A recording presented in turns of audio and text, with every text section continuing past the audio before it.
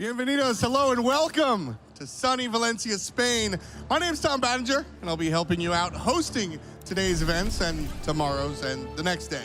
This is a 3-day event, so get ready for a long, exciting week of Smite action. A lot of fun. We'll take a look at all the teams that are at here today. Obviously, Black Dragons versus Dignitas is where we're going to start, as Hindu Man mentioned. And then later on, we'll take a look at Trifecta versus Energy. And of course, all of these teams are definitely looking to keep things going. I mean, we'll have it a little bit later on with Space Station facing off against Team Rival, and then of course, and in the day with Luminosity. So tons of excitement already in the arena. It's going to be Team Dignitas, of course. And right there, the man, the myth, the legend, the solo later. His name is Variety. His jungler, of course, next to him will be the famous Hugo Fred. And of course, you can't have these guys without having Zeros as the mid laner for Team Dignitas. Already such a dominant power in this lane. Following up, it's gonna be Trixtank on that support role. And Trixtank always coming through in the clutch. Gotta bring the power. And then of course, the new kid on the block, Arkle, quickly has started to make a very, very big name for himself as the hunter on Team Dignitas. The black and yellow have definitely been a strong force, but standing in their way will be Black Dragons, and this is their solo laner, Kliz. And he's definitely a member to be marked by, but you can't leave out Oship, their jungler. He's another very notorious member for this squad. And then, of course, you've got Nan representing in the middle lane. And then your duo lane will be made up of P-Bay and Marcells. P-Bay being the support player, and then Marcells will be your hunter. These guys have looked strong. We saw them at DreamHack last year, Marcells specifically. Very, very scary hunter. When it comes down to the clutch, this guy knows how to bring it out. There we are with a fresh screen. Dignitas on the left, Black Dragons on the right.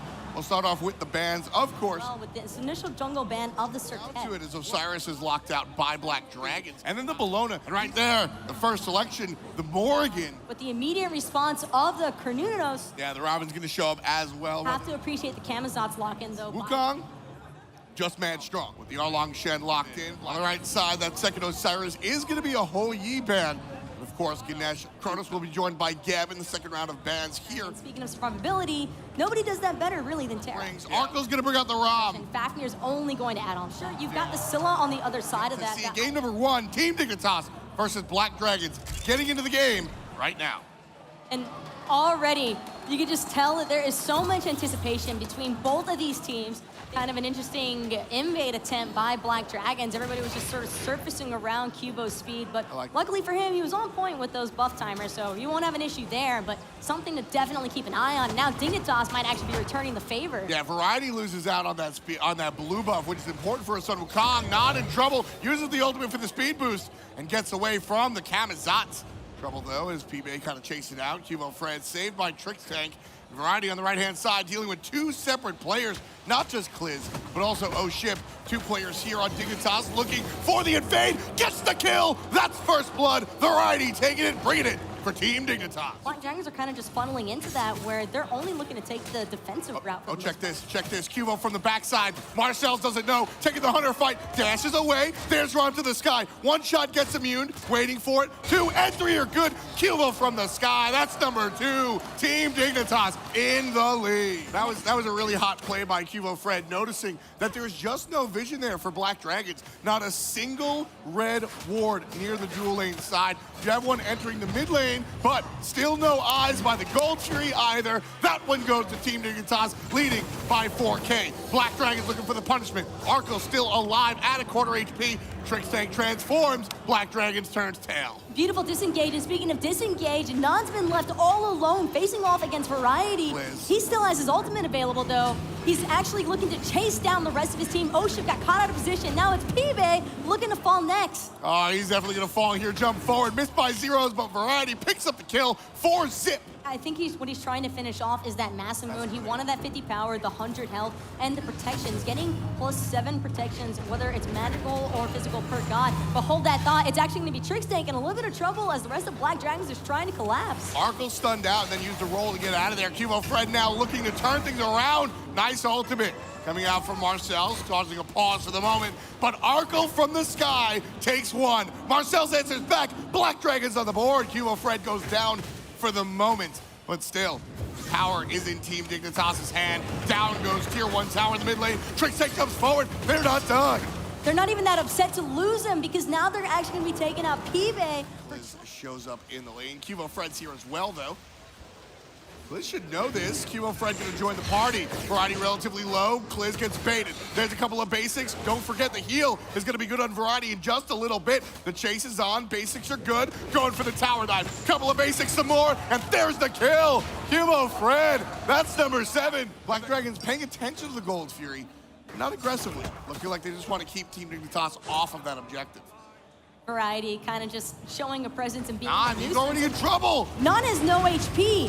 Zero's just completely deleted it. Arkill's there to finish him off. He's up in the air, really just trying to keep everything up in hectic, and Variety is just chasing them down again. Trickstank goes for the transform. Variety could be in trouble. Nice ultimate out of Marcel's, but it's just a deterrent. Not going to be aggressive. Here comes Variety from the backside. Knocks up Kliz. Knocks him down as well. Cubo Fred gets credit for it. Oh shit, puts himself on the board, but Cubo Fred following the chase, looking for more. Gets it with Arkle. 4 players pushing forward, and Black Dragons 3 players down. It's just the duo lane. Dignitas retreat back into the jungle, looking for the goal. Team Dignitas have the audacity to go for this portal demon in the face of BD. I mean, they just don't care. Nod's in trouble. Nice sentinel over the wall, but gonna be followed up not by 1, by 2 players. Arkle puts number 11 on the board for Team Dignitas. Not done. Girdle means go, and Variety jumping forward takes him down. Marcel's back to base. That's just what it feels like to be against a Soul Laner. And again, Variety with this cudgel just cleaning up.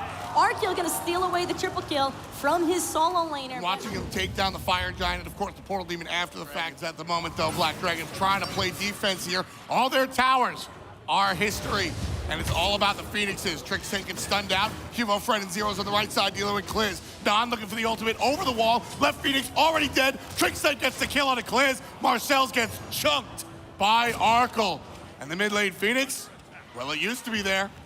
I mean, it's not there anymore, that's for sure. And I don't think the right-hand Phoenix is gonna stand, or it's gonna pretty much face the same exact fate. Black Dragon's kind of just trying to huddle into their Titan room, see what they can pick off. Excellent damage from Non, probably the most we've been able to see out of him yet, but it won't even make a difference. Dignitas are just running free inside their base. This is rude, okay? Arkle takes down Marcel. This could be the final fight of the game, folks. O-Ship has to Aegis away some of the damage, but because of a nice little chunk, Team Dignitas do have to retreat back into the jungle.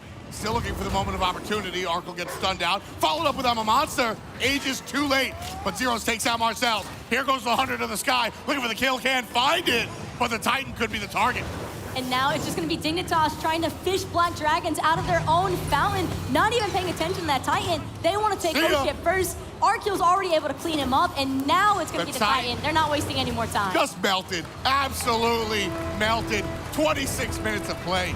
Team Dignitas wind up on top. Black Dragons and Team Dignitas. We're gonna get into picks and bans here for game number 2. Up the Morgan, not an option. Banning away that Circuit, and Black Dragons, actually another shout out to Zeros there with the Chronos piece, and it is going to in fact be that Osiris. Do we look for a soul, or do we leave that open for Zeros? And it is just going to be None. Dig on the other side, Bologna and Rob. I mean, I like Black Dragon's selection of Susano. Early selection of the Hu Yi as well. Heading out to our second round of bans, however, we see Geb taken away by Team Dignitas. I like the Ram ban out. And it is going to be the Ketsu. I mean, he doesn't want to deal with the current either. We see Jingweezy picked up by Team Dignitas, but the Fafnir and the Nike selection. Thoth, the late game mage for Team Dignitas, will be the final selection. Another interesting choice too is just in the itemization alone between these two hunters. You can see that Marcel's didn't opt for that Boomba's mask that has become so prevalent on ADCs. Zero's already in trouble. Big damage out of the soul. Zero's could be first blood, but he gets out on the right-hand side.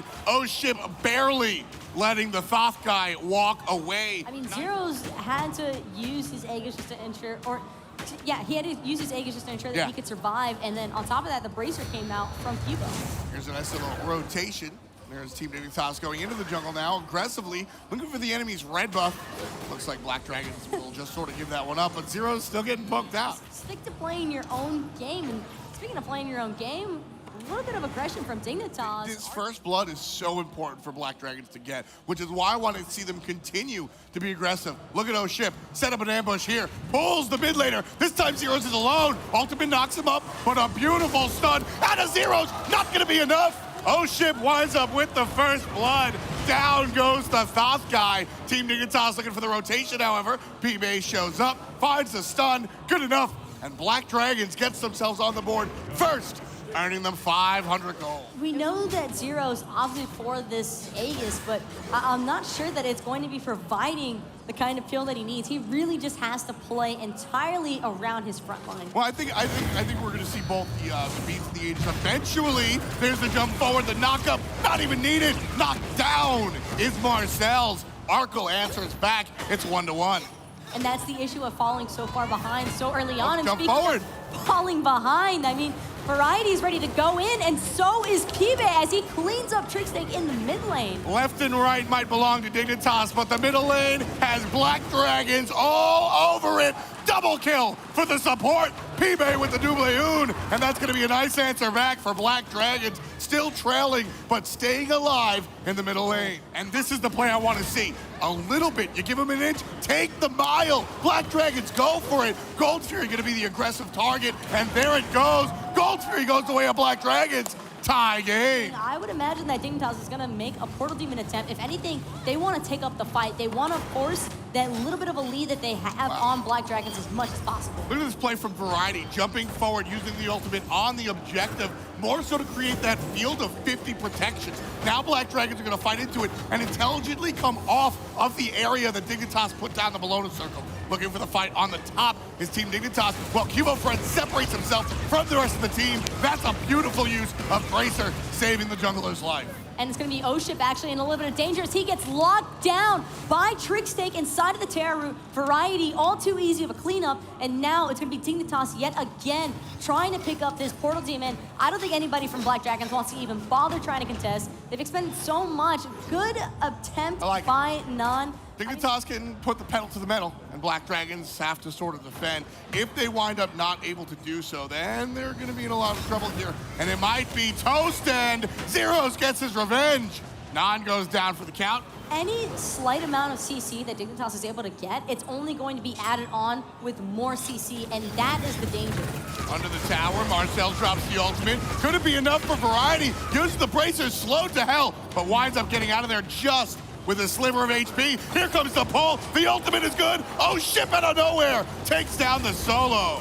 But now he's trying to get away himself, but the Terra Root is good yet again. These circles are destroying Black Dragons, and already Arkiel is just on a tear. P-Bay goes in, he sees the opportunity. All by himself goes Kliz. And now Dignitas again just trying to fight onto these objectives. They're shredding away Gold Fury. If they're there 3 seconds earlier, there's a little bit of contest. Because Nike and Nan didn't actually make it to gold, Dig picks it up for free. No big deal. 5K in the lead. Oh, ship goes down. No big deal. Black Dragons just know they cannot take these fights anymore. And so because they can't take the fight, Taco, I mean, you've got to get creative. P-Bay in trouble here. Variety's by himself. This is where you get creative. The solo lane is by himself. Take him down, but he's a level 18 below. How do you do that? Oh, ship drops the ultimate. Nan drops Kilvo. That could be a good play. This Terra is absolutely destroying Black Dragons. Every time they look to go in, Trigg says no. And now it's actually going to be Dignitas trying to go in, but there's nobody saying no on the side of Black Dragons. Yeah, Nan showing up, looking for a little bit of help. There's again the help from Trickstake, and it's Oracle taking down Kliz, the tier 2 tower, not alive any longer. 1,500 more gold for Team Dig. But that was a beautiful Hu Yi ultimate by Marcel's, able to clean up Trickstake. Now it's Nan looking to lock down Kivo, but he still had his ultimate available. 6 to 7 at the moment, 25 on the clock. Team Dignitas up by about 10,000, actually 12,000. That'll extend even further as they take down the Portal Demon, looking for more by way of kills. Kliz, P-Bay jumps in by himself. The team nowhere near him. Absolutely, perhaps the wrong choice. There's the damage going by way of the red team onto the blue team. Down goes P-Bay. Cubo Fred with the credit. Marcel's goes down to the head of Cubo one more time. Oship able to answer back, but still a double Q for Cubo Fred. Variety gets involved as well. 3 players make that 4 down as Zeros puts number 11 on the board for Team Dignitas. By Oship, he had a perfect Susano ultimate into that backside of Team Dignitas, but it didn't even make a difference. As soon as Nan expended his damage, it still wasn't enough to clean up anybody other than Arkill. Oh, it's a comeback, Carl. Kliz was once there, and now he's just another tick in the kill column for Cuvo Fred. 4, 1, and 6 for the jungler on the side of Team Dignitas. A very big deal, a very big part of why Dig are going to take not just game number 1, but perhaps game number 2. Mid lane Phoenix is the target. Well, it once was, already down. Now Team Dignitas shifting over to the right-hand side, leaving 2 in the mid to just sort of play around with Black Dragons. Right side, Phoenix in trouble. Ultimate already used by Non. That Supernova is not going to be much of an impact. Right side, Phoenix down for the count as well. 1 Phoenix remains, but Dignitas not concerned. Zeros, Cuvo, Fred, both wind up with a kill. Not done yet. Looking towards the team. Arkle also. Everybody eaten, and the Titan is next. Down it goes. Double kill for the Hunter, and Black Dragons Titan falls. Team Dignitas moving on to the semis. I'm joined by Trix Tank, the support for Team Dignitas. Trix, congratulations on the victory. You guys earned, the first seed coming out of Europe, so you had the easier bracket in theory at least, but now you're looking ahead and looking at the rest of this bracket. How are you guys feeling about the rest of this tournament? I mean, the ones I scare the most is Energy and Obey, so I think we have the worst bracket, to be honest. We'd rather just be in Obey's situation where we don't have to face either of us, so I don't know. But we're confident that we can beat them, so we just hope for the best. Do you still feel like EU is leagues ahead of where NA is right now? Oh, no. It could go to anybody, this land, but I still feel like EU has a little bit of an advantage. So I still do believe that EU is a little bit better, but there could definitely be some upsets today. Well, Trix, I mean, you were telling me earlier, you were actually on holiday a little bit before this trip. You were traveling a little bit. You guys hadn't scrimmed a lot. Do you feel like that affected you at all? Did you feel comfortable even from game 1? It's kind of weird. I haven't played a game in 5 days, so it was my first game today. But I got some good warm-up now. Going to play some after this, and hopefully we can be ready for NRG. But it's definitely a disadvantage that we haven't played too much up to this tournament. Sure thing. Trix, congratulations again. Any shout-outs before we let you go? Just shout out to Dignitas and all our fans, and yeah, peace. Here's how the bracket looks so far. We did see Black Dragons take on Dignitas earlier on, and kind of as expected, Dignitas did find the 2-0 there, and the winner of this one will have to face them in the semi-final tomorrow. But there's Kiki So Cheeky, one of the newest additions to Trifecta. Obviously, he didn't start on this roster at the start of the year, but he slowly found his way there after competing through the Challenger Series. Next on the list, Sinosure, a console player originally. And he's really adapted well to the PC side of things. He's fit so well, particularly with his mid laner, Hurrowin. These two work so well together. Hurrowin, one of the more vocal mid laners in the Smite Pro League, has done a great job of moving this team around where he wants it. Yeah, ultimates is definitely his forte, landing those. And then finally, last but not least, is Ionic. The guy's been around the scene for a long time. A lot of mechanical skill behind this guy, a lot of knowledge, and very, very good at the peel in the backline. You can never count out Ionic or his dual lane partner, Snoopy. These two have been together for so long. I swear, they don't even say anything during their laning phase. They just do sick stuff, and they never have to communicate because they work so well together. Yeah, if you haven't seen Dimmy before, welcome to Smite. This must be your first time viewing, because Dimmy has been around for a long time and has been doing a lot of great stuff. Wow, hang on.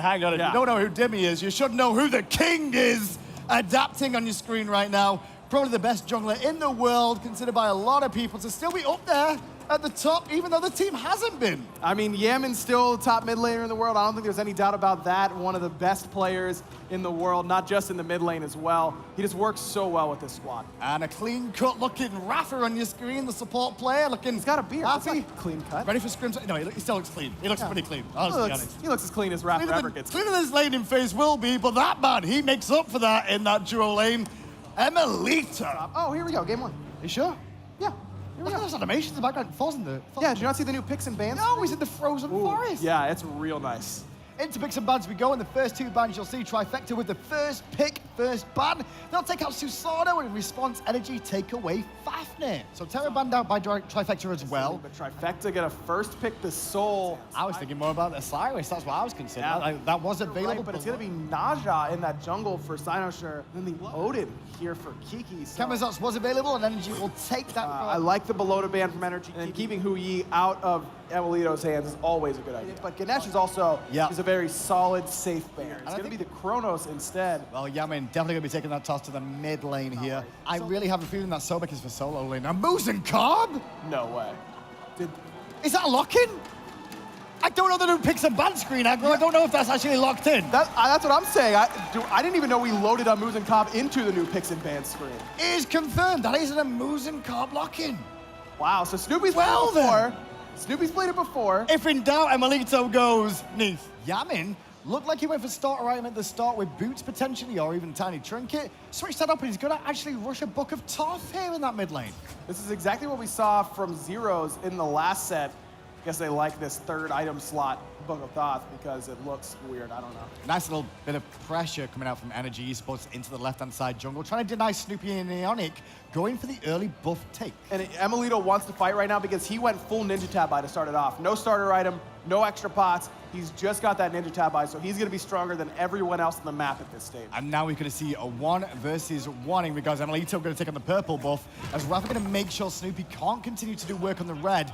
So the baby camps at the red and purple specifically are split evenly between Trifecta and Energy on the left-hand side. On the right side, it's an even invade for Cynosure and Heroin. On the right, no speed buff invade quite yet from Dimmy. Both buffs went Trifecta's way on that top right side. We're able to get the 2 successful invades.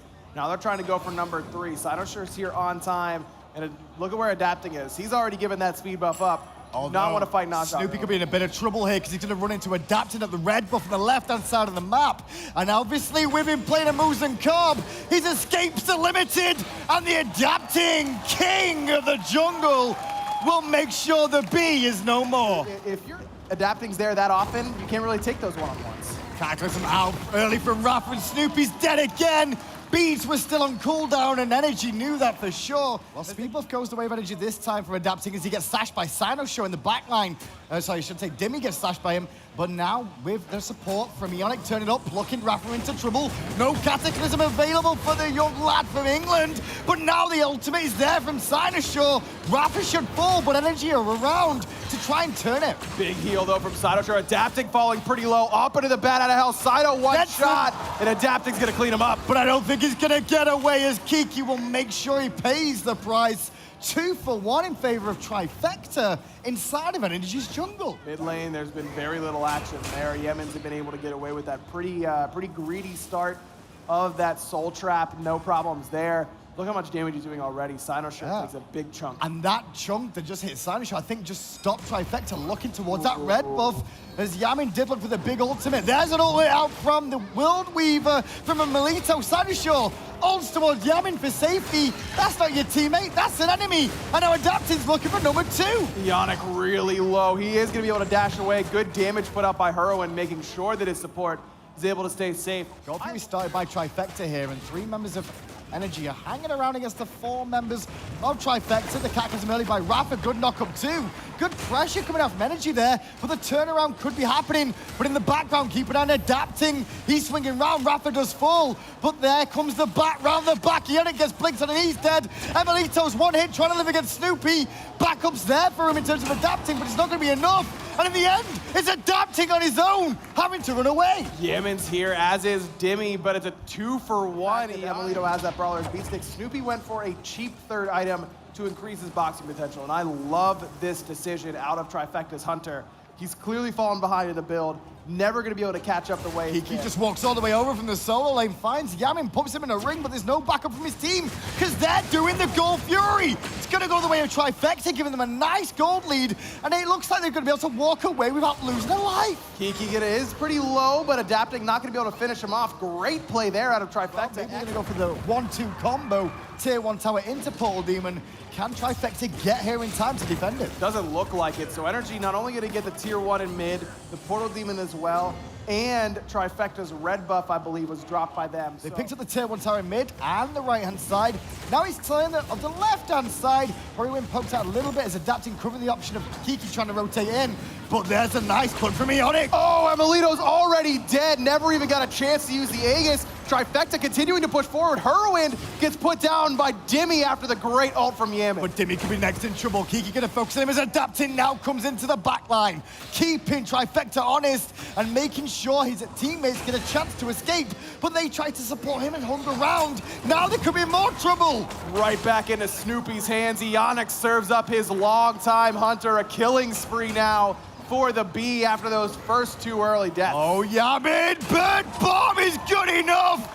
It was a bird for a second, it's not anymore. Kiki, so cheeky, level 18, 2-0 and 5. Dimmy still trying to make it happen here for Energy. Has the tether onto Ionic, but Snoopy's here. And Snoopy is shredding. Look at that damage out of the AMC. No ultimate here for Dimmy. No thorns either. Toast. Trapped in a pit and goes down to Snoopy. Trifecta and that team fight have come up monumentally. The Gold Fury is available right now too. 4 for 1 in Trifecta's favor. This Gold Fury is going to be huge at the 23-minute mark. And then coming into this tournament specifically, weren't seeded #1 from Europe. No, it was Dignitas coming in as that top seed out of Europe. And then it was Obey as the 2nd seed. Energy was seed #3, and it took until the very last week to punch their ticket here to DreamHack. And I think that's the key, is trying to keep Snoopy shut down. But for me, it's been Kiki that set him up. Rapper in mid, Cataclysms, has to try and defend himself, dead. but still dead. Great little play from Trifecta. Now the tier 1 tower's at fault. And it's gonna go, no chance to defend that one. 500 more gold in Trifecta's pocket. What's Ageb gonna do when he's slowed down by Frostbound autos and guaranteed the pluck for Ionic? Dimmy's next on the list. He thorns early, the puck misses. Sash in from Sino. He ults in, does Dimmy, because Adapting was round the back. Like a bat out of hell to the rescue. And Yamin and Emilito flanking from the sides, push Trifecta back.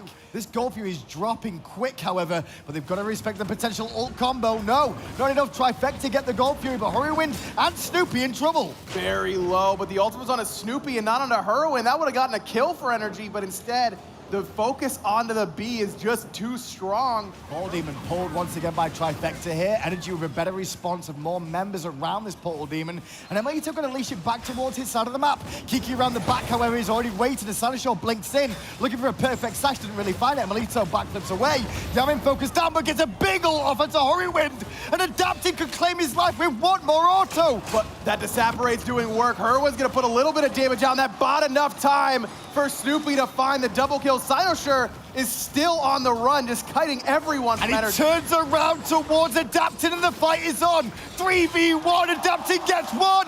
And the Cataclysm from Rafa bought enough of a window for Adapting to run away. The leap will heal him a little bit more. And No Kiki cannot get the kill.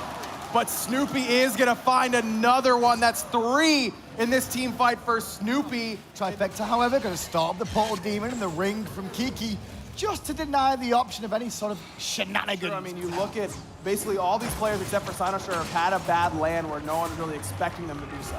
Dimmy ults in, didn't really find a target he was after, but the Thorns is caused a couple of problems. Snoopy and Hurricane are definitely the focus from Energy if they can find them, so position is going to be key.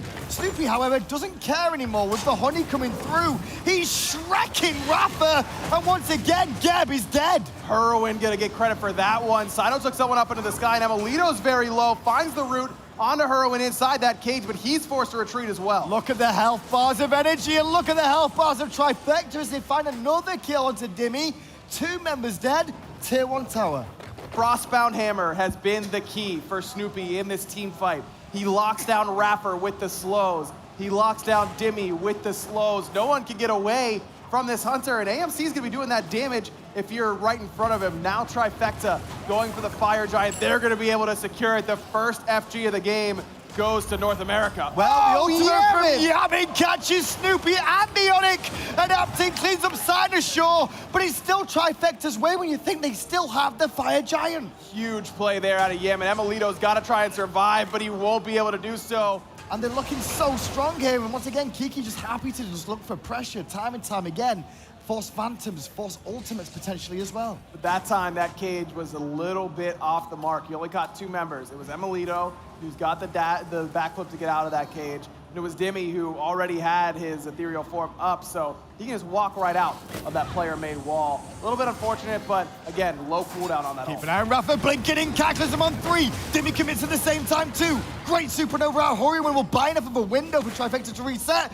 The World Weaver hits and Adapting. Clean up crew on aisle 3, but Snoopy denies the back take into the sky. Very quick damage there out of Snoopy, and now it's Trifecta starting to push forward again. Frenzy popped. Dimmy's dead. Dimmy doing his best, got a but ult. he's on the front side, nowhere for him to go. Shield comes out from Rafa to buy him a window, and they're trying to let Yamin poke from the back if possible, because the health bars of Snoopy and Nick are so low, but they are sustaining as time goes on. Kiki not gonna jump into that tier 2. Wise decision there, even with Emilito having already expended his Aegis, because Trifecta is playing this safe. But Energy's just not taking the bait. I mean, look how far back Yemen is Look adapting on as Dimmy, well. that could cause the disaster to unfold early, but Rafa's gonna get the shield off onto Dimmy.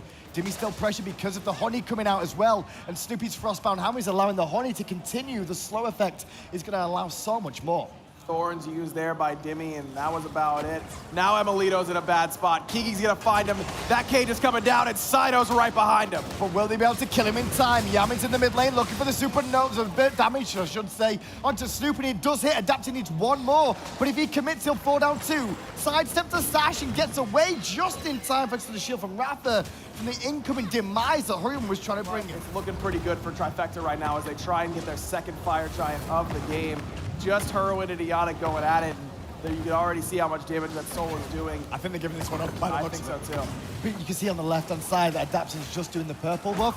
So, free Fire Giant for Trifecta. And Only gonna take a moment between an AMC and a Soul to knock down a Phoenix. There goes the fight on the right-hand side, falling very low is Snoopy, excuse me, and he's already dead. Emilito's in trouble on the back of the side of things as well. Hurrywin will get away as Kiki will pick up Emilito and walk away to live again. Emilito, however, did manage to pick up Cynoshot towards the end there. Guessing that's the World Weaver just after death. There, but now Trifecta still trying to make the most out of this Fire Giant. About 40 seconds left on the buff before it goes away. Try to make sure that they can push down this left side. And now we're going to see the fight engage. Yamin's chopped in the ring on the right, keeping him out of the fight potentially for the most part. Emilito was taken up by Cynosure. He's forced back towards the fountain. Is adapting. Is deleted once again by the Beast Snoopy. Dimmy now won a couple of hits from death as well, forced back to the fountain. First Phoenix of the game goes to Trifecta, and now they're looking for the middle one. I don't think they're going to slow down on these Phoenixes either. I mean, it's a 5v4. Fire Giant's still there. Trifecta going to find the second one, but Hurwind is poked out pretty heavily. Little risky. Little bit, but Snoopy's still completely healthy, and I don't think anyone's going to be able to get close to him. Frenzy was available for Ionic just in case as well. And they're will fall back after getting all 3 Phoenixes. I love Hurwind's item choice here. Selling that Dynasty Plate Helm for Stone of Fall. Kiki gonna go straight in towards Dimmy once again. Dimmy trying to be on the forefront. Will Weaver hits onto Hurriwind, forcing him back and getting it to separate 2. Dimmy commits again with the Lord of the Afterlife and still trying to catch Hurriwind. Adapting comes in and takes him out. Snoopy coming next to the list. Snoopy's dead too. The world champs are back. Cataclysm onto Kiki. Knocked up in the air. And that was a great play from Energy for the base aggro. The base, they've got to go back. Have to. That's the problem when you lose all 3 Phoenixes. Weakened Phoenixes only respawn with less health, and obviously it gives a bit of an easier chance for them to take them down for a second time. With fire minions pouring on the right-hand side and the middle lane still too, with left-hand side being all Trifecta, could be an issue. There's the Blink Cataclysm for Raffer, but it's only onto Ionic.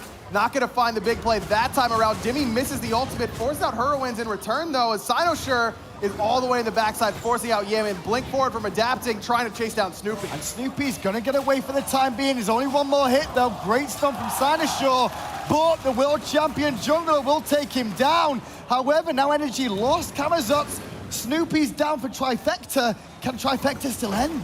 Ionic looking to find, just tank up this Phoenix. They gotta worry about those Phoenixes before they worry about the end. Hurwin gonna get in there and finally get it done. Yemen just barely missing that final judgment. Yannick misses the block and that'll allow Dimmy to survive for the time being. Keep an eye on Kiki's health. He's only 1 hit from death there. He will be able to teleport back in momentarily. So this middle Phoenix tanked up by Hurwin. Nicely done there. The fire minions already took care of that right side Phoenix. Trifecta looks like they want to try and end it here. They might just push all the way, and Kiki's going to do just that. Dives into the whole squad of Energy. Emilito's 1 hit from death, back to safety. But the Titan is a different story. North America claims first blood. They take down Energy in game number 1. Look at the relief. Ready to go with what's next on the list for their bans, and Fafnir will be the first option. Sol is banned out by Energy. Terra there for Trifecta, but it is going to be the Morrigan. First pick Odin for Trifecta. paired with a Naja once more. Right towards Kamazots once more. They do make an adjustment away from the Osiris now towards Bologna, how it is the Scylla pick of the mid lane. Obviously, Sol was banned away, so they did have to change up something. They're going to take away Scardy first of all, surprisingly enough. No AMC ban. It's going to be Gep. It's going to be Hoyi. They're going to pick up the Capri for the revivability option here. True, but Neath again for Emilito. We actually look at the squad, Sobek does, and you can see that this time around, obviously, Energy going to be on the bottom side of the map, fighting up. Trifecta coming down from the Chaos side. Ionic gonna sit in mid lane, pop that Frenzy to allow Heroin and Sinosure to get the extra clear, and then go and help out as Snoopy can actually pick up the back camps in addition to the red. Love this start that Trifecta has done multiple times during the online portion. This gets you so much pressure in that mid lane. Not this time, no invade, just looking to guarantee their own buffs. Here on the right-hand side, you saw the Kiki went to the Elementals, managed to take the babies away, get to lane in time. As on the left, Snoopy Ionic will pick up this purple buff as Energy's dual lane is starting up the Oracles right now. Should be able to take these before Trifecta even realized they'd been done. Trifecta on the left-hand side, however, have cleared the wave and going very deep for back Harpies. But this is dangerous because Ratha and Emilito can cut off the escape route, funnel them towards the mid lane, and that's what they're trying to do because Yaren's going to move around, Adaptin's going to join the fray too, and so in the end, they have to create room to get away, but Ionic is in trouble, so is Emilito! But Ionic looks like he might be the first blood here. He's trying to juke it out, but Yamin does secure it for Energy. Sinosure shows up though, and that's a big ring toss. Oh, Sino, Snoopy managed to get the kill, big thanks to the Bluestone Pendant, and now Emilito takes out Snoopy. Ratha will limp away to live to fight another day. 2 for 1. Yamin gets first blood and falls straight after, but 2 kills the way of Energy. Big win there. Phantom was used just in case. Emilito could be in some trouble, but stays aggressive. Now Sino is the one in trouble. Didn't expect the rotation from Adaptin at that time. If you're the jungler in the dual lane, expect to see the jungler come to that lane too. Sneaky, sneaky, sneaky Ionic just managed to get past the wards by taking the longer route round. But Emilito's just staring away because he's got a feeling something weird's going on. He wants to keep an eye that he's not going to get pressured from any wall coverage. It was more the call that came out from the mid lane of Energy that gave it away that Emilito was getting ganked. That's why he's not even pushed forward. He doesn't mind losing the experience. Also the fact that Snoopy was playing a little bit odd there, holding his abilities, not attacking the wave. Kind of a telltale sign that someone's probably lurking in your jungle. Definitely readable is what you're always looking to do or not do in the grand scheme of things. Don't be readable to make it easier. Adaptin now going to gank Kiki on the right-hand side. Sinosure and Hurrywind on the way, however. Kiki dancing around as long as he can. Adaptin will get the kill before the World Reaver does any work. Dimmy in the sky comes down to Hurrywind, who gets the I'm a Monster reset. Looking to chase down, won't be able to get to Adaptin. But that is a 1-for-1 solo for solo exchange. Oracles have spawned now, as have the Elementals, and we've got 2 fights on 2 sides of the map. Adapting very escapes. low, forcing his purification beats, no ultimate, not gonna, no, he does escape The that heal was good enough, and now he is Ionic on the left-hand side. The Suns from Snoopy will not save the day. Yamin credited for the kill. He turned into his jungler for a second as Dimmy cannot defend the speed on the right-hand side. It's starting to remind me a little bit of Rival here. Hold that fort, Dimmy's gonna get Sash taken to the sky by Sino, and waiting on the landing is the beautiful bird bomb by Kiki once more. Level 10 for him, and another kill. Fighting Hu Yi when he just got a big power spike in that Ick Ball. In the Light Blade, he just got his second relic, or the ability to unlock a second relic. Oracle is going to be contested, and it looks like they traded even. The Sash and Adaptin is beautiful from Sinosure. Ring Toss will slow round and bounce around Energy as in the skies. Adaptin, the ult was good enough to pick up the kill for Snoopy in the end. Hurrywind did hit the I'm a Monster, I believe, but it wasn't enough. Doesn't matter because Yamin's gonna fall as well. In the middle of that changeling What's going on? Ionic looking for the pluck, is gonna find it.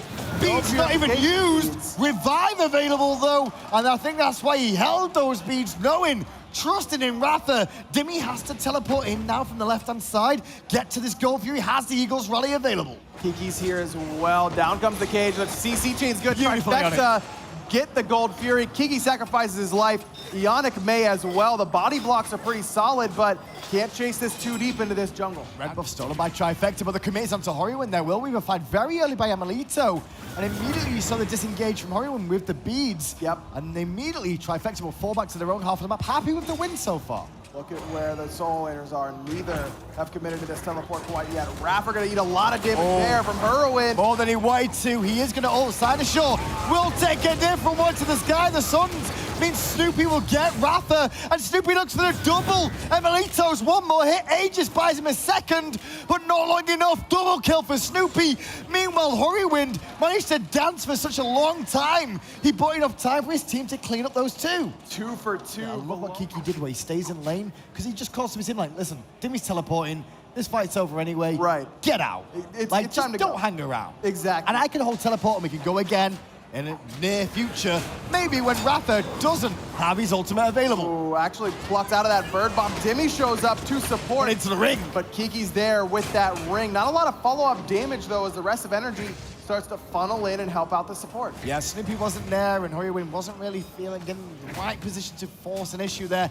Speedbuff does go down for Trifecta, though, and Dimmy was still trying to argue the toss about that one. I'm a monster primed. Little early from Hurrywind. Is he going to get the execute off in time? He will. The reset from the Armor Monster, but he won't find it onto Yamin. But Yamin transforms and immediately is put down to 1 HP. He's But gonna have Rafa to used his the ult ultimate. as well. He's gonna have to use it to get away. Oh, Cider Shaw dove in deep for the kill on Yamin.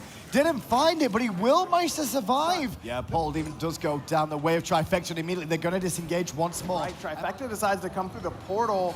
Here comes the teleport in. Rafa gonna stuff that one, but no Gold Fury pull quite yet. Rafa has no ultimate, and he's the only one here as Emelito's trying to get the purple buff. Plucked into danger of Cider Shaw once more. Now Rafa's just trying to buy himself a window. You saw the Phantom use there. Will try and give him knock-up immunity to get away from the danger that is lurking all around him. But that means Kiki's cage right here. No one's getting out of that too easily. Gold Fury, very, very low, below 3,000 HP. But Kiki's cage wasn't enough to dissuade all of energy to getting off that objective. Yeah, forced to reset. Nice little juke on Ionic, who puts him in an awkward spot. Rafa gonna get sashed and taken to the sky. You can't ult in the sky, even if it is on cooldown or not. And the monster wasn't through, though, because Snoopy got credit for the kill. Now Yamin's gonna find Heroin. Dimmy is shredded down by Snoopy. Double kill for Trifecta's How many Hunter. times are we gonna say that? Cynosure blinks into the back line. That ring toss was absolutely nuts, but it's not enough to find the kill. And eventually Emelito will get credit for adapting, will sup on the juices of his enemy jungler, as in the mid lane Yamin is looking to pick up Snoopy, but Snoopy's having some of it! Oh, You Yamin. will go down, but it's a good trade in the end. Ionic with the kill, and Emelito will fall as well! Only adapting left for energy. So game one went to Trifecta in around 45 minutes, was it at the end? Yep. And then game two at 22 minutes, oh, we missed a kill in mid. Hurrywind picks up Yamin, no ultimate was used from either member of the mid laners there. Looks like a nice little pick from Cynosure more than anything. The Windfire wheels are on cooldown. Yamin's still dead. The 5v4 is in Trifecta's favor. Kiki does have that cage, looking for the right opportunity to use it as Gold Fury falls below 50% HP. Herwin has his ultimate as Dimmy goes in on the Gold Fury. It's Leash, and Herwin's on the run now. But he will force the reset from the Gold Fury, and Dimmy's taking a lot of damage there. Cynosure forced to disengage. It's Snoopy that goes in with a Sunzo. Gonna make sure Dimmy falls, but Rafa saves the day. Bird bombs for days from Kiki. Sets up Cynosure to get the ring toss of heaven. And now the Gold Fury is a threat once more. But Yamin has respawn and does have the ultimate. Kiki gonna recognize that and immediately try and zone him away. Adapting comes in, trying to make a play happen. Yamin's gotta be careful messing with Kiki in the jungle though. Yeah, because Kiki's just playing this so well. Meanwhile, Adaptiv's looking for cheeky Gold Fury steal. Instead, he's dragged back into harm's way. And the ring toss of the Gold Fury. The ding-dong was just too many problems. Yamin versus the world. And the world will stay standing. He's top of the player damage charts. He's been all over the But he's not playing it like an assassin. He's actually playing it like a peeler on the back line. Yeah. He's throwing out the ring tosses for the consistent slows that disrupt him thanks to the Odin ring. And not only that, those sashes that have saved teammates, preventing the CC chains that are opening up these windows for Trifecta. Kiki, rooted in place, takes a lot of damage. Dimmy ults the portal demon, but it was already leashed. Rafa's forced to use the Scarab's Blessing on himself. Kiki does end up popping him, but Snoopy's here. Snoopy is here, but Snoopy's not got the kill just yet. Snoopy has to beat to deal with Dimmy, and now Adaptin trying to close around the back. Adaptin's going to get cleaned up by Snoopy. That wasn't the target he really wanted. However, Snoopy does finally fall down. but once again, it's a 2-for-1 in favor of Trifecta. Little bit greedy that time from Snoopy, bit off a little bit too much. So now Trifecta has a little bit of a harder time securing this Portal Demon without any of their ultimates. Emilito here trying to seal it away. Crush is down, and that will secure it. Emilito's getting bursted down. He's in a lot of trouble here. Aegis Sash, just a CC chain. But helping his team secure objectives by plucking people away as they're securing the damage. Really incredible play from Dimmy first on the scene with an Eagles rally onto Snoopy's face, but Dimmy's already down to half health. Rapper has no ultimate as he's trapped in a ring and plucked away. They want to make sure they can pick up the kill, and Dimmy and do just that. Next on the list could be Rapper, whose Phantom is now on cooldown. Adaptive was swinging around the back, but his support is already dead. Beautiful I'm a Monster from Horiwin, the real first connection of the game. He won't find the reset onto Adaptin, however, but it's Adaptin next on the list, and Trifecta want to take the life of. I don't know if they're going to be able to catch him here. Doesn't have the speed buff. Aegis is used. Kiki trying to catch up to him and hit him with that Gungnir's Might. Slow. It does hit Cynosure, so Adapting's going to be able to get away. It looks like this Fire Giant is going to be given up by the defending world champs. Trifecta going to secure their first of the game. Fury started by Trifecta, but leashed, at least for the moment, is look at where Kiki is just making life so hard for Yamin. Yeah, just every single time, making sure Yamin's busy. Kiki abducted there by Rafa. The ultimate is used in response by Kiki. Rafa's the one taking the brunt of damage as Horiwin has already deleted Dimmy thanks to the Windfire Wheel combo from Cynosure. Snoopy claims Rafa. Energy are in tatters right now. Trifecta's got a 12,000 gold lead. It's only getting bigger after this Gold Fury goes down. Trix is always like lean down into the camera as well. They always have the same tendencies. And Hey, the less of Trix on camera, the better. We've been those issues before, okay? So Sobek here for Ionic has looked really good. Had to do one. 12 to 24, 30 minutes in, Trifecta are sieging down a Phoenix of energy for the second game in a row. The ring on the backline is keeping Rafa and Emilito busy. They will walk out of the Phantom, but the slows are making an impact that they didn't walk out very far at all. Horiwin did take a lot of damage though and was forced back on the backside, being covered once again by Cynosure to make sure he can get away to safety. And once again, Energy do hold their Phoenixes like they did in game one. Emilito charging up that ultimate. Look at where Yamin is. Could try and take that 1v1 up against Snoopy, but there's the pluck immediately onto Raffer. No Phantom for him this time. But Kiki's going to go into Emilito and get a nice bird bomb off, force Emilito to backflip. It's Dimmy on the front lines. Remember, no Eagles rally. Raffer has the ultimate available to revive him. Yamin round the back, catches Horiwin though, and Hori's in trouble. Cynosure was trying to peel, but he couldn't peel it all the way. Yamin gets one, and now he's looking for Neja. Kiki though does pick up Emilito. But Dimmy got revived, and he's healthy now. Double kill for Yamin, adapting, trying to find it up against Ionic, gonna get into that pool, but that anti-heal coming out of Sickening Strike might be enough to allow Kiki if he wants to go in. No, he's gonna have to retreat as well. Huge fight for Energy. 3 for 1. Huge fight, and trying to stay in this one right now, but Trifecta aren't letting up the pace, which is a good thing for them. Kiki drops down that cage. Raffer, no Phantom available, but it's about to come up. Dimmy does use the Thorns just in case. And now the Abduct goes on to Kiki. Decent damage onto him as the World Weaver comes through onto Snoopy. And that's going to let Dimmy with a window to get in with a good Eagles rally. I'm a Monster primed by Horiwin. Didn't hit a target other than Adaptin, who was actually priming to go into the sky. Still ate most of the damage, however. Trifecta looking to just reset for the time being. But those crushes from Horiwin are starting to swing. There's the blink ult from Cyno as well. He catches one. That's Emilito. He's going to fall. Dimmy, however, does get revived by Raph, is adapted in mid, pressure by Kiki once more. Yamin round the back, finds Cynosure. The Murican is here, but what can she do? Up into the bat form. Hurwin does find Raffer. Now trying to continue to chase down Dimmy as Yamin now locked in that cage with Kiki. Transforms back into the mage form.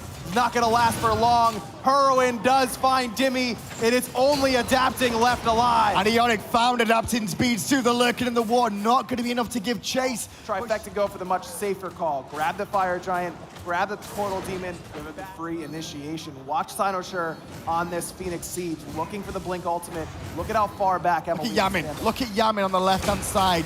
Just keep an eye on that mini-map. Look at how far around he is going to get to this fight. Ring used. Snoopy's whole ultimate is down, and he leaps away. And Yamin was waiting, stunned in place, forces the Aegis, but then Cynosure is going to make sure Yamin can't get involved. But the ultimate Rafa will revive him. just in time. Now adapting, trying to box it out. Frenzy popped by Ionic, but it's Trifecta on the run. Plucked back in. Sino gonna put himself back in position, but Heroin blows up Raffer. Big crush adapting, gonna look to pick up Sider's shot, but Amelito a backflip to victory. Still Ionic alive for a moment or two. Ooh! Horrywind's crushes are absolutely destroying, but the bad news is he's got no peel left. Adapting finally puts him down. Snoopy, Ionic, and Kiki trying to get back to base.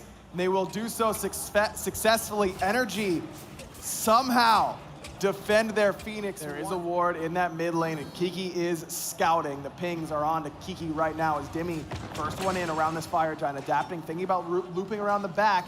That's where Yamin is right now in the mid lane, looking to do just that. Rafa engaged on by Kiki and Nick. Yamin still trying to make it round, but Yamin has been spotted, but he's gone stealth at the right time. Snoopy was looking for the in-hand, didn't find him. Horrywind eats the damage from the Morrigan and gets picked up by adapting. That stun, even with the CC immunity now, it's an Energy trying to push forward. Kiki already very low. Good ultimate from Snoopy to create that slowing zone, keeping everyone out of range, but now Energy has the man advantage. Yep. Can look towards this Fire Giant. Well, they're going to go Portal Demon first, which I think is the safer option to respawn. Ooh! Yamin saved by Rafa again. Maybe he's going up in the power rankings. Herwin did everything he could in that scenario. Sure.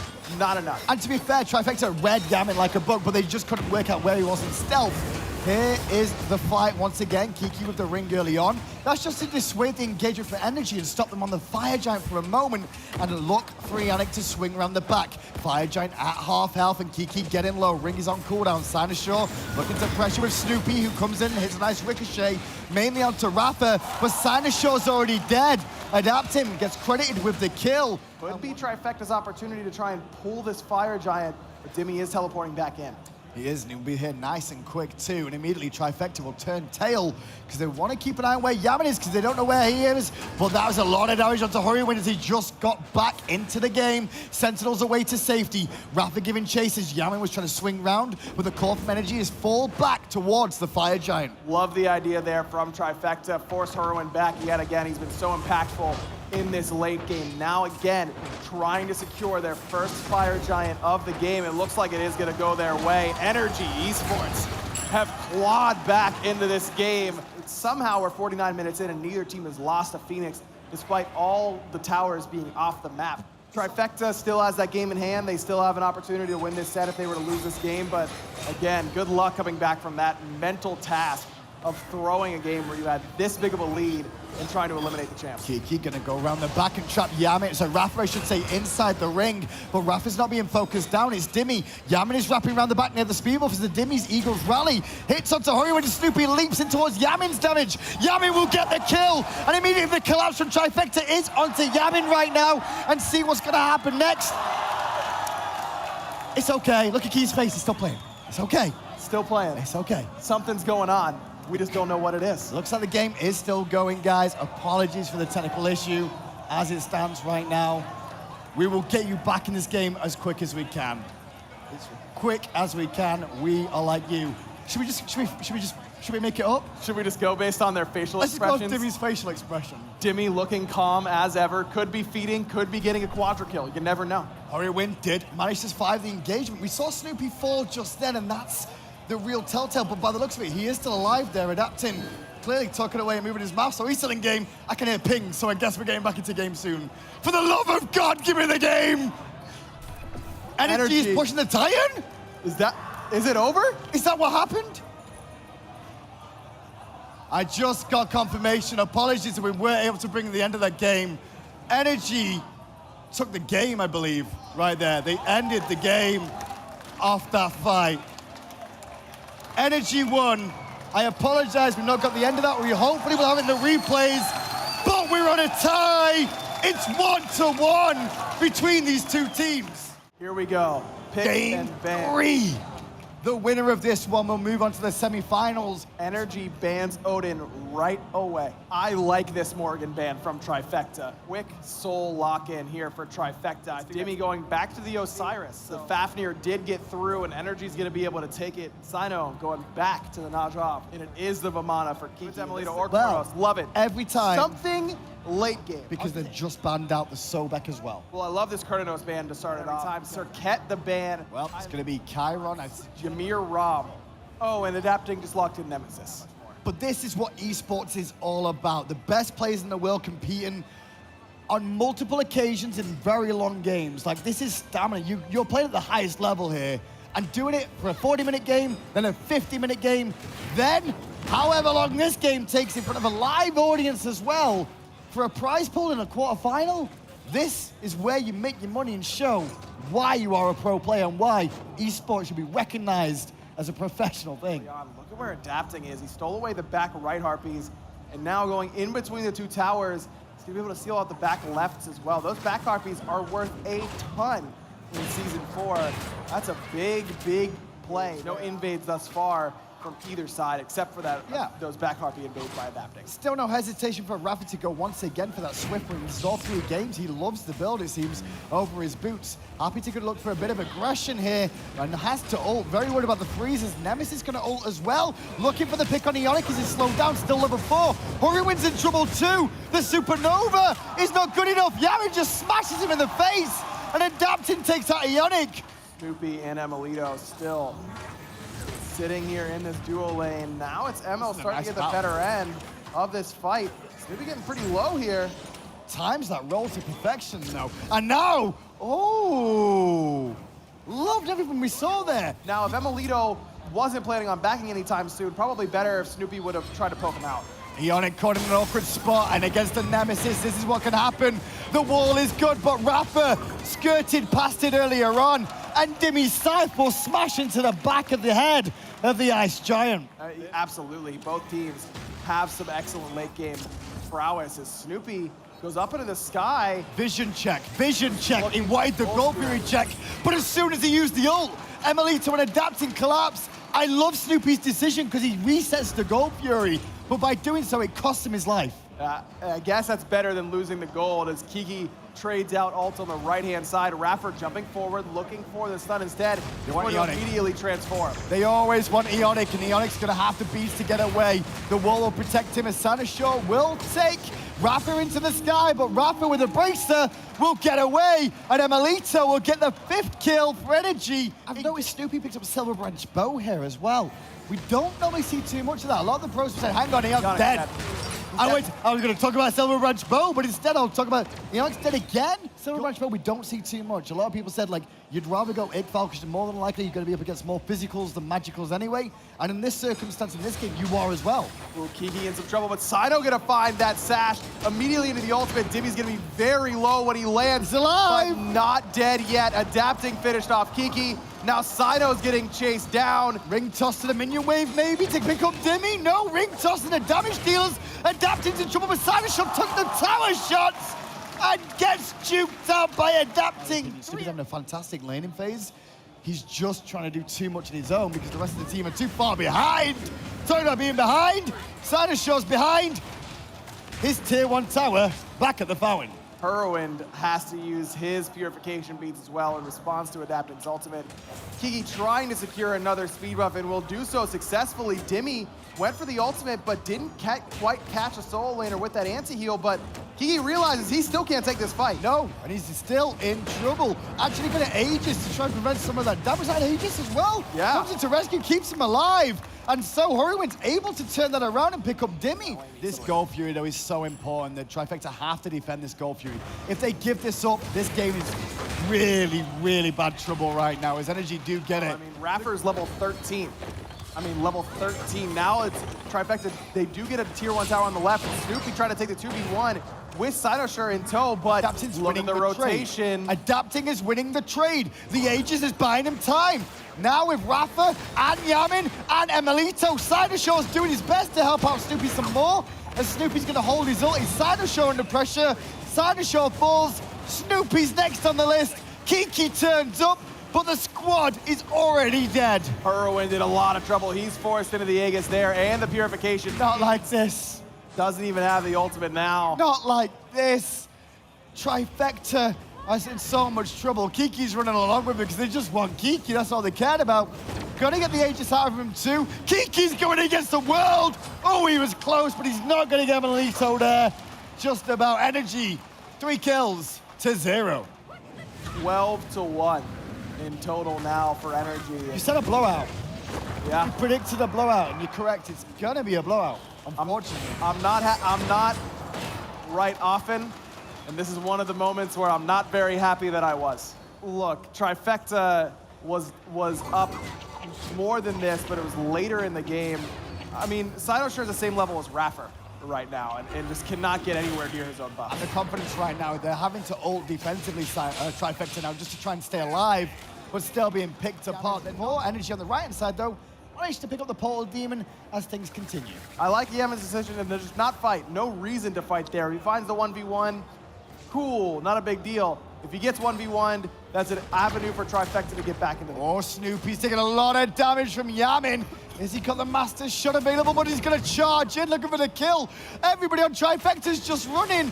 A good freeze from Ionic buys a window. The turnaround for Peel is good, but there's just no damage. Sino is still trying to get on the run there. Snoopy, Great wall. Beautiful wall from Ionic, saves his Hunter's life, but no one's there to help Morrowind. You all save Snoopy, but the problem is that you let other members die because of it. Adapting does not care. He wants Snoopy's head on a stick, and he gets just that. Ionic is here, and Raffer tanking up this Phoenix and throwing the shell on to make sure that Adapting's gonna be able to get out safe.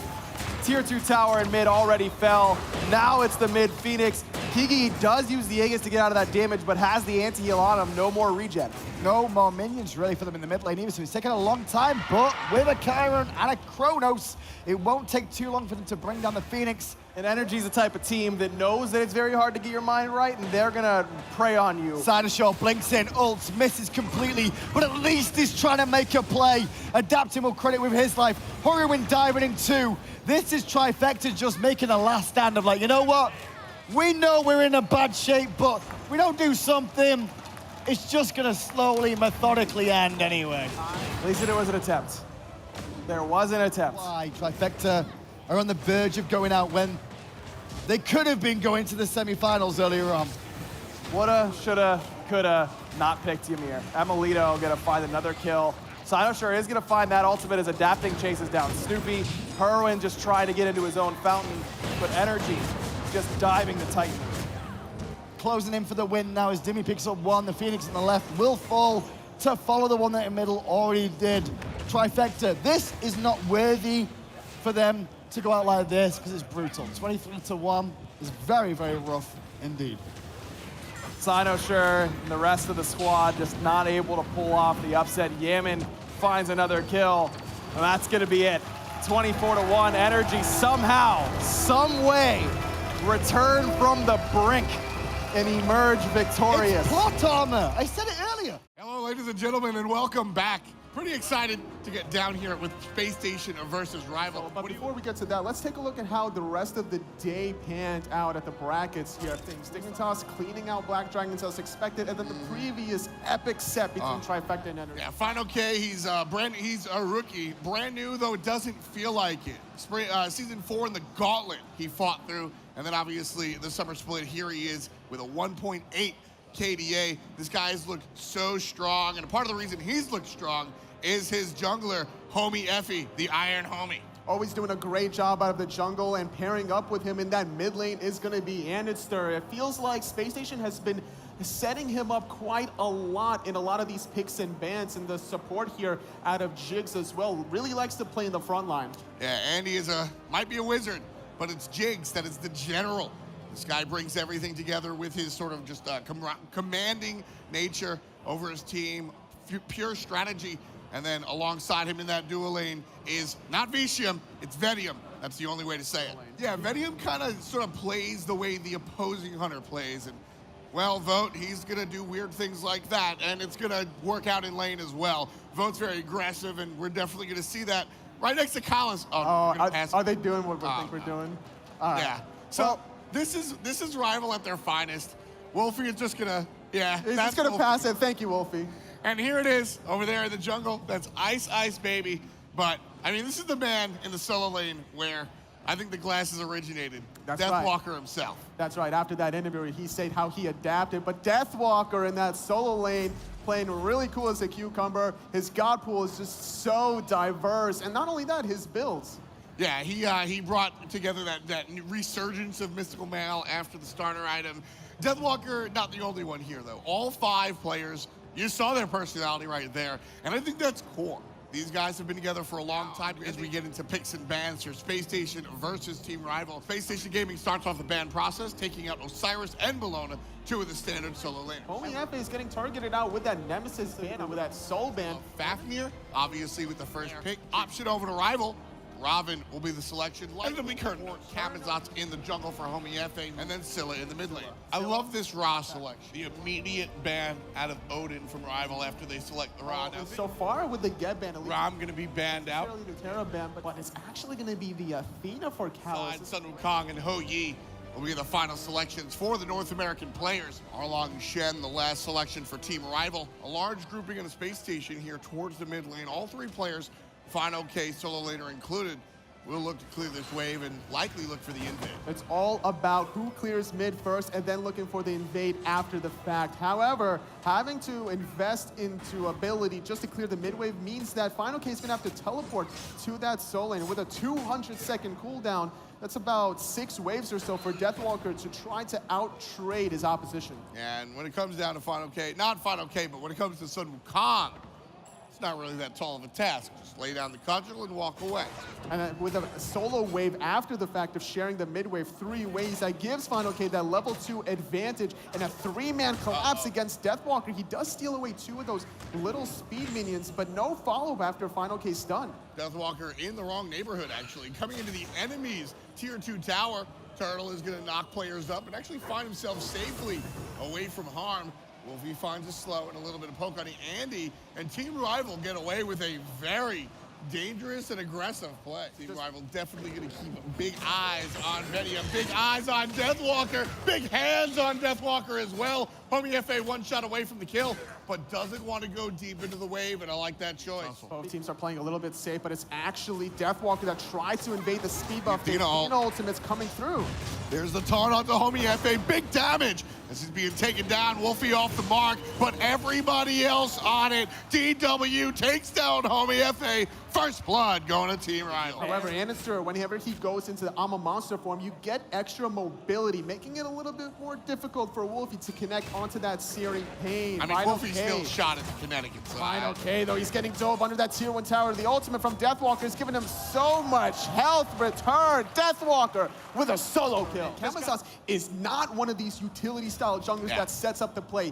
Kamazotz needs to be in the backline doing damage. As Kalas getting in a little bit of trouble. Stunned, crushed, damage. I'm a monster, not good enough. Kalas pops the bracer, and Vedium comes back, popping Kalas. There's Homie Efe in the sky. Keep in mind, Andy's down for the count as well. Deathwalker and Wolfie take down Final K. It's a 2-for-1 in the direction of Team Rival. This could be enough of a window for Rival to start this Gold Fury. Start this Gold Fury.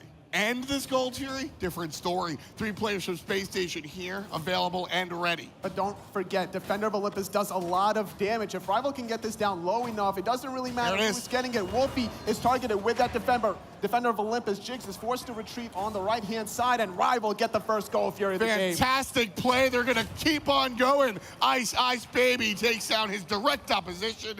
Team Rival are certainly doing it right now. Like I said, it's only 15 minutes, and that's what's exciting.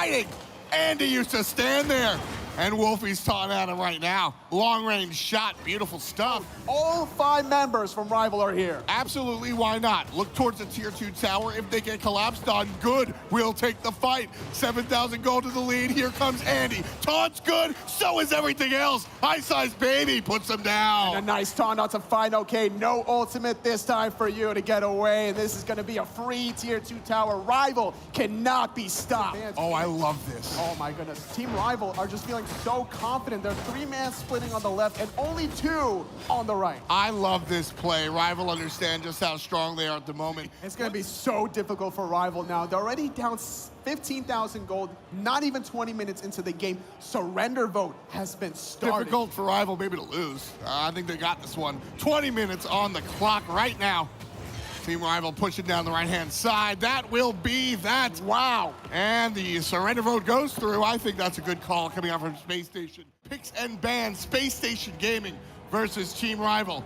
Game 2, P's and B's, pretty please. Space Station Gaming on the left with the first selection. So far, they went the same route, banning away those stars from Deathwalker. Apparently, they're afraid of Kurnados. Rival banning out the Nemesis and Soul one more time. Green, Bologna on the screen. Having this Rom and Fafnir in the dual lane. Robin and Terra, the selections for Space Station Gaming. And again, it's Wolfie on the Laser Chicken. Now we ban the Scylla. And we won't see the Kamazots available. It will be the Thoth bannies, but the Arlong Shen banned out by Space Station Gaming, leaving Rival to go ahead, select the Sobek. It's gonna be the Hades for Andenster. Oh, wow. One of my favorite selections in all honesty. Andy knows how to play this character.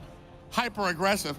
And Apollo will be in the hands of Vedium. Andenster has a Hades, Yeah. bringing it back into the mix there for game number 2. I like the idea and mindset, but now, if he dashes in, he's going to get locked in this Odin cage. The God Pull from Deathwalker is, and what he really brings to the table in some of his itemization choices, he elected to skip a starter item, getting the tier 2 Silver Breastplate gives him enough physical protections and MP5 without the Mana Chalice or the blue buff to stay in that lane. That's the key there, totally, is that as a Sobek, you're not really expecting to win the blue buff fight anytime soon, so he's got to go ahead and make sure he's able to sustain himself. Ice Ice Baby and Wolfie lose the mid lane fight, but just barely. Homie and Andy are going to invade onto the speed buff. This is where Hades can shine if he does really well. There's a nice heal. Doesn't execute the speed buff. Not really looking for the big guy, just the little ones. A little bit of bonus experience and gold. Yeah, it's a little bit rough for the Croc, but we'll see how it goes down. He does have the Odin on his side, so no lock the Croc this game.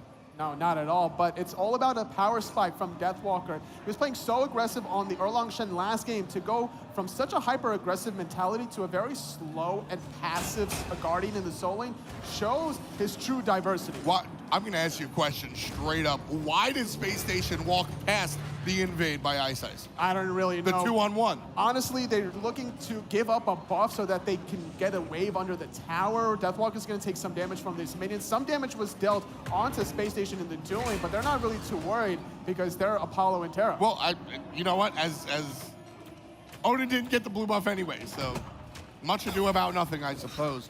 Speed buff will be taken by Space Station, their own speed buff. And is Ice Ice Baby invisible? I don't know. I don't think they want to deal with this Odin. Early game Odin? There's just no time to really waste. It's more important to get the farm than trying to kill an Odin that's going to be able to either jump away, use his shield to absorb some of this damage anyway. That's and with fair. the pressure from Rival in the duel lane, they're looking to maybe collapse on this red buff. Ice Ice Baby leading the charge alongside Vote and Collis. There's a Wolfie around the bend. Andy and Jigs and Vedium trying to collapse. Big damage out of the Apollo on a Vote. He's forced out the easy way. Andy trying to find some basics, and there's Ice Ice in a bad spot. Jumps away, followed up by Andy. There's follow-up from Jigs as well. Damage out of Wolfie. Ice Ice Baby in trouble. It's just Homie Efe, but deterred by the Ra. Well done. Ice Ice Baby barely gets out of there. And there's a lot of deceiving damage from a Hades in general. He sets up his detonate by applying the blights, whether it's with his passive in hands or whether it's from his dash, and already Ice. getting first blood and nowhere to go. Space Station are doing a great job bouncing back from that 20-minute loss in game number 1, and Rival has switched their style completely, going from such an aggressive composition to a purely passive one. They're basically relying on the late game Rom, Fafnir, Wolfie's damage, and once Deathwalker hits that power spike of cooldown reduction, he's going to be able to make a huge impact in these team fights. I wouldn't even say that the composition is passive. It's just that Ice Ice, he got off some nice invades. Jigs might be in trouble though. Andy under the wall hits the ultimate. Jigs still getting jumped on, but the damage has been done. Ice Ice Baby answers back, gets his revenge, but final K out of the short side takes down Wolfie. It's a 1-for-1, but Team Rival finally on the board. We haven't seen too much action in the duel lane, but look at this Mace option here from Vote. Really trying to get off some penetration in an early Gold Fury from Rival attempt. I mean, this is what Fafnir is good for. Wolfie's here as well to jump on top. Team Rival take on the Gold Fury. Nice and easy. But going for his own speed buff now, Ice Ice Baby maybe could go on to Homie Efe. He's very low. Final K committing because he knows Jigs is in the wings. Jump away is Collis. Ice Ice Baby stunned out. No big deal. No follow-up, so he'll walk away. Wolfie with a nice location of the heal, preventing Andy from really walking back into the jungle. Big damage on Ice Ice, but the shield is going to be one better. Dashing away his hand. This could be potentially a Gold Fury call from Rival. It has respawned. There it is. There it is. We saw them do it earlier on. It's going to get very low very quickly. Yeah, it's a scary time to back for Space Station Gaming. Team Rival going to take full advantage of it. Ice Ice locks down the cage. Fafnir's there, secured with the Ra. Pretty as a pon-pon. That's a textbook play. Team Rival, the Butchery, looking for the right side objective this time around. In the Portal Demon, Jigs shows up, goes for the clap, but not good enough. Wolfie one more time, takes out the objective, but the team fight might be Space Station. Ice Ice Baby's trying to run away with that sprint, diving into the backline is Vedi up, committing so much. Shield. The shield is buying him a little bit of time. Speed buff is not going to be enough. If Homie FA could just find one shot. That's going to be trouble. There's the hands. Homie gets Ice Ice. Mid lane, different story. Down from the sky comes Vote after dealing the damage at 5-on-4. Team Rival still being forced to fight into it. Final K hits him with the bludgeon and down goes Wolfie. And that might be all Team Rival will suffer here. Space Station with a fantastic response to Team Rival's attention to the objective. 2 for none. Yeah, I mean, early game, you're going to jump on folks. And then you just drop a ring all day. Final K actually having trouble with the Croc here. Plucked out of his bludgeon, but it will give him the weapon. And he's stunned out as he tries to make his way back into the mid lane. And here's help for the Croc. Final K in trouble. Thorns is activated. The up down will get the stun, but the ring is strong. Ice Ice Baby likely to put him down, and he does. Final K becomes kill number 2 for the Europeans. Ice Ice Baby liked it, and he definitely put a ring on it. Wolfie is probably the best target, but he's got so much help. Deathwalker, Ice Ice Baby, and Collis all going to provide a tremendous amount of control, but Collis is the one that's going to provide a tremendous amount of objective secure out of those groups.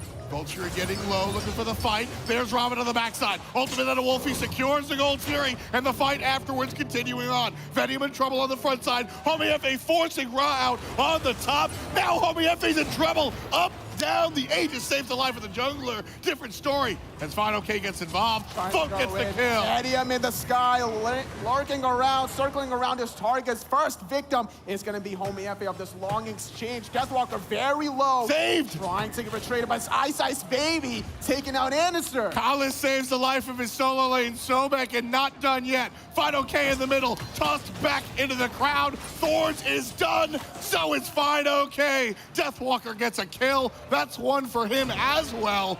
Vedium forced out by the Odin. And Space Station, they want to make sure that Rival don't get another objective. Yeah, Portal Demon, after you lose the team fight's kind of the go-to, but the problem is, here comes Odin. The ring broken by Portal Demon. That's the interaction of the neutral camps when it comes down to the Odin ring. Jigs pops his ultimate, looking for the fight. Space Station Gaming getting aggressive for the first time all game, and it pays off. Final K taking out Wolfie. Not having the defensive relics. Nice route from Jigs, trying to Big dive that damage. back line. No option here for Rival. Homie FA barely able to die there. Deathwalker caught in a lot of trouble as well, but Vote gets taken out in that Pillar of Agony. Double kill for Collis. He's a support, but we're getting used to seeing him as aggressive as possible. Andy trying to run away, the flip up, and the stomp down. Ice Ice Baby gets another kill while he gets his Doc Martens dirty. 4 players dead in Space Station jerseys. Well, I mean, like you said, that's kind of what you're expecting when you pick the Guardian in that solo lane. Trouble for Wolfie as Space Station gets aggressive one more time. Andy brings him in. Vedium pushes him out. Wolfie falls for the 4th time. He's kind of been the sacrificial lamb this team. But it doesn't matter because getting locked in the cage, Vedium dies. I like it when the team down a lot kind of goes for it. I didn't like that one. I really didn't like that one. I mean, Andy and Vedium just kind of jump into it. I think they could have made a smarter play than forcing that tier 1 tower, and they pay for it. I think that it was a good play in the long term. Ice Ice Baby, though, is getting focused, but he's going to be the sacrificial lamb because the rest of his team is trying to go for this fire giant on the right, and they secure that He one. ain't got to sacrifice nothing. He's not going to wind up in a kebab, walking away nice and clean. All 5 players get their fire giant. Team Rival trying to make it on to tomorrow, where we'll see them possibly in the semifinals. Fire giant play from Rival. They're starting to group up in some of these team fights, forcing out the sprint. Terra's Blessing, though, is being used from Jigs, trying to catch Deathwalker. The cage, nice silence, preventing the block. Beautiful play at the Space Station's mid lane. Andenster on the Hades. Vote answers back, taking down Final K. Venium's in the sky, looking more to play defense than offense. So I saw Dignitas play in the first set. They looked all right, you know, not too scary. I saw Energy play in the second set. The comeback potential was real. And the third game, Rival are looking monstrous here. Right side push forward. Phoenix is the target. Target acquired. Phoenix goes down. Final K in trouble. Up, down, onto the mid lane, but it's Andy that falls down. Ice takes out Fine. Venium answers back, but the double kill goes Odin's way. They got the right side. Phoenix, the Titan is exposed. If they find one more pick, this could be game. The pluck is good. Venium goes down. That's it, folks. Jigs, the lone defender on the Titan. We only need one Phoenix in order to take this one. And ladies and gentlemen, if you're a Rival fan, we'll see you tomorrow. Great play from Rival going into the semifinals for day number 2 in DreamHack Valencia. What a fantastic performance. Man of the hour, as always, it seems to be lately, whenever Rival's facing up against anybody. And really, what was your initial mindset heading into this game? My mindset was that I'm better than Final K and I'm gonna destroy him in lane, which I did. So I didn't lie to myself. We were basically feeling them out game 1, and as we saw, we performed so well that we thought we could play similarly to the same draft as game 1 in game 2 because it worked so well. So we didn't have to pull out any strats that we were planning on for this set. But I gotta know, what is up with the Bluestone ROM? Bluestone Mace is 30 power level 1, which is pretty ridiculous. So with red buff, it's like 42, I think. At level 2, you would be hitting supports for 80 damage, 90 maybe. And the strategy was that Kalas just stands at their red buff, waits for them, doesn't let them do it to make them risk it being stolen, and Vote just insta-clearing the way because 30 power ROM. Shoutouts to Team Rival, the sponsors, my teammates. Shoutouts to my brother for always being with me at these LAN events. And shoutouts to Bibich for gatekeeping ranked. We lost one of our own, but he will not be forgotten. And as such, if you've not seen it already, we do now have a statue in the game for Allied. Just so the fans can always remember him. He was one of our first and most important players in the scene.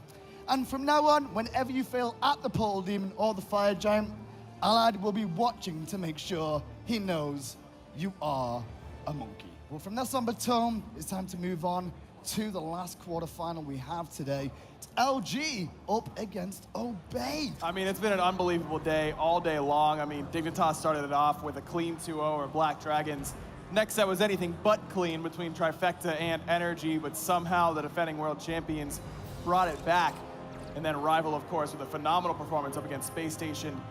Luminosity's NA's last hope. This is them. Scary D is going to start it off in that solo lane, a land monster to be sure, and he's going to be joined by Mask in the jungle. One of the best junglers in North America, likes to play those early game gods. Keep an eye on what he's drafting. Baskin in that mid lane, the new role for him in Season 4. He's certainly started to adjust and it starts to look like one of the better mid laners in the world. And then I don't know if you've heard of these guys, Hindu, but Jeff Pidla, Never seen him before. and Barracuda have been playing together for a long Not on camera, Barra, how many Long time. times? Come on. He's been waiting all day to do that. You can tell already. Of Obey Alliance, a Maniac coming back to the scene after a break, has established himself in the solo lane once more as one of the most dangerous Portuguese powerhouses the game has ever seen. After that, the evil, deadly eyes of Captain Twig. I just got nothing else to say about that. Oh, he dabbed as well. The crowd goes wild. Pretty Prime in the mid lane. Probably the best mid laner in the world as it stands right now. Followed soon after by the young Ginger, the young lad, Millsy, who's come into this squad and revitalized this team to a new level. And last but certainly not least, it's Ataraxia. You don't know what he's gonna build, you don't know what he's gonna play, but somehow his team still wins games. And they've been winning a lot. This is the Spring Split defending champion team. They looked phenomenal during the Spring Split. And this is the real story here. It's two teams that when you look back, there's 2 players in each that go all the way back to Season 1 World Finals. Look at this first ban, Hindu. Ares soul ban, pretty standard there. Naja banned away from Captain Twig. It is the Susano ban. Terra will be the first pick, and that is going to Jeff. But it's going to be Bologna and Geb. But Nemesis and Vulcan picks up here, so Odin's just come out of nowhere. And so Scary D gets banned away with the Osiris, but it is the Morrigan ban there by LG. It is the Amaterasu ban, yep. You know what? I like this Nox ban more. It's going to be Hu Yi for Ataraxia. Yeah. Marvin now drafted more than likely for the solo lane for Scary D here. Right. Ooh. It's going to be the Scotty for Barracuda. Scotty will be the top. Well, I'm looking right now at the relic situation. Just keep an eye on that bracer undoing for Captain Twig on that Odin. Meanwhile, Phantom picked up early for Jeff Hindler. Not a real surprise to see that up against the Odin ring. And Geb for Emilzy started off with this blink. So he may be playing more aggressive than I expected. I think that that's not too much of a surprise because Emilzy likes to play this kind of aggressive Geb, Blink, Cataclysm sort of play style. And Blink Cataclysm, even if you beads it, you're still gonna get hit up by that follow-up Bird Bomb from Captain Twig. I like this selection coming from Emilzy as Twig uses his bracer very early on just to ensure that he's going to be healthy going into that endgame. Maniac against Scary D, and this will be a matchup to keep an eye on. Very, very interesting, because these two will not back down. I predict that the whole game, it'll be all bloodbath every moment. You know what my favorite part about this matchup is going to be is that if you just look at Scary D's player cam whenever they're going at it, it's really intense. He's probably just going to be smiling. Because that's how Scary is. All the way. All the time. He won't be smiling about losing that buff, and you can see his face not really smiling right now as he used that Bird Bomb either on top of that. But yes, Obey getting some nice pressure early. That was just because Toph and Odin gonna outclear a Nemesis Vulcan every day of the week. But Luminosity are not to be dissuaded of answering back the invades themselves. With how this game's going so far, I expected an early standoffish pace anyway, where they kind of look at each other, make sure eye each other up and check on damage, and Scary could be dead. Maniac doesn't need an ultimate. I don't even think he needs the minions. Beat down sword and shield. Maniac first blood. Get solo. I mean, is it any surprise that Maniac is going to have a great... everyone's expecting Maniac to have a great land because he's a guy who does well on land normally anyways. Live crowd, too. Exactly. Sun trading down from Ataraxia, though. He commits to Barracuda. Next in is Twig, and it's all pressure on Barra. He's running for his life, but Twig will take it. Ataraxia now overcommits. The ring buys him a moment. He jukes out the basket ultimate and the meatball, but he can't get away from the double swords of Mask. Who gets 2 kills? Maniac trying to chase down Jeff Hindler. Can't quite close the distance. Scourge is going to grab it, but at what cost? He's out of mana entirely. Emil's is going to blink in, and Prime sets him up from across the wall. Over the wall, Emilzy knew Prime was there. The combo was great, and Obey come up good again. But Mask is off to a great start. I mean, he can push. That was close. I tell you what, if Ataraxia had that shop open, that was a dead hunter. Captain Twig gets stunned out by Jeff and now rooted in place. Mask looking to find the kill. There's the bracer undoing, but here comes Barracuda. Has the ultimate, but decides not to use it because Emilzy's there with that shield. Emilzy's just a no-bot this game. Nope. Yeah. Nope. Nope. You're not allowed to die. I mean, he won't be able to defend buffs too well. Deep down, as long as he survives the laning phase and doesn't let Barry get too far ahead and keeps him in check, which a lot of people have tried to do against LG. Hold that, Blink Cataclysm, and in trouble is Baskin. Baskin's not in trouble. He's just been removed. Scary trying to put some pressure onto Twig. Meanwhile, Obey are starting the Portal Demon already. No attempts at the Gold Fury. They expect LG will probably have that warded, but I think LG know what's going on here because they hear the sound of the portal falling, and before the portal even fell, they started the Gold Fury. Only Emilzy's on the way. No blink, no ultimate for him. Pretty Prime trying to close the distance, but Maniac comes around the back. Oh, they got it! Obey Alliance steal it away. And now Baron's gonna fall down. One hit from death. Gonna run for his life. Maniac's still alive too, as Ataraxia will remove Jeff Hindler from the map. LG made the play, but Obey won. Scary D's here, as is Mask, now trying to get back into the thick of things. Pretty Prime's already used that dash. Baskin misses the meatball, backfires good, and finally LG knocked down that mid laner. Emilzy soon to follow, no mana for him, a double for Baskin in the mid lane. But it's Obey Alliance once more coming up to steal the objective. Luminosity's late game composition is excellent. Scotty's really good in the late game. Terra, of course. Vulcan, one of the best late game mages, and Mask, of course, on the Nemesis as well. But Obeys is nothing to shake a stick at. Mask gonna go in and aggressively on Tatarachi, who leaps away. And Milzy for a very good cataclysm. The ring is dropped from Twig. It's a Milzy under pressure. One more hit, and Mask will get his third kill of the game now. Barracuda with the juke boots inside the ring will not be able to stand up any longer when Prime gets a window. And Mask has hung around a little bit too long, trying to protect his Hunter. But the shield is good. Oh, not good enough. But Scary will make Ataraxia pay for that jump forward. A 3-for-2 in favor of Obey Alliance. Swiftwing. And like I mentioned, not only that, but the extra movement speed that you get all the time in the middle of the map is very, very valuable, even with a low number like pressure onto Twig with 4 wrapped around him. Good ultimate from Maniac to trap them all inside. Phantom, however, is used early on by Jeff Hindler, who's trying to take the brunt of the damage for his team. He's so low, however, and stuck around too long that Twig will pick him up. Baskin's ultimate is not going to make an impact in this team fight. Maniac still in that front side as Barracuda trying to chase down Pretty Prime on the back. There goes the Aegis out of the mid lane mage, and now Barra's completely separated. Barra tried to make a play, and immediately Prime called for help, and guess what? 2 members of Obey turned up exactly when required, and Barra's the one out of position. Next on the list could be Scary D. Thorns is used, but I don't think Ataraxia cares a whole lot. He evens up his score line. It's just starting to trickle and trickle and trickle deeper into Obey's favor as it stands. And with Baskin trying to contest and steal a kill, he's possibly just ended his own life on top of the ones who are already dead, which means we're going to be in a 4v5 for a longer period of time. Oh, and Milzy. Close, Baskin. Ooh, Mask blinks forward, but the shield is there to save Emilzy. Now Mask was in a lot of trouble, but a good stun out of Jeff Hindler. Barracuda now not able to pressure out Ataraxia, as Ataraxia has earned a 2-level lead on the back. A lot of this pressure Obey has earned for themselves. Barracuda now for Senator Tower, and could be in some trouble here. Yeah, for a moment, but Odin's just going to go in, pressure, and jump back out, trying to force a rotation, which he does. Mask and Jeff both turn up, and Milzy's here with a great knock, and as Baskin goes deep downtown, hits onto Twig, but it's not enough for a kill. Baskin at half health as Maniac keeping them all busy, and Maniac can just run at Baskin and potentially beat him down. He's getting peeled as Barra is chasing out Ataraxia. Maniac taking the 1v3 and winning. Scary D losing his 1v3. Pretty Prime claims that trophy. LG need to continue to adapt. They have to hold on in this game as it stands right now, because we keep mentioning the late game is pretty strong, but if it keeps trickling in Obey's favor every time like this, they're gonna have a bad time. Scary D gets ulted by Maniac. Twig jumping forward, but doesn't have that ultimate. There's an M ultimate onto Maniac, and Scary's gonna follow him in. Up over the top, but that Vulcan ult still not gonna hit. Maniac still one hit, but gets away again as a Milzy and Prime peel for their solo laner. Twig from the backside pressures onto Mask, and Prime is just pumping damage through the whole of LG. Scary D is no more. Ataraxia though, oh my god, he got out again, no! Mask is gonna dive into cleaning that up. But meanwhile, Baskin and Scary D both fall 2 for 1.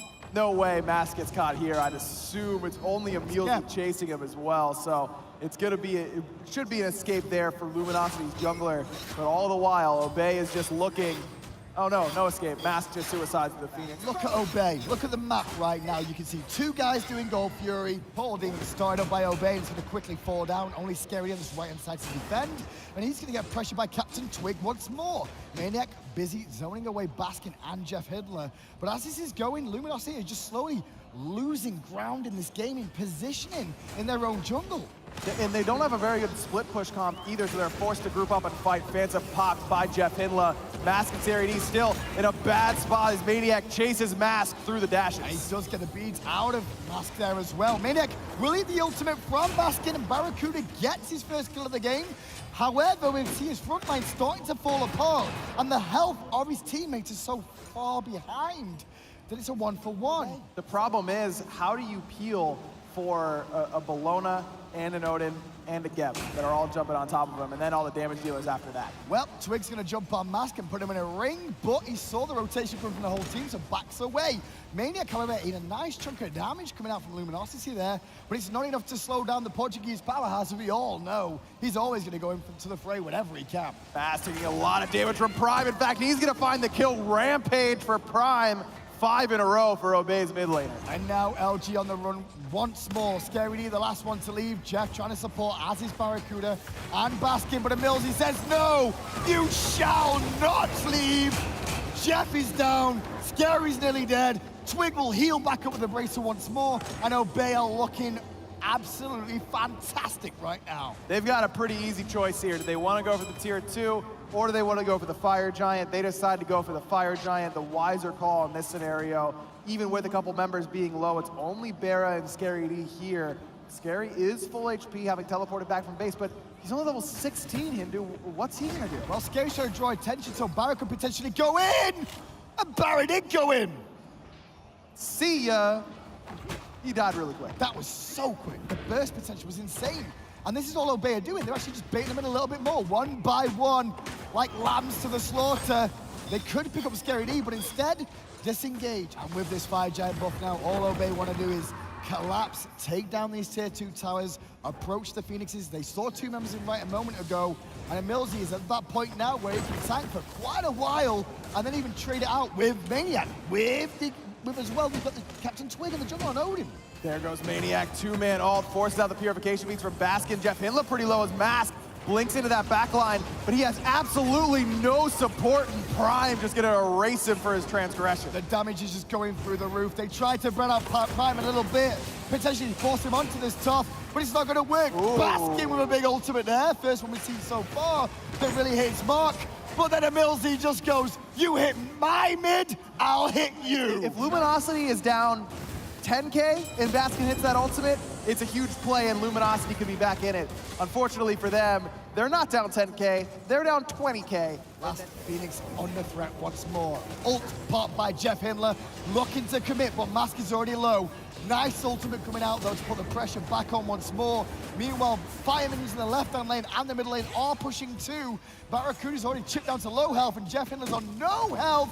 Barra's next to full, or is he? The Aegis will buy him enough time. He's still gonna lose to Phoenix. Ataraxia with the double kill. All 3 Phoenixes down as the left one respawns and immediately dies once more. Titan does get reset, so it actually heals up a decent amount as Obey try and decide if they want to end it right here.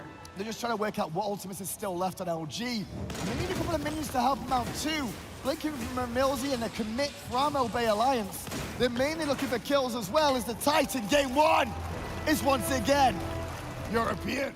Ares again, what is this? And he's so worried about Emilzy's Ares. I'm telling you. Oh, look at even Emilzy's like, you what? Well, sold once again from Obey. But this time they did ban away that Odin from Captain Twig, but it is going to be the Terra ban from Obey. So they're going to take the Geb away from Emilzy. Well. Pull on Osiris. But it is going to be the Wukong, a little bit of a safer option. And Mask gets us Susana. We're going with the Jing Wei for now. The Vulcan ban coming out of Obey here. Yeah, Fafnir banned out. Thoth is banned away. Ganesh, is that the first time we've seen it so far this tournament? That is, yes, an Agni for Basket. Now his Hoyi is locked in for Barracuda. Earlier in a different game, the game 1, Zeus. Z-Man Senior himself, so he finally comes back. Because look at where the positions are. Both teams all grouping towards the mid lane only. Surprisingly enough, Maniac's the furthest one away looking for a gang. That's so surprising. Bera throws out the ricochet, trying to get a cheeky little triple bounce. Not gonna find a home, so Luminosity instead retreat to their own side. But look at where Scary is going. Emilzy does spot him out, but it might have been too late. They're gonna pick him. Can Scary D get away from this? He's got his 2 as well. The Masters will. He's still alive. There's no detonate available. Scary D will just about survive. And he might have to head back to base before teleporting to that solo lane. May as well. If you're gonna teleport, you may as well heal up, but look at where Maniac is heading, immediately towards the enemy jungle. Twig is on the way as well. Jeff Hindla's here with Mask. This is technically a 3-on-2, but Maniac's got 2 abilities, and that's huge at this stage. Love the respect LG just gave there of walking away from the buffs. They don't try and take the speed, they go straight to the backs. Yes, they lose their backs, but there's no real choice there. They're all level 1, and meanwhile, 2 members of Obey are level 2. I don't know how many teams would have chased the enemy to the back camps there, recognizing that those back camps are massively important in terms of hitting level 2 and then level 3 quick enough in order to contest, but Obey Alliance is one of the only ones that I think would have done that. Most teams would have just accepted that they got the speed and walked away happy with that, and Twig is on these back camps right as they respawn. Now, he did walk over a ward that has since died on that bottom right side, and look at the rotation coming from LG.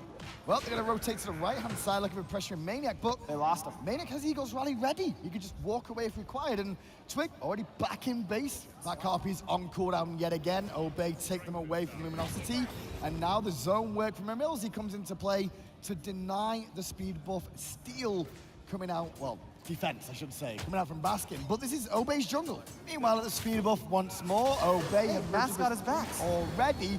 He got his backs, but I don't think he's going to get his speed unless Scary to the rescue. And now it's go time. LG are going to commit. Twig's in trouble. Maniac says no. Eagles rally in place. Twig trying to survive as long as possible. Baskin's one hit from death. I don't think they can be able to Baskin anymore. It's a 1-for-1. Oh, that's Mask in trouble bludgeon. too. Mask almost got one shot by Maniac there. Scary still on the run. A perfect knockup by Jeff Hinla ensures his escape. A 1-for-1, but honestly, if I'm LG, I'm happy with that. But now that Ichabod is completed for Ataraxia, looks like Bera's gonna back finish him off as well. They're playing pressure for Prime. The beads have been consumed now as Max gets a fantastic knockup from his ultimate, but there's no further follow-up damage. Talking about damage though, this follow-up for Obey. Jeff Hinla gets erased between Captain Twig and Pretty Prime. Not as much of a gold lead so far for Obey, but still has that XP lead. It's the gold Fury started up by Luminosity, falls to about 50% before Obey shows up, and all of a sudden the fight is on. They're trying to commit to Emilzy, and then to the backside goes Jeff for Prime, trying to make him disengage, but it's Jeff who's eating a lot of damage there. I don't think there's enough to actually pick off Jeff, who will escape, as you see the commit from Maniac onto Barra and Baskin, and with their support so low, it's runaway time. Barra's been left alone. He's still here. He's fighting 1v3. Ataraxia should be able to catch up to him. Doesn't even need to use the ultimate as Maniac steps backwards into the ult and pops the Thorn. And you saw Barra's face in the camera as he took a smile like, yeah, okay. Well, this call from Obey is start the Portal Demon up. This time, though, LG in a better position. Game one, they let the Portal Demon go and they lost the Gold Fury too. Jeff, though, may lose his life here, having to roll away to the best of his ability, but Captain Twig will get the fadeaway shot off onto the support, and LG are forced to scatter again. Now again, the speed buff respawns. Look where Obey Alliance is, securing speed buff number 2 as it's become known on this right-hand side. Meanwhile, Mask and Barra trying to fight it out, but a That crit came through. Huge Rataraxia who gets a double, and now Scary D is surrounded and dead too. It's 7-1. Down about 6,000 gold already. That lead only getting bigger for Obey Alliance as they secure the first big objective of the game, the Portal Demon. As I think people don't realize exactly how much base damage matters on a lot of these abilities, especially your first two that you need to prioritize are usually the ones that need those levels. Well, last fight was good for Obey. This time around, LG get the better hand of it for a moment. Maniac goes straight in on Basket and doesn't let up steam whatsoever. The Eagles rally is beautiful. Shield bash too. Thorns to try and get the damage over to Basket to get the kill. Barra's out, Baskin's out, Mask is out, Scary's in the sky, and Obey did that 4v5. Very close fight there, but you're right. Close fight? I mean, it was a close fight. The Luminosity got out. I mean, it was very close. I was like, Mask survived, Basket survived, Scary survived, all in low HP. As you mentioned, that was a 4v5. Nice double ricochet there from Barra is going to put down Maniac. Maniac just got a little bit of a respect check there up against Barracuda. Your team may be winning, but against the whole yin, you're going to line up against the wall like that? I'll two-shot you if I can. Twig now going to go in a little bit deep here. Going to need some support from Obey and the team to continue the aggression, and that's exactly what they're going to do. Twig's got a Thorns of his own, putting out that damage. Big bombs, and around the Barra? back comes Barra, but he's silenced out by Emilzy immediately. No damage out from Barra whatsoever. Ganesh and Zeus turns on him. Mask now going to get hit by the fadeaway by Twig. Another member of LG falls, and Obey could potentially return towards the Gold Fury. Now Gold Fury goes towards Obey Alliance as well, because all LG are trying to do is bait for Barra to potentially come in, turn some of these players around, find a couple of picks and start to snowball, find an objective after. But they're so on point right now with Obey that they're catching all these rotations. There's the fight from between Ataraxia and Barracuda, but Ataraxia starting to get the better end of it. Oh! There's the airstrike, but it was a little bit too early. Oh, when he gets away to safety, both of them are gonna live. Ricochet! Like the idea, Barra. Barra going the Snoopy route here, picks up Frostbound Hammer after the Executioner. That the Frostbound, even though he does escape, he's still gonna be slowed when he lands. It's kind of like a Fatalis in terms of trying to get away from Reverse people, Fatalis. but it gives you health instead. So a little bit better in terms of trying to survive. Well, they found out Captain Twig survives at the moment as LG committing with 4 members onto him. And as soon as Maniac turns up, it's all gone Pete Tong. Obey have turned it on its head in a 3v4 and still continuing to fight against LG as round the back comes Pretty Prime. Mask gonna try and buy a minute to pick up Prime, and they do just that. Baskin's bombs are good, but Ataraxia will claim the life of Agni. The crits are just too good coming out of Ataraxia right now. Scary D, no ultimate. He's gonna fall to the hand of Maniac. Another kill goes Obey's Soul Laner's way as Mask does finally punish him for his over-aggression underneath that tier 2. Okay, so 3 for 2, and 3 for 2's not too bad just yet for LG. And Milsey going this way is gonna give up the free kill to Barracuda. 3 for 3, LG 6 to 12. A little bit of life. Okay. We didn't really. Blink Cactus from Jeff, they want Captain Twig. Full engagement, a lot of ults used, and they will get Twig. But Prime got some good damage off. Prime is on his own on my left-hand side, however, and Ataraxia on the right. Maniac a little bit too late with the Eagles right to save the day as Ataraxia's already fallen. And now Maniac is surrounded by 3. Pretty Prime's ultimate is on cooldown as he used it last time round. There's the Ganesh ultimate to try and force back LG once more. But LG are starting to find some momentum. But you're also against Obey, who are very disciplined. They may make some mistakes, but they will correct them and continue the pressure. Twig right now continuing to pressure the back line. And then Jeff has to protect, and when Jeff protects, Jeff has to sacrifice himself again. Pretty Prime gets that kill. Scary D trying his best to stay alive and not sacrifice himself, and will get up into the somersault cloud, but has to escape right afterwards. Obey Alliance still with control of the Gold Fury pit. But where's the peel? The peel for Luminosity is for their own. That's it. They have to rely on each other now. The carries have to rely on each other to try and defend this gold, because Scary D is close to death with no cloud available either, and there's the play. Mask blinks in and Crit. gets immediately killed. Ataraxia says you're not allowed to do that. You might have won the last few fights, but this one is going our way. Basket has had a very strong game on this Agni. You gotta give credit where it's due. Sitting at level 16, keeping pace with Pretty Prime. Look at his player damage as well. Second of the game and right behind Maniac. Right behind him, see if that will continue. Oh, Mask brought it to him. And now Baskin is one hit from death. Mask is already dead. Baskin's dash is down. Jeff is in range and he can't do so. And now Fire Giant's gonna fall, the first of the game for the Obey Alliance. You know, there was a time there where Obey, I think, got a little overconfident and started having a little bit too much fun. And someone on that team was probably like, hey guys, we're still playing. We still gotta finish this one off. The rest of the team focused up and is now finishing this one off. Mask and Jeff going aggressive on their own here, which I think is a little bit too much and too far forward. Mask now one hit, has to leave this fight. He can't hang around. Pretty Prime will actually pick up Mask. Was that a minion? It was a minion. It was an archer? It was an archer. Oh no. Not like this. Now, When the archers are not on your side either, the world's coming to an end. On the run, Barracuda trying to put the damage into Emilzy, but he's just playing peekaboo around that rock as the rest of Luminosity is on the retreat on the left lane. And meanwhile, Barry's just chipping away at Ganesh, but Emilzy doesn't care. The pressure that's coming out from Obey right now is so solid that Barry's just been able to be ignored by the whole team as they look to take down the tanks. Jeff Hindla gets in there just in time to find the Cataclysm. Twig trying to chase him down, but will shift his attention and take Baskin instead. Another kill for Captain Twig on this Osiris in the jungle. I'm not gonna lie, I actually think Maniac, Captain Twig, and Emilzy could 3v5 LG with the way they're playing right now. Probably, yeah. And you could just leave Ataraxia Prime base. They The can whole go, squad are playing so good. they can go grab a snack. Well, they might be able to after this set. That's what I'll be looking to do anyway. 8 to 18, 31 minutes in. The Phoenix on the left-hand side under siege as a knocker from Mask is very good. It keeps the Phoenix standing, but already Jeff is dead. Scary's next to follow. Still 5 members. Obey are standing, and Barry's getting very low. Does have that jump up and available in order to get away from Maniac. On this next wave is when Luminosity has to commit to the defense. Twig looking to poke out Jeff and keep him in combat so he can't blink in.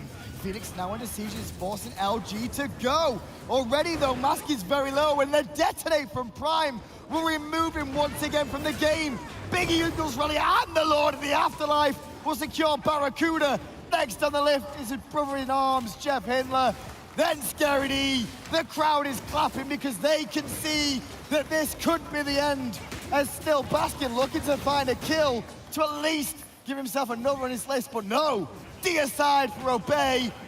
And Obey will secure their spot in the semi-finals. North America, we knew ye well.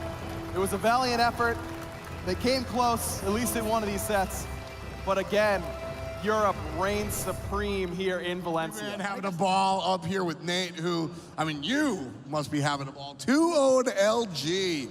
How's it feel? It feels pretty good. I was actually really nervous going into this. The last time we played Barra and Jeff was at World Season 1, and we know how that ended, so it's nice to get some revenge. That's going to do it for us here at DreamHack Valencia. That's where we are. Valencia, Spain. It's a little bit hot, and it's only going to get hotter. 2 more days. Semifinals continue tomorrow, and of course, finals after that. Thanks for tuning in. We'll catch you next time. This is day number 2 of our DreamHack Summer Finals, and Dignitas wound up beating Black Dragons to find themselves against Energy Esports. Energy Esports versus Team Dignitas. Picks and bans for game number 1 coming at you now.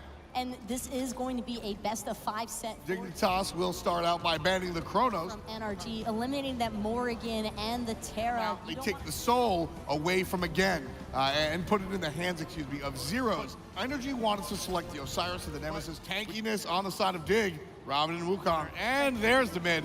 It's going to be the Vulcan for Yaman. I respect the choice to eliminate that Neath, though. So you ban out the Geb because of the Geb shield is going to basically put a monkey wrench in that plan. The Fafnir, well, that's just Trickstank Scott, so get rid of that one as well. Dignitas finish up their draft with their dual lane in Sobek and Rom. Ganesh will be the support of choice in the hands of Iraffer for Energy. Energy and Dignitas getting right into the game. Give it up for your 2 European squads trying to find their way into the finals here at DreamHack Valencia. It is actually going to be Team Dignitas getting a little bit of the better end of the clear, but that's kind of just expected between a Soul and a Robin.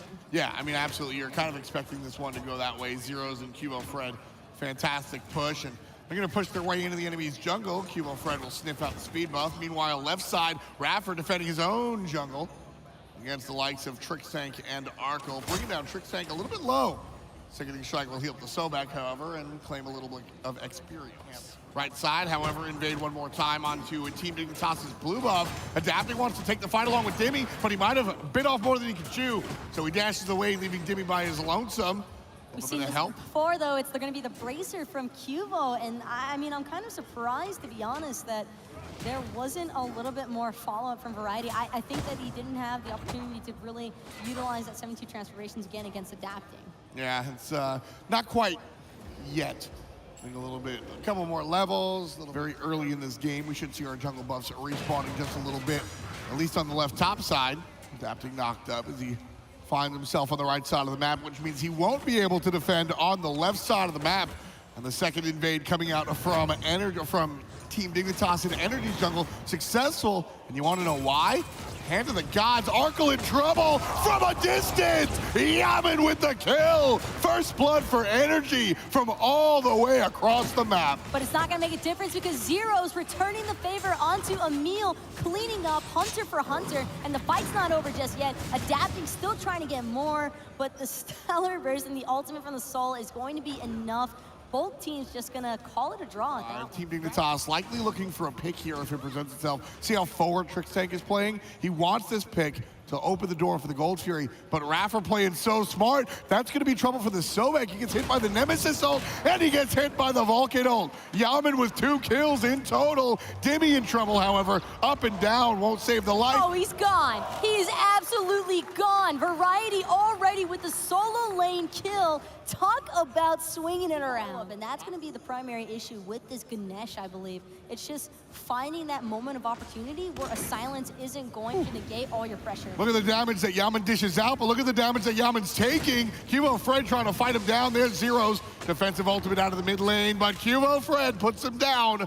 Number 3 for Team Dig. And that was the perfect opportunity, but now it's gonna be NRG trying to make something happen on that speed buff. Trick's able to one out of danger. Mid lane's in trouble. Zeros just barely gets out of there. Dimmy couldn't find the kill.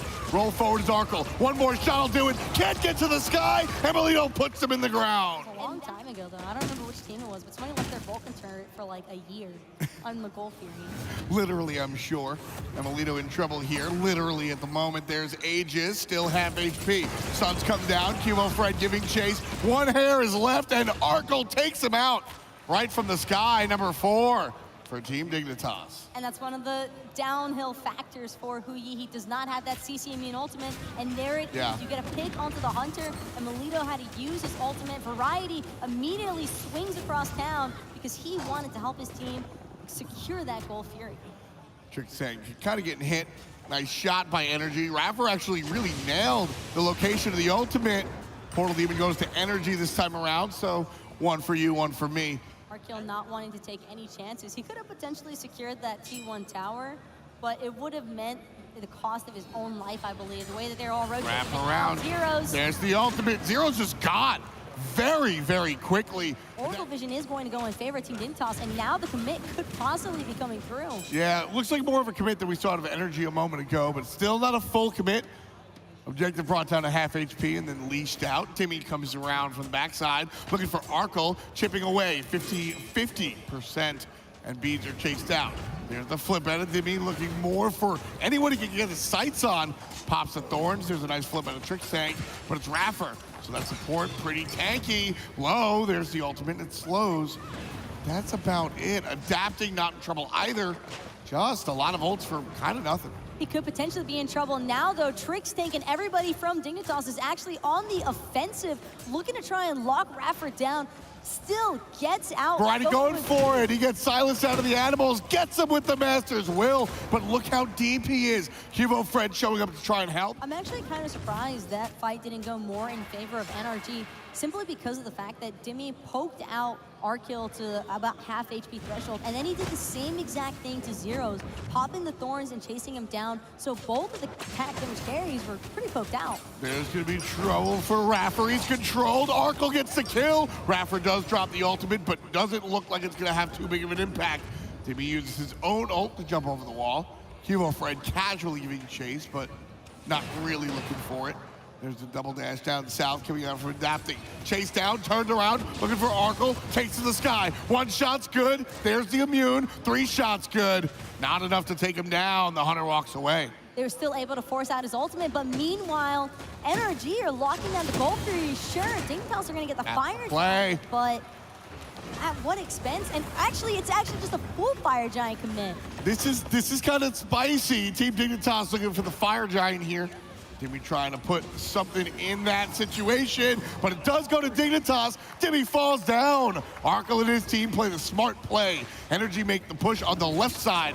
The objective, the much larger objective, goes to Team Dignitas. Just when you think that that was entirely in favor of Dignitas, though, Emil able to steal it away with the Suns. Left side tower going to be focused on, but it's going to be turned around and look for the player in the jungle. He didn't just use that silence, but it doesn't matter. Adapting, use the purification beads, and Cubo is completely committing. There's the Aegis. Adapting saves his life just for the moment. Cubo gets him out. That's number 8. Still not done yet. Down goes Zeros, answered back by Energy. That's a 1-for-1 so far. Arkle could go down. The roll is silenced out. Arkle needs 2 shots. It's Emilito again. A 2-for-1. Energy on the good side. Energy still looking to play aggressively.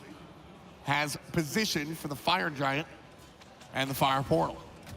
Trick Tank doesn't have his Stone of Gaia available anymore, though, which means he could potentially get CC, but Variety looking to jump in, and so is Raffer thrown right into everybody on Dignitas. Trick Tank's in trouble, he goes down, so is Arkle. 2 kills for Energy right off the bat. Timmy chasing down Zeros, the mid laner, uses the Aegis after the abilities. There's Shield of the Underworld, AKA Thorns, my bad. Adapting's looking for trouble as well, his bad. He's got to back off. Raffer very low. Energy get what they want. They get 2 kills, but they don't get as much as they want. But thanks to that Portal Demon Taco, they're able to come right on back and look for the fire. Free. Well, you know what? They paid in advance. Trick's taking Arkle with the kills and open up the opportunity. Energy get the Fire Giant. Emilito certainly just full retreat. Just look at the damage that Dimmy is spamming, though. It's that middle wave that we see the Hunter going for. Emilito looking to clear out that wave while the rest of the team fights. Dignitas realize that they're without the Hunter. Here comes down help. Hugo Friend, Variety half HP. Zero's in trouble, but it's Arkle to the sky. 1 shot's good. Adapting uses the Aegis, saves himself there. Variety's in trouble as well. Has to go to the sky himself. Right on top of Adapting. Hugo Friend gets his boots dirty and puts Adapting down. But the mid Phoenix is still a threat for Dignitas. It's about to fall. They have Emil Got him. cleanup crew, and that's a big hit to Dignitas. Dignitas push Energy out so far that they have to walk into their lanes, which opens up the Portal Demon as a viable objective. Demi teleports aggressively. The level 20 Osiris just kind of lurking on Team Dignitas' side of the map. It's not really the goal lead or even the experience difference that I'm paying mind to. It's the fact that Demi is by himself and there is 4 members of Team Dignitas surrounding him. With that said, Osiris is tanky enough to wait for the rest of the squad. Arco gets jumped on. Here comes Adapting Ultimate already used. Yaman and Emilito have theirs left. Demi's Thorns are good. Demi takes down Arco. Up, down, Trickstead gets a kill as well. 1 for 1 on each side. Yaman from a distance. Adapting helps him out. 2 dead on Team Dignitas, but again, the answer back by Cuvo Fred. It's a 2 for 2.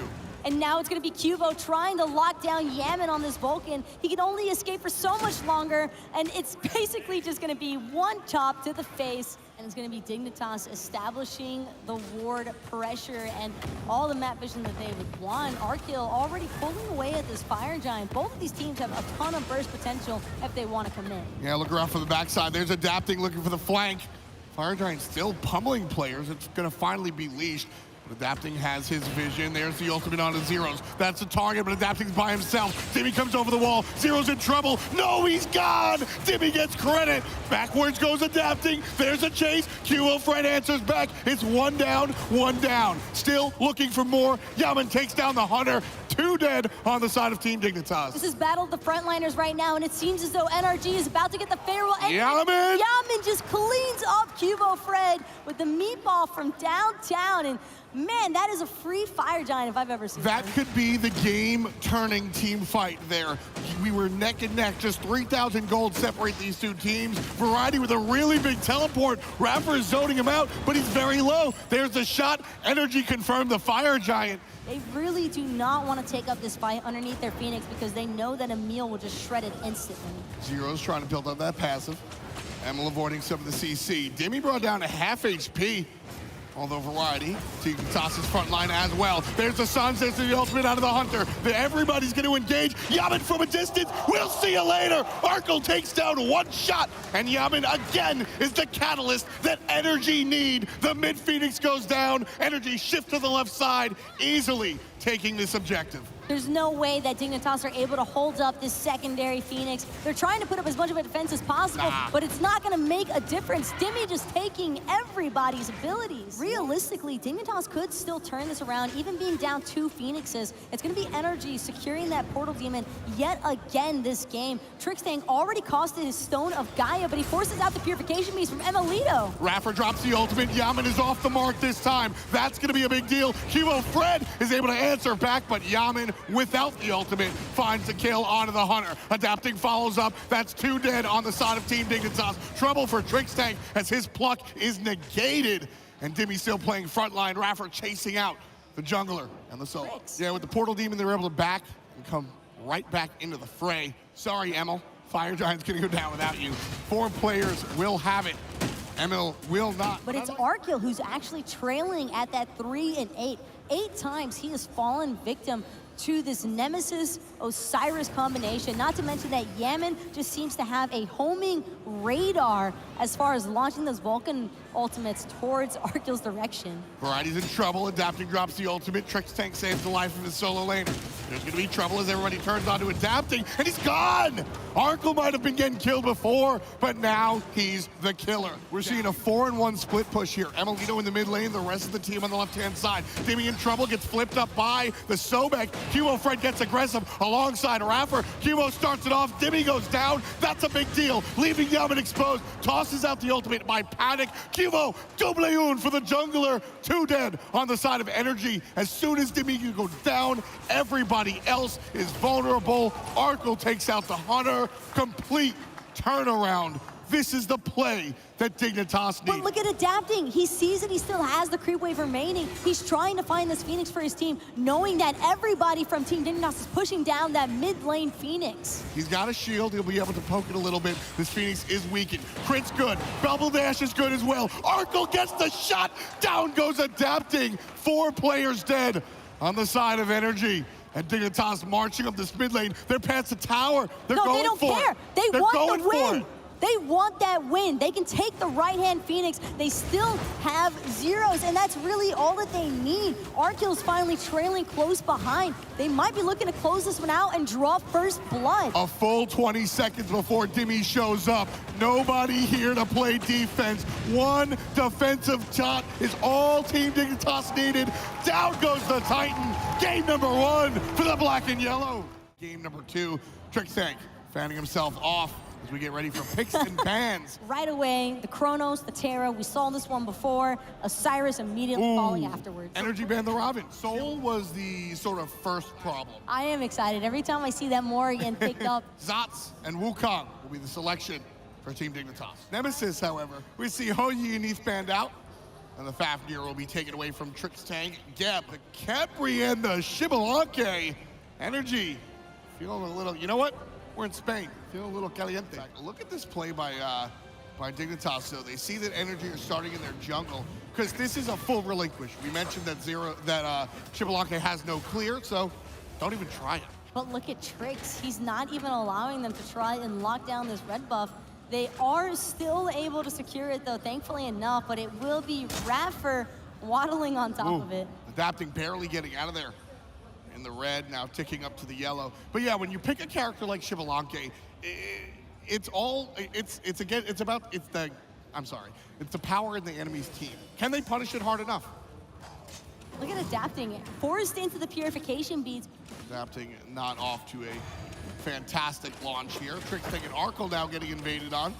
Raffer gets the pluck, and Emilito slowly throwing out those bolas. That red buff Kepri is the reason why NRG stole the purple buff. I mean, all he needs is one. Even one kill alone, and speaking of one, Dimmy trying to find that kill onto Variety, but it's gonna cost him his life. Invade again into Energy's jungle, and Emilito can just watch, just not there yet. Well, there's that one more wave. We'll see Raffer go back to base. TrickTank and friends looking for Dimmy one more time. There's the second kill for Team Dignitas. Dimmy, not a good game 2 for him. They'll look for this neutral camp. And if Dimmy gets excited, they'll look for him too. A little bit more poke than what Dimmy probably would have ideally wanted to take, and now it's gonna be Cubo. Again, we've seen this one before. Bat out of hell. 3 chunks and the basic, and 3 kills for Team Dignitas, just chowing down on the below. And Team Dignitas up 4,000 gold before the 10-minute mark. This is kind of the opposite of what we saw last game. Oh, it's definitely the opposite, but Zeros, however, getting ulted by Adapting. There's a Shibalanke ult. That's what we've been waiting for. This guy's dead. There's help from Yaman in the sky. Immune for the moment, but not forever. Adapting kills Zeros. Energy answers back, but TrickTank continuing Dignitas' reign of terror. QO Fred as well. 2 kills for Dignitas. Raffer might be the 3rd. But the ultimate for Kepri will deter just for the moment. The second kill, patience pays off, and QO 4-0-2. When there's a free Gold Fury on the map, Team Dignitas only extending their lead. But Emilito, outside of that ultimate, really can't contribute to these fights. I mean, Shibalanke is the latest of late game characters. Nice play over here on the left-hand side, hoping to give Emilito some power by way of the passive. Adapting uses the ultimate, and Arkle gonna land down. Basics are good. Adapting takes the kill away from Emilito. Speaking of taking up a fight, Dimmy trying to help NRG defend that speed buff. I like that we don't get a rerun. 3 deaths solo by Dimmy. Somebody finally helps him out. Now granted, Dimmy had a half shift all the way to the mid lane. Raffer's ultimate's good, but again, there's the Emilito ultimate. That'll be enough to deter Team Dignitas from the tower dive. But QO Fred around the back end again, out of control. Portal Demon goes down again. TrickTank dealing with 2 players. Dimmy's going forward because he has help from Yaman on the backside, but he's gone. And that's not Morgan using the invisibility. That's TrickTank putting him in the ground. Emilito does have a lead above Arkle. Hey, I've seen this one before. Dimmy gets ganked by 2 players in Dignitas jerseys. QO Fred looking for the kill. 2 basics, just 1. He wanted the assist. That's all that he wanted. And speaking of assists, Arkle could use a little bit of assistance in this dual lane side. I don't think it's gonna make too much of a difference though. He's gonna get cleaned up yet again, except this time it's a passive stack for Emil. 5 extra bonus power. Emilito, well, he paid for it. Variety misses the basic. But Emil walks into the wall. Zeros gets the kill in the jungle. Raffer falls down. 2 more kills for Team Dignitas. And I'm not implying that Energy are tilted or anything like that. What I'm implying is that the momentum in the sales of Team Dignitas is continuing here from game 1 into game 2. Hugo Fred earns himself another kill, opening the window for another objective. And there's Dig leading by over 10,000. They're just trying to go on variety here, but they can't even commit because Fire, that's fire, the beauty of fire. Sun Wukong. They're doing There's nobody fire. there. They're doing fire. Raffer's dead, and the other 3 members of his team are, well, Demi was trying to defend. Yeah, tier 1 tower goes down to the left-hand side. Variety might die as well, but it's all paid in full as Team Dignitas earn themselves the Fire Giant at 17 minutes. Variety is successfully defending against 3 separate players. The surrender vote has started. Variety gets the kill. 1 versus 3. He don't even care. We saw a couple of jungle invades, and it was a 1,000 gold raw lead without taking the first blood into account. And then they get the kill. And then Raffer falls here in the mid lane. All of the structures are down.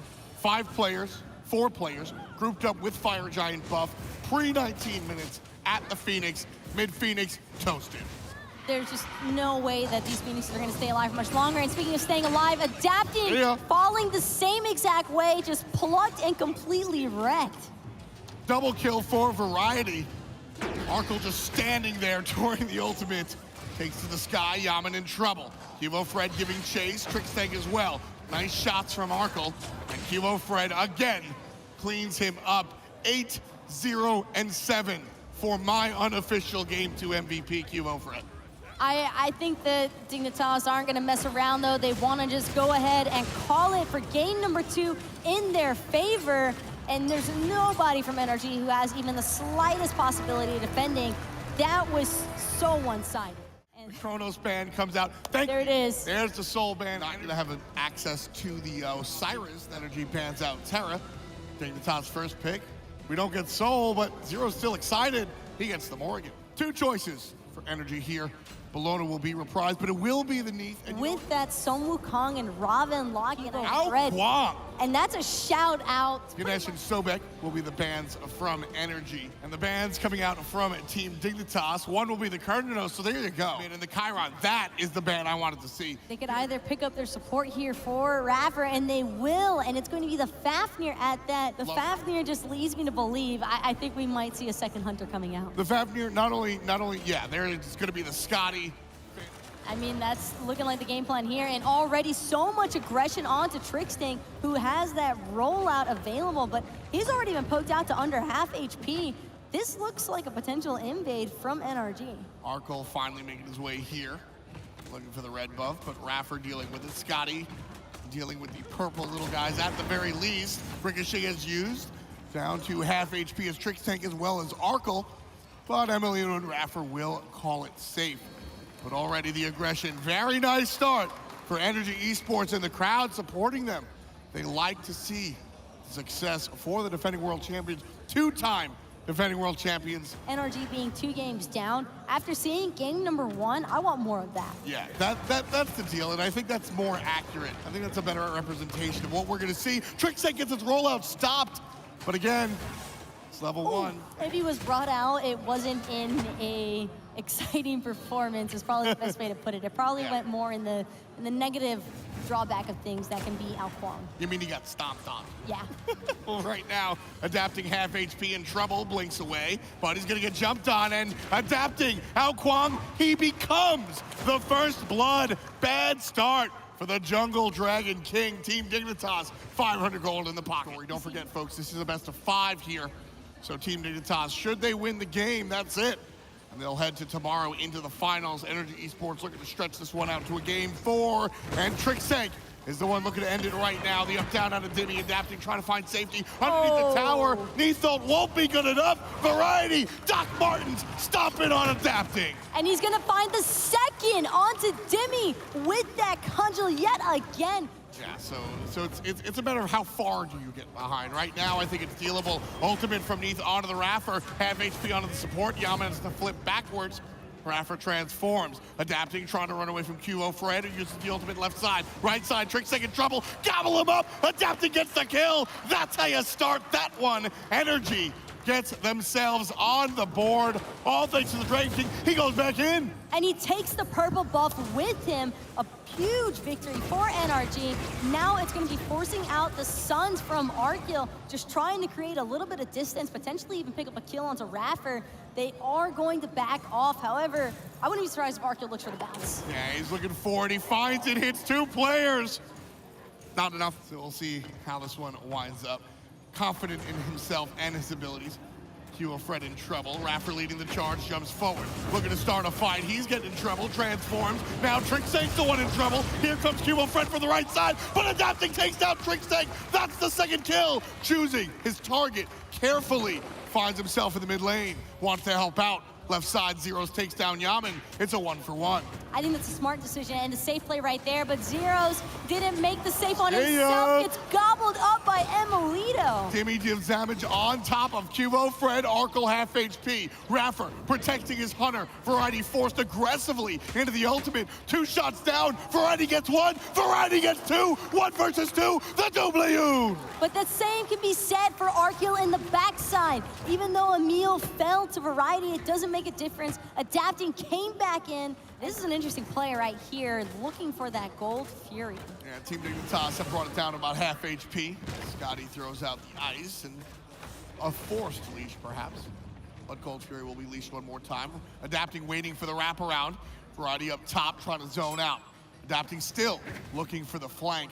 Team Dignitas not willing to take the bait. Tricksting back to the Mage, gets in trouble, uses the ultimate defensively. Again, too soon, but it don't matter. Emilito winds up with the kill, cleans up what Adapting started. QO Fred answers back, it's a 1-for-1 as Dimmy goes down. Raffer in trouble, heals himself a little bit with the bracer. Not gonna be enough, jumps on top. Basic is good, Zeros gets the kill. 2 dead on the side of Energy. And it's going to be Variety again trying to chase out Emilito. He might have potential help from Adapting, but it doesn't make a difference. Variety is way too big right now, but Adapting finds the kill onto Variety underneath the T2 tower. The flashy way as well, hits him with the water explosion.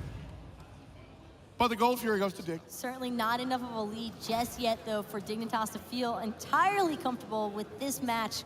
I mean, you can tell that they want it, but Trix has got to be careful here. Zeros, again, with this sneaky invis. He gets the stun onto Dimmy, and he could be in a lot of danger here. Already half HP, Arkle finishes him off, down goes the solo lane Bologna. If Energy are gonna win, it's all up to King Kenneth. Can he live up to the name, or does he pass on the crown? I think that he's been doing an excellent job so far, and speaking of which, there's so much happening already. Portal Demon is going to be secured by Team Dignitas. Adapting, though, able to find Zeros on the backside, and now it's going to be Cubo trying to get out of town. Again, that's the kill. Adapting gets the solo kill. Raffer gets the team fight kill. 2 players down in 2 separate engagements. Energy looking for the big guy, committing to the Fire Giant. And this is the risky call right now for NRG. I think they want the engagement more than anything else, and the rest of Dignitas is responding. Emilito half, Dimmy as well. Rally here, Arkle, everybody on top of Dimmy. He's all alone, still manages to find his way out. Dashes away from QO Fred, barely escaping.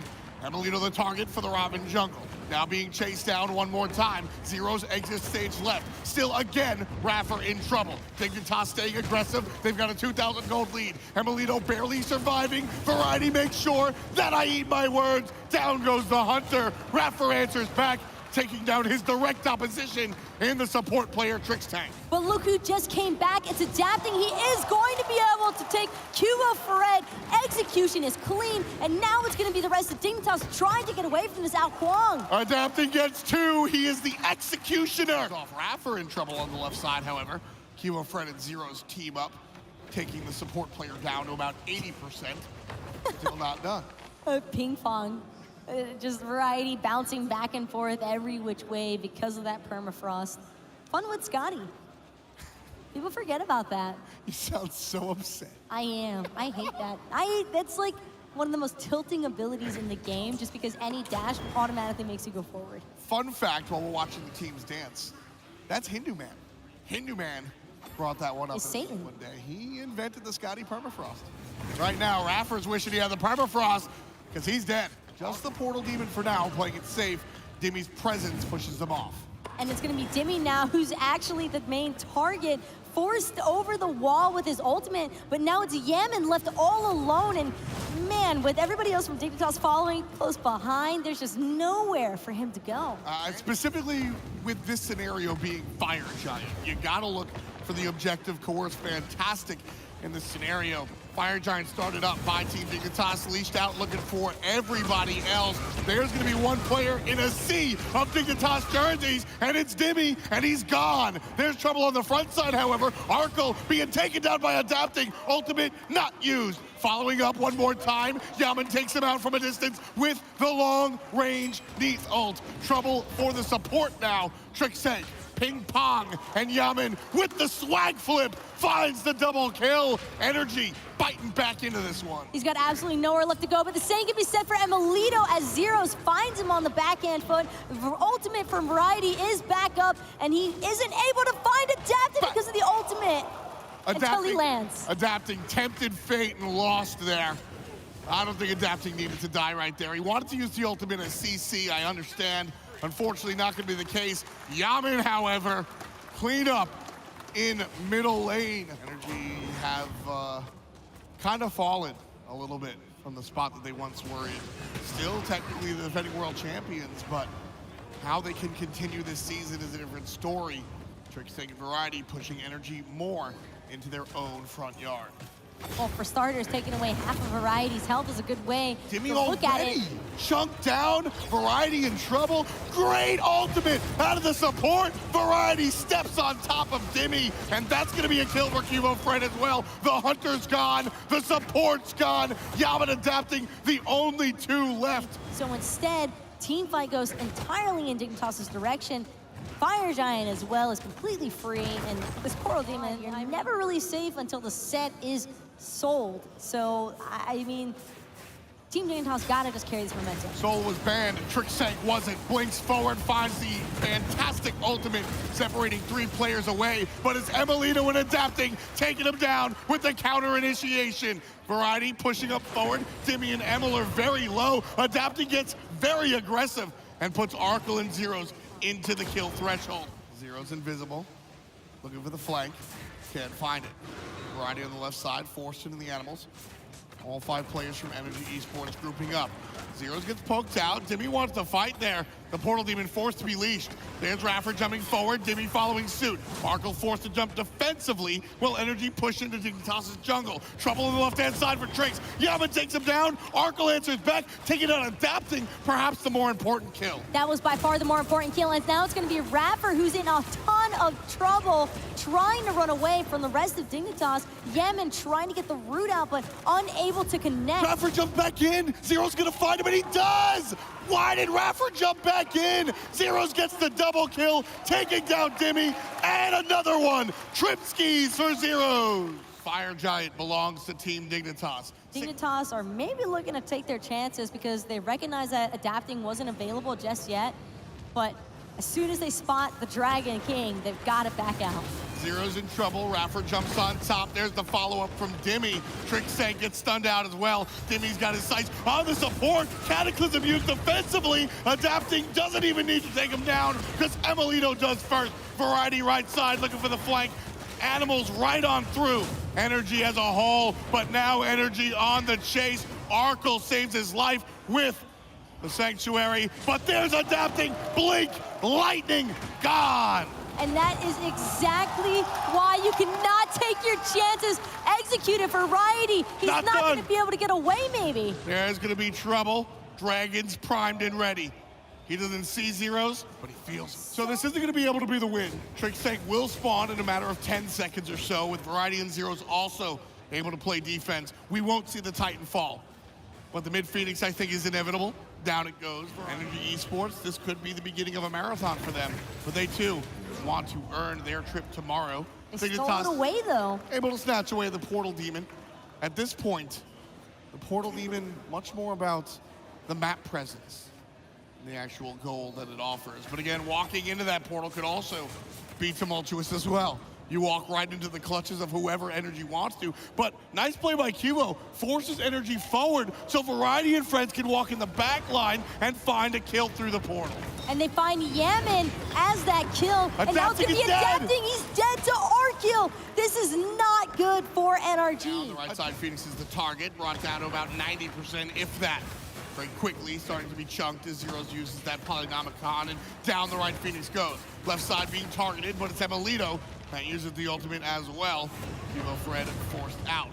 We need a small window. Both of these teams have fought their face-off. Variety into the ultimate already. That might be trouble. Dimmy already half health it as well, though, looking to make Arkill his next target, but instead it's going to be Dimmy getting turned on the backside. Needs ultimate used onto Zeros up front. Variety uses himself and gets help by way of Gem Shield. Still trouble for the Monkey King. Ultimate not available. There's a Melito, and there's adapting, but Zeros takes him out first. Yaman takes one. Cubo answers back. 2 and 2. Back and forth. Arkill 1. Yaman 1. 3 down on both sides. Back and forth. Yaman gonna die to the hand of Trickstank. The Gem Auto wins the fight. Cubo and Trickstank. Is it enough? I don't think it's enough because it's only Cubo and Trickstank. They don't have Arkill, who was pretty much just holding left kick in that avenue. He's looking for it. He knows that he's going to have Trickstank or Cubo eventually coming up behind him. They're dead for so long. They might actually be able to close this one out. Trix is looking for it. Dimmy, though. He wants to end this now. Chaos Titan, 10,000 damage. Keep your eye on that life bar. 30 seconds before anybody shows up outside of Raffer. Trickstank walks in, he gives it a shot. Team Dignitas reset. They weren't able to get that Fire Giant. We saw the startup by Cubo and Trix, but just like the Titan, Fire Giant proved too much for those two to handle.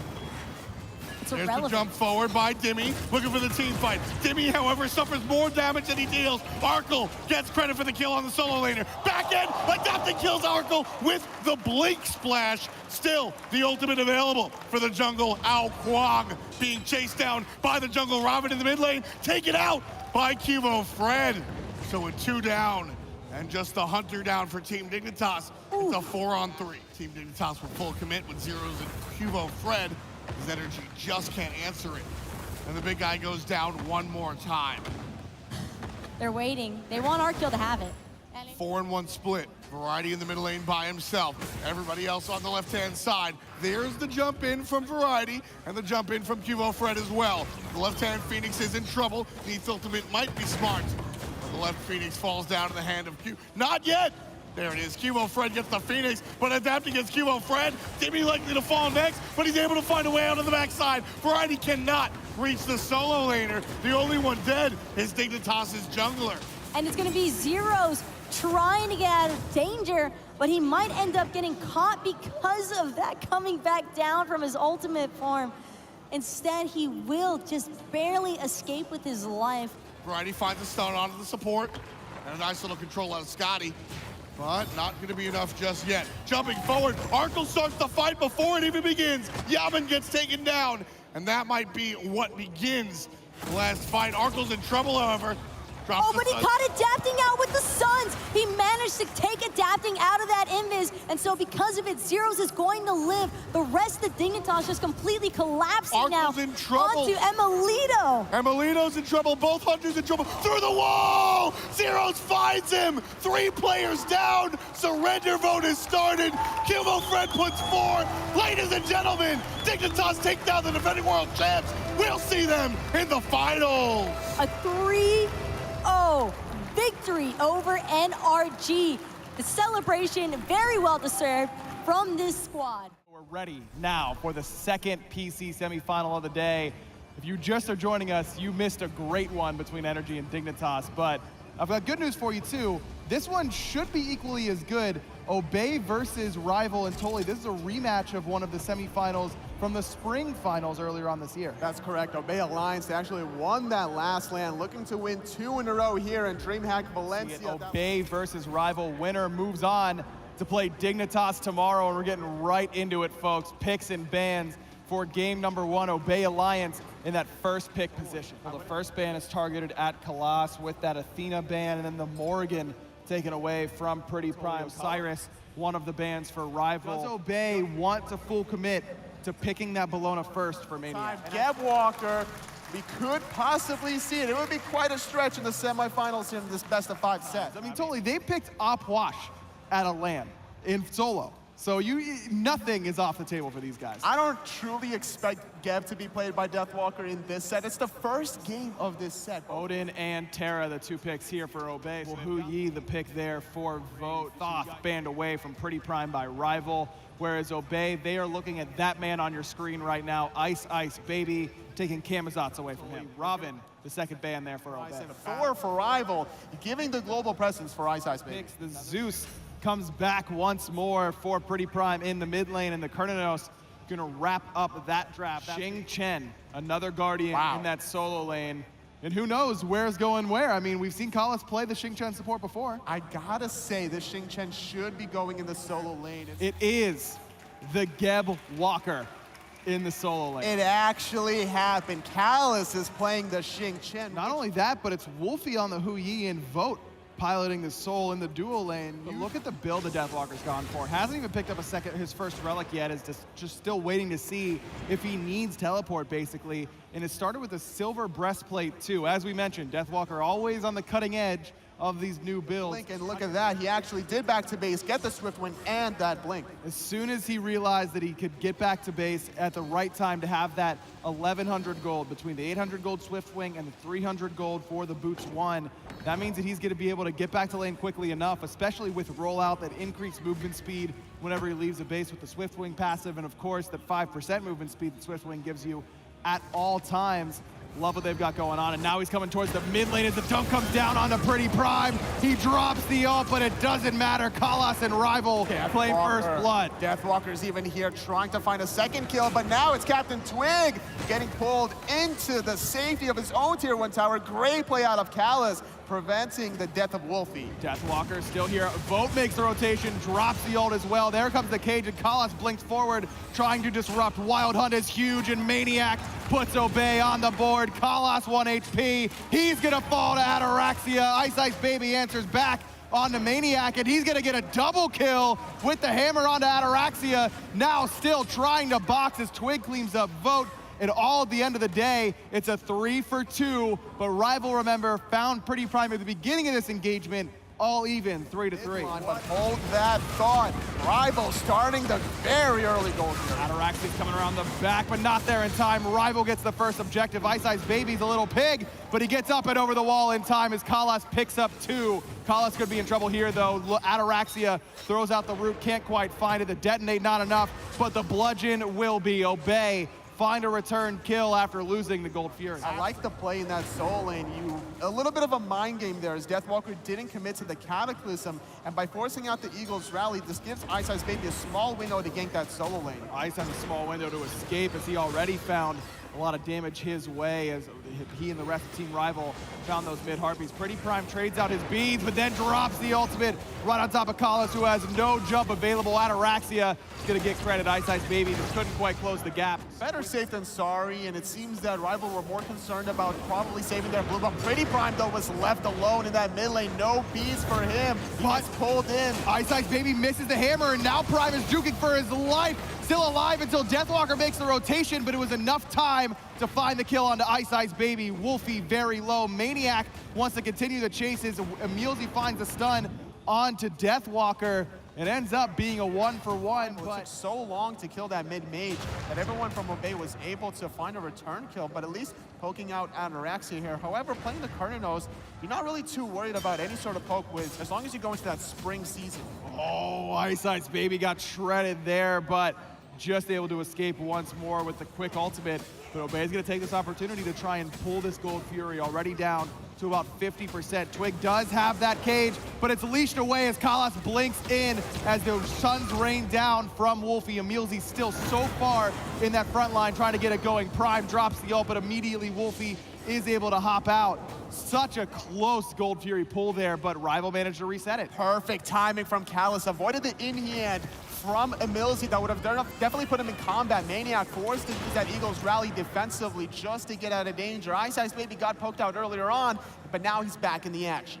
Really close engagement there, and now Rival, they're the ones who are thinking about pulling this Gold Fury. Almost all the ults on Obey are down, except for Ataraxia and Captain Twig, who are both in the neighborhood. Gold Fury falls below 50%. Ice Ice Baby's the one taking it up. Twig comes in, but it's already too late. Rival got the Gold Fury. Shield onto Ice Ice Baby as Twig gets bursted by the hammer, and Rival get the objective and the team fight. They're able to escape towards their jungle. Great little boost of confidence probably to Team Rival here, but Obey Alliance trying to respond in kind. Nice blink from Deathwalker, but... Did he get that? We're looking at about almost a little over 3,000 here, and it's going to extend to 3,500 after this Tier 1 solo. That's no response from Obey at all. Ataraxia's on the left side of the map, and Rival's grouped as 5. There's the blink forward. Twig's the focus, and he gets grabbed and pulled back, and he's going to get bursted down by Rival. Deathwalker with the kill. Ataraxia still pushing the left. Pretty Prime is pushing mid. They're going to get Tier 1s, Toli, but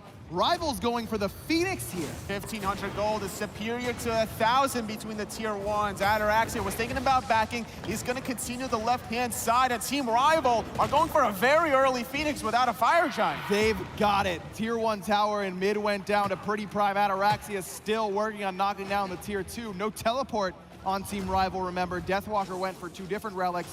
And now Rival thinking about engaging. Maniac gets walled off, and he's going to get bursted. Vote puts number 7 on the board for Rival as Ataraxia does finally clean up that Tier 2 on left. Obey is mid laner, though he does have quite a bit of HP now with that fully stacked Warlock Sash. He's got the Bancroft's talent as well, now just waiting on some penetration as Obey has started up the Fire Giant here. Frenzy's pop. They're completely committing to this. Emilzy comes in and drops the ultimate, as does Prime, and Obey's gonna get the Fire Giant. Only Kalas, Ice, and Deathwalker are in the neighborhood. Kalas picks up 1, tosses Maniac, but no real damage follow-up after that. And now Obey's looking for the fight onto Deathwalker. Deathwalker finding 2 with the Cataclysm. Eagles rally on top of Gebwalker. Ice Ice maybe gonna go up in the sky. He's thinking about landing on to 2. He's gonna dunk, land on both of them, but there's no follow-up. The rest of his team is just nowhere to be found. Looking at the bead situation on the side of Obey Alliance. Still Pretty Prime and Ataraxia with their beads. They don't have to worry about Callus' Ice Baby up in the sky, but the Portal Beam is already dead. It is glowing blue. Prime is the focus, but Kalas already got bursted by Maniac and the rest of Obey. No one was there to help out Ice Ice Baby Wolfie, as he's still trying to get away. Wolfie gets wild hunted over the wall, and Deathwalker blinks in to throw out the body block. Obey Alliance have the Fire Giant for another 16 seconds, trying to make the best use of this ultimate Twig. Cage is in 2, Vote, and Deathwalker gets stunned out. Wolfie's doing his best, but the damage is good on the inside of that cage. The Phoenix was the focus, though, for the Obey Alliance, and they're able to get the right side Phoenix of their own. Now the retreat is on, but Kalas doesn't want to let him go. Emilzy trying to survive, but it's Wolfie dying to Ataraxia, trying to survive with that Aegis a little bit longer, forcing the beats of Pretty Prime. Ataraxia finally falling to Vote. Vote drops the ultimate. Twig, 1 HP. Maniac throws out the bludgeon, but the Aegis is good for Ice Ice Baby. Not going to stop the chain lightning, though, as Prime does clean him up. Kalas finds the finishing touches onto Twig. Emilzy, 1 HP. Prime in the middle of 3. Great Vote's gonna knockout. get him. Deathwalker's gonna get Maniac, and Emilzy's the only one left, and Kalas still chasing him down. The Terra's Blessing, giving him the additional movement speed. May get Emilzy out of danger here. Indeed it will. So Rival claim the lives of 4, but Obey do put the pressure on to the Titan. Now Rival has got their own opportunity for an FG, and with Wolfie here, the sun's dropped. No one from Obey Alliance, even in the area code. Rival gets an FG belt of their own. There's still fire minions that they have to deal with, so they pushed it out long enough to be able to keep their right side Phoenix safe as it's about to respawn. Ice Ice Baby is already ulted, comes dunking down, but only onto Emilzy. Instead, he's gonna retreat, but Swig is waiting for him with the cage. Tier 2 tower falls, but Kalas is cut off from the rest of his team. Phantom was used to make sure he could get around, but Deathwalker, he's left behind. Emilzy's gonna be able to pick him up. Prime surging forward with the chain lightning. He's gonna be able to clean up Kalas here. Twig able to find the last hit. Vote now left alone. Everyone from Rival is just running for their lives. Only the mid and jungle can say they got out alive, as all of Obey Alliance pushes up that mid lane. Do they end is the question. Doesn't look like it. Obey are more interested in more gold and more Phoenixes potentially. And just like I mentioned before, it was Rival with the Fire Giant, but yet again, the team with Fire Giant does not win the team fight. Mid Phoenix likely to fall here as Obey do manage to finish that one off. Now they're focused onto the right side, already weakened Phoenix. No, it's onto the players of Rival as they actually chase them down into that Titan room. Now they're gonna shift their attention to the right side. Phoenix, it will fall for the second time this game. The Titan did not take as much damage as expected despite a full Fire Minion wave under there. They're gonna keep their Titan relatively healthy while the mid Phoenix respawns barely. Oh no! Mid Phoenix fell to the minions. But Ataraxia will not have Aegis. Pretty Prime will not have an Aegis of his own, so a couple key relics are going to be on cooldown. Meanwhile, Vote still has all of his available. Wolfie only has Purification Beads to his name as there goes Ice Ice Baby up into the sky as Wolfie drops the Suns. Ataraxia is the focus, and he's already very low. Able to drop the Wild Hunt, but it's too late. He's already dead. Maniac did find Wolfie. Ice Ice Baby's going to fall to Captain Twig, but Vote, Kalas, and Deathwalker still standing strong underneath this Phoenix. 4 members of Obey Alliance still healthy. Against 3 members of Rival trying to keep the right side Phoenix alive. Captain Twig diving the back line. Maniac taking a lot of damage, more than it's probably worth there. Vote taking out the Portuguese powerhouse. Pretty Prime did manage to secure that right side Phoenix, but Rival still standing strong enough. Well, only one Phoenix still stands defending Rival's base, and Obey's take a look at it. They're going for it, but they only have 15 seconds. There's a Blink Cataclysm from Deathwalker, and now Kalas with the spin to win. Into the backline goes Ice Ice Baby, but he gets bursted by Ataraxia right off the bat. Deathwalker's next on the list. Double kill for Ataraxia. Vote drops the ultimate, but Ataraxia had the Aegis available. Vote's gonna probably fall here as Obey chases him down. 2 kills so far for Obey as they do find that final Phoenix. You make that 3 kills for Obey as they are going to claim game 1 here up against Rival. In an epic fashion, they still have to clean it out. Captain Twig jumps on in. No one else is there. Emilsi falls. So does Pretty Prime, but the Titan finally falling. Obey Alliance gets game number 1. And now heading into picks and bans for game number 2. Rival still focusing out against Pretty Prime. In fact, the exact same to game 1 with the Rival banning away the Odin against Captain Twig. Obey Alliance taking away the Terra. It is going to be the Osiris for Rival, the Sun Wukong the first pick, and the Geb. Rival pick Fafnir for Kalas. This was the second ban by Obey in game number 1. Rival will take the Robin for themselves. Najah gets selected with that Odin ban. Captain Twig going back to his comfort pick. Wolfie is so strong on that Raw. I think that's a good respect ban. Kernanos and Nox, the 2 bans from Rival. And Pretty Prime, oh so good in bringing that thunder with a thought. It's gonna be the Giannis. Wow, a god that saw very little play. Xing Wei. Yeah. Xing Wei is a goddess that Ataraxia just prefers and loves. Ataraxia escapes towards his side of the map after finding out that Kalas is on the way. I love what Emilsi is doing here on top of what Kalas is doing, because Emilsi recognizes there's a solo lane advantage for Rival, so let's protect my speed. While Kalas is like, all right, the mind games are in effect. Emilsi's going to defend his speed. This gives us in the duel lane the opportunity to steal away the red. First small objective going to Rival. Deathwalker and Ice Ice Baby on this side of the map, and Ice gets ulted right away. He's gonna be dead before he hits the ground. Twig claims first blood for the Obey Alliance. Wolfie's ultimate wasn't gonna help anybody there. Slightly overextending in that soul lane. They didn't have the number advantage that they really needed to because Kalas was on the left-hand side and Wolfie wasn't there either, overstepping their boundaries. I'm not surprised.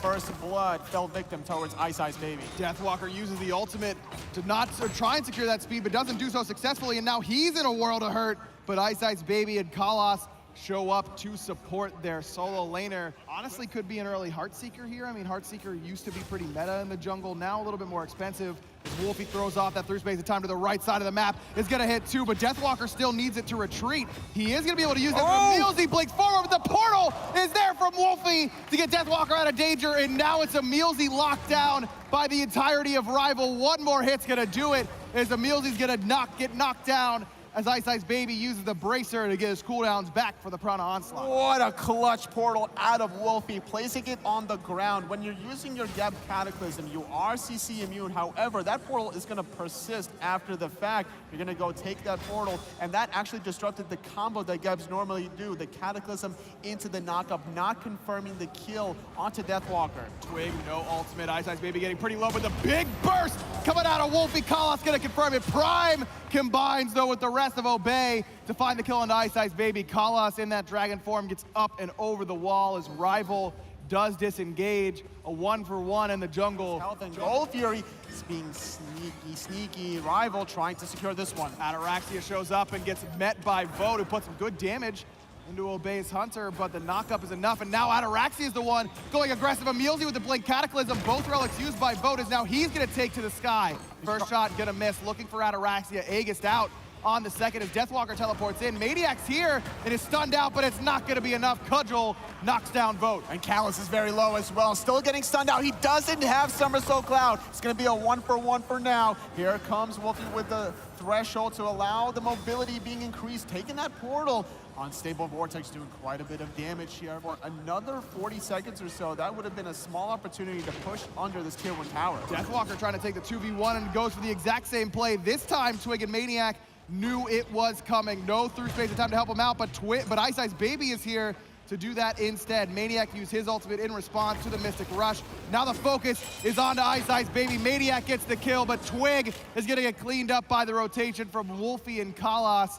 This has been the story all game long, Toli. 1-for-1 yet again between Rival and Obey. And now, Bay Alliance are trying to secure their own speed buff while some members of Rival want to start an engage. Twig misses the sash. There's the shield and the ultimate, but it's on a Deathwalker who's up in the sky. Not a lot of damage from him, and then Twig gets clipped once more by through space in time. Deathwalker is gonna get credit. Nice final judgment from Prime, but it's not enough to finish off the enemy solo. Wolfie is chunking right now, and Maniac gets controlled by Rival. No 1-for-1 this time. 2 kills still, but they're both for Rival. Rival are now going to start it up yet again. Callus tanking it, but calling to disengage immediately once they saw Ataraxia, even baiting out the teleport out of Maniac. Vote was considering killing the Warp, but like, you know what? Let's allow this teleport to happen, but this might have been the wrong call. There's through space of time and puts Ataraxia down to half HP. There's the ultimate right onto Ice Ice Baby though, and he's gonna be low as soon as he returns to the ground. He's gonna be dead as soon as he hits the ground. Wolfie returns one onto Maniac. Stop me if you've heard this one before. It's a 1-for-1. Well, 23 minutes into the game, I'm not too worried if I'm Obey Alliance after losing only a tier 1 solo tower. I am worried though if I lose this Gold Fury. Already below 50%, but Emil's gonna roll in and then get stunned. The focus is onto the Geb, and he gets taken down by Vote. Twig is there, but no ultimate from him quite yet. There it is, right onto Ice Ice Baby once more. Prime gonna delete him with the final judgment, but there's a through space of time once more from Wolfie. Snipes come down from Vote, but it's not enough to finish off Captain Twig, who pops a little bit of a heal with that flaming spear. Kalas comes back to support the team as Maniac did a good job of forcing everyone out.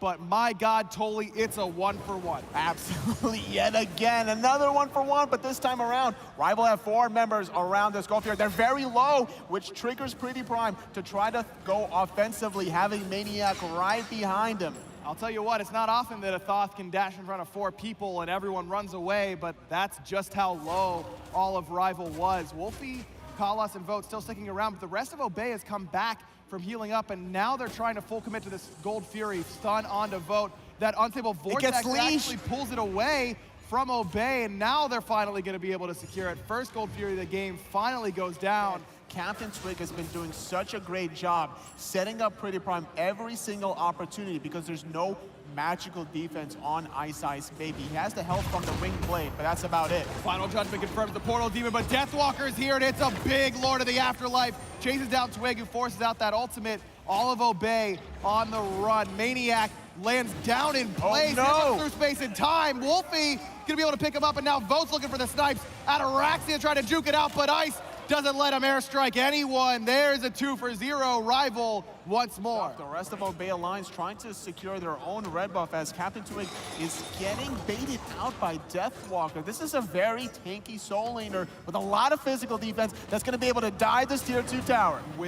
Twig has no ultimate, has to use the beads and misses the sash. Obey Ataraxia is here, and now Deathwalker's forced to ult away. Maniac trying to chase him down. His sprint is popped by Kalas. Not enough damage from Deathwalker quite yet, and he's going to get the portal from Wolfie. Problem for Rival, though, is that Pretty Prime finished off Ice Baby by that red buff. Wolfie did manage to pick it up, but now on the run. Portal stops the aggression from Ataraxia, and Obey's just going to have to take that one kill that they earned for Obey. Even with that early pick, though, it hasn't been able to result in much as Deathwalker under pressure on his right-hand side. Through space and time comes through, and Deathwalker once more taking that portal out. But it's now Obey Alliance trying to disengage and reset while they're waiting for some cooldowns. Maniac, though, he's not interested in disengaging. He's actually taking more damage than expected. Forced to go into that somersault cloud just to regain some health. For the snipes, and he's gonna find him on a Pretty Prime. Now Maniac is very low, trying to get away. Twig able to escape as well. Emilzy finds the two-man Cataclysm as Ataraxia airstrikes and waves goodbye to the support that sacrificed his life to make sure that Obey could leave unscathed. Two members down, Pretty Prime and Emilzy. No portals even here for Rival. Could they look at the Fire Giant here? And Rival secured themselves the first Fire Giant of the game. Obey nowhere in the neighborhood. This is going to be Rival's first Gold Fury of the game. Love this call from Rival. Portal Demon just respawned. Let's get that and spend the gold we deserve. And remember, Coerce gives the person that you coerce your in-hand effect. So your abilities are now going to be slowing because of Kalas's Gem of Isolation, a cool little interaction. Deathwalker takes a lot of damage, but Ice Baby's into the back line. Through space and time, misses Pretty Prime, and Emilzy finds a big Cataclysm, but Ataraxia and Prime are forced out of this fight already. Vote a little bit too far away to find the snipes, but it's all in the name of creating enough space to secure the tier 2 tower. Rival does that without shedding too much blood. They feel like they might be able to shred this Phoenix before Obey can heal up. They should be able to. They don't have to worry about Pretty Prime's ultimate. It was used in that last engagement. Ice Baby could be targeted out here. He's trying to take that threshold movement speed bonus. Will do so successfully without anyone from Obey Alliance stopping him in his tracks. It's going to be Kalas zoning out alongside Ice Baby while the other 3 Rival members trying to secure their second Fire Giant. And look at where Wolfie is, charging up that through space and time. He's going to shoot it, and it's going to rip through the Obey Alliance. Prime gets decimated by Rival. The snipes are going to finish him off from Vote. Ataraxia is going to escape with the airstrike. Unstable Vortex not going to finish off Twig as Maniac is getting handled by Vote on that backside by a race. Somehow Obey's only lost one, but he's still chasing him down. He didn't connect on the Unstable Vortex in the mid lane. Slows him down with the threshold, but he's forced to retreat as Ataraxia's passive will cut the distance. Captain Twig using that ring bounce to give him mobility to run away from Ice Baby while Wolfie retreats in the mid lane.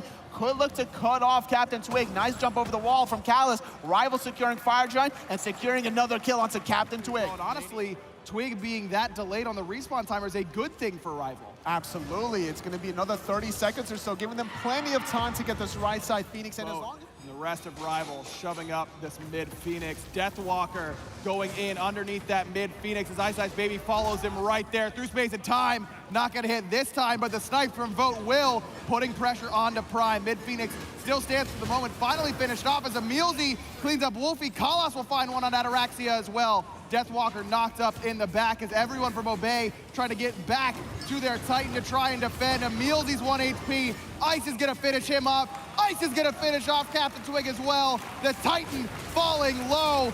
Rival is going to find game 2 and even up this best of 5. Someone has got to get an advantage here in game number 3. So we're going in Obey versus Rival. Obey once again in that first pick position. They had it in game 1. here, Athena yet again banned away from Kalas. And I like that ban, the Fafnir. Again, Rival do not want to see Captain Twig on that Odin. That's their second ban. And Obey gonna take the Terra. Gonna be something a little bit different this time. It's Kernanos and Kamazas and Bologna for Maniac. Love these 2 selections for Obey. It is gonna be the Geb for Rival. Don't pencil that in the support role. We saw Deathwalker willing to take it into solo already. But looking at the bans here, Robin taken away. It's gonna be the Soul taken away from Rival. Nemesis taken away by Rival, again targeting out Captain Twig. And Ares from Obey. taking that away from Kalas. And Erlong Shen was available, and we know how devastating of a performance Deathwalker can do with this god. Sun Wukong, the pick that's likely in the jungle there with Bologna going into solo and Ram for Atarax. And it's Ra for Wolfie. I love it. Both Wolfie and Pretty Prime going for the same style of build. Soul Trap for both of them. No starter items. They don't need that garbage. They're just looking for the outright power right off the bat. Speaking of sneaky and stealthy, look at where Deathwalker is on the map. He's hiding in the enemy back camps. Could try and come around for a gank onto the Morrigan, or could just stay here and try and strip these away. I thought that for a second, Maniac was going to try to proxy between that tier 1 and tier 2. Instead, he's going back to his lane. I think they're really trying to find Deathwalker here, but Captain Sway going to mid lane. Deathwalker should have enough of an opportunity to go for those back camps, but he's not jungling here. He's going to invade mid. There's the frenzy propped by Prime, and here comes Deathwalker out of the jungle. Knock, knock. First blood for Rival on the first wave. We're seeing Ataraxia just kind of very content about farming it up here until that happens. And Millsy setting up the route onto Callus. The shield is there. Shockwave to buy him a little bit more time. Shield dissipates, and so does the life of Callus. Vote still trying to box. He dashes through, and Ataraxia almost falls to the tick damage from the Bramble Blast. Emilzy still going for it. The Crushing Earth not going to hit. The second dash will do it. And Obey Alliance win the 2v2, 2-0. If I look at Obey Alliance's composition, I'm not worried about them starting the Gold Fury and completing it because Wolfie is that rock. Kalas gets the blink. Cataclysm in the mid lane. Emilzy falls low, but he's still alive. And now the focus is on to Kalas. No way for him to escape for the moment. Up into the sky goes Pretty Prime, who's doing his best Ice Ice Baby impression, and he's gonna get the kill. The real Kamazotz now tries to show up, but he's gonna be forced to use his ult defensively. Here comes the Snipes out of Ataraxia, but it's not on the mark to find the kill onto Ice Ice Baby. Red buff respawning, and Obey Alliance are right on top of Rivals Red. Perfect pressure in the mid lane. No coincidence that the focus to poke out Kalas is right before that red buff spawns, but Emilzy's now been left alone. Good stun saves him for the moment, but here come Twig and Prime around the backside. Cataclysm onto Twig as Ice Ice Baby takes to the sky. Snipes there as well, and Deathwalker's gonna clean up Twig. Prime transforms into the perfect timing, but it's not enough. The dot cleans him up. A double kill for Rival in the mid lane, and now they're gonna turn their sights towards the Gold Fury. They lost both of their members earlier on in the game, but it's now a 2-0 on their side. Deathwalker's here. He's made the rotation. He's forced Ataraxia into the sky, and waiting for him underneath is 4 Rival members. Knock up controls him. Ice Ice Baby puts him down. 3 in a row for Ice Ice Baby. He's on a killing spree.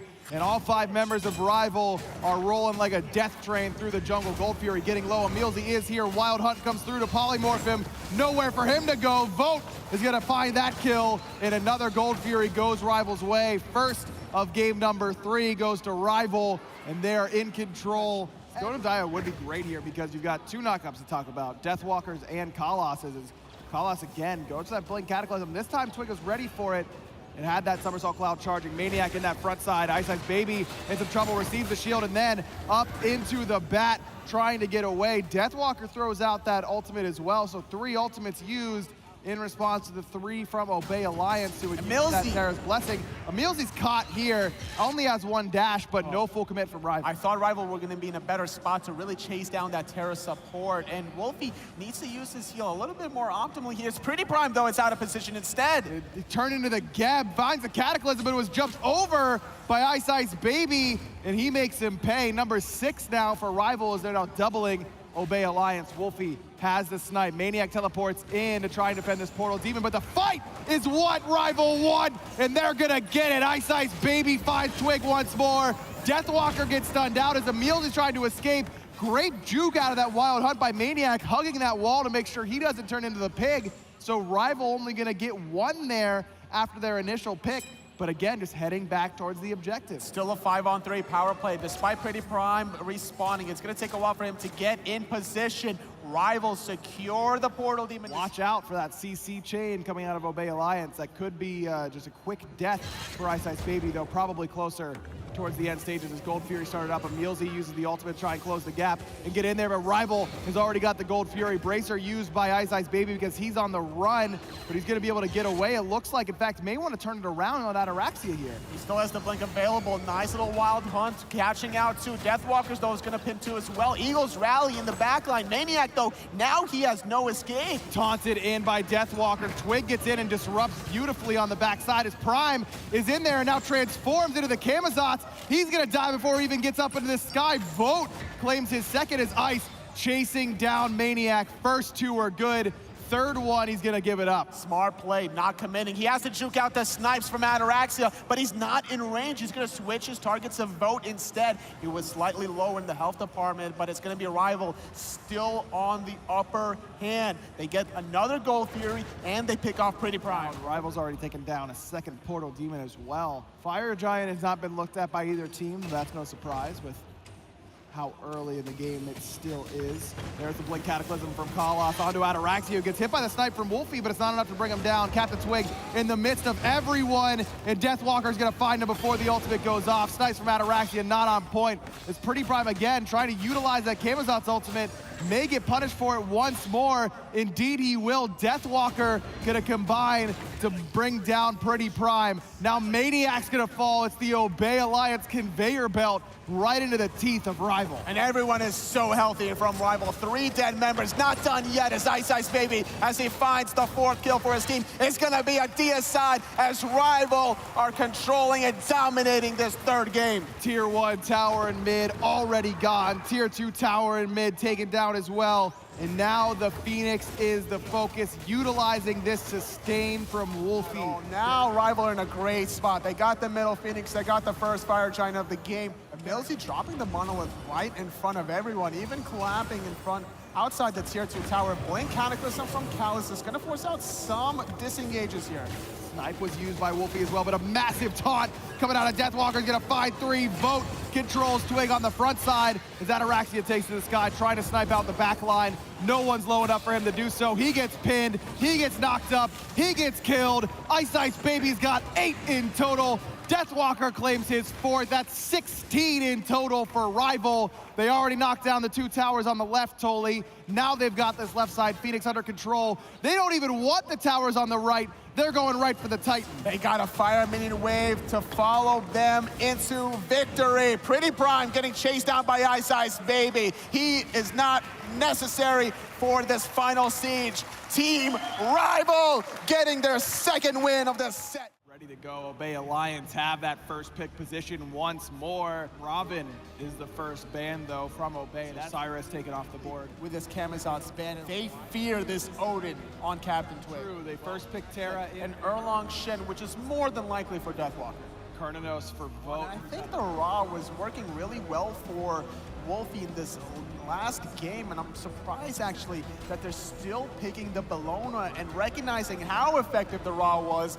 Instantly, no hesitation. Nox, the ban. Athena was the first ban from Obey, games 1, 2, and 3. Rival banned Vulcan. Fire, but it's gonna be the Geb. That leaves open the Fafnir, and a snap pick from Rival, immediately locking in that guy. It is indeed Hu Yi and the Scylla Nemesis, the pick for Ice Ice Baby. Saved it all the way for last. Ataraxia again hanging out around that Gold Fury, but Sentry rewarded by Rival, even though they've been the ones controlling the Oracle vision thus far. Not too much to write home about in terms of action up until now. Ataraxia uses the bees, and he stands still for a brief moment as he tries to drop the ult.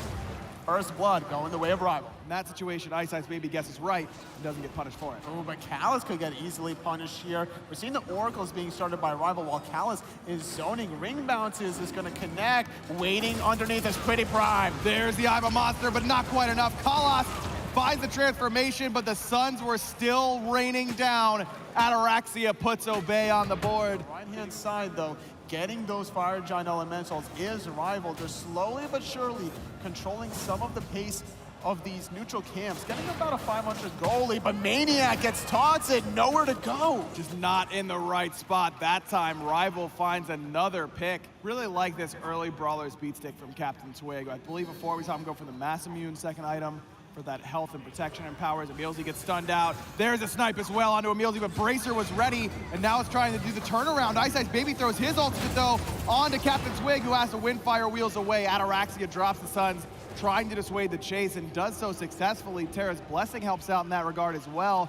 But starting up the Gold Fury is Rival. No teleport available for Maniac, and this one is gonna go down, but Obey Alliance steals it away. Emilzy crushes down the Gold Fury in front of 4 Rival members. A lot of damage being dealt onto Callus. Is forced to back. Deathwalker's gonna take a decent amount as well. I like what he was doing there, trying to weave in and out of the jungle, really trying to juke out Captain Twig, but he finds a solo kill there. Now Maniac's in trouble. He's gonna go up and down, and here comes Prime, the double root, the triple root, and then the I'm a Monster comes through. No reset though, and the snipe not gonna find it. Rival's doing so many little things that work so well against Naja that are really impressive to me. Right there, using that sash hold, that thought as Twig blinks in, uses that sash, but still has the ultimate. He's gonna catch one up into the sky. He takes vote. I'm a Monster's waiting for him on the ground. Double hit on the second one, but Wolfie's still gonna find Twig. Kalas in some trouble. Ataraxia's trying to get that damage out as Maniac's attempting to teleport in. As Deathwalker still pushing that right-hand side. Kalas in trouble, stunned out. Crush gonna clean it up. The root's there as well. It's prime time for Obey, and Ice Ice Baby's too low. Maniac was trying to dive that tier 2 tower, but the Retribution Shield was there. But instead, it's Obey Alliance finally getting some small things in return for that 2-for-1 trade. You can't allow Rival to start rotating around this Gold Fury. Decent amount of vision control out of Obey, but it needs to be more aggressive on the top side. I was gonna say, it's good, but defensive. There's the blink forward. Wolfie with the quick beads, but now Twig gets to wait it out and hit him with the wind fire wheels. Prime forced out by the ultimate from Ice Ice Baby, but Obey doesn't need him. Emilzy's the one to clean up Wolfie. Ataraxia shredding through Ice Ice Baby, but Twig's in trouble. Mini Prime on the backhand side, waiting for the right timing. Twig falling to Deathwalker. Maniac coming from the backhand side, jumping towards the backside. Finally, Pretty Prime. I'm a Monster's gonna miss, and now Prime's gotta run away. He's trapped in that Gold Fury pit. Ice Ice Baby coming all the way around. Prime is gonna blink out and over that wall, but still might not be enough for him to get away. Ice hunting. There's the blink of his own. The root's still not enough. The beads get them the kill. Maniac's been handled on the backside. That's gonna be 2 kills for Rival. Ice still trying to get away. Run, Ice, run if you can, but Obey, they're gonna start up this Portal Demon, recognizing that the Gold Fury cannot be denied from Team Rival. It is Blinkception in game number 4 here. I haven't seen a Blink Scylla play in quite a while. Deathwalker thought about teleporting there, I think, but instead just gonna back to base. Obey do end up getting that portal. Rival realized he should probably just back it up, at least for the time being. Twig has not finished off that Titan's Bane, but he finds the sash and the ultimate directly onto Ice Ice Baby. Prime waiting with the crush on the bottom. Maniac's gonna stomp him down with the Eagles rally, number 6 in total for Obey. Huge snipe out of Wolfie, but still not enough as Emilzy cleans up Kalas.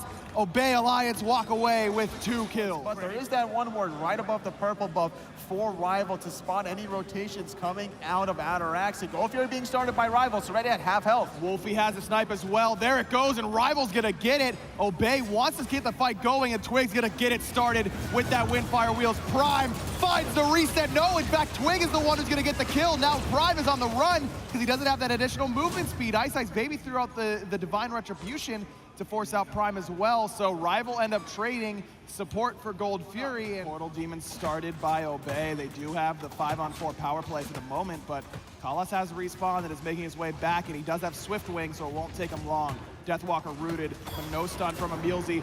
This gets stolen away by Wolfie, and now it's Rival starting to engage. Slice and dice on a Pretty Prime as Ice Ice Baby decides to back up. Rival got what they came for. Rival hoping to take a fight in the mid lane themselves, as they're the ones posturing aggressively underneath this tier 1 as the wave begins to come in. Deathwalker gonna be the first one in. Emilzy already poked a little bit by Ice Ice Baby. Crushes down, Deathwalker with a taunt, but immediately taken up by Captain Twig. He's gonna be low as he comes down, but the I'm a Monster wasn't there to find the kill. Ice Ice Baby has to beat and dash away into the jungle as Deathwalker finds Maniac, as he went a little bit too deep. Really risky play here from Ataraxi to back in front of Rival's faces. Emilsi on the backhand side, pops the Terra's Blessing, engaging by finding the root, but not in range as Pretty Prime with a root crush. There's a nice stun coming out of Ataraxi as Deathwalker does get fairly low. There's the blink forward by Prime, the root and the crush as Kalas down to about 50% HP, but Bracer brings him back up. Sash on a Deathwalker, snipe from Wolfie, not gonna hit any priority targets.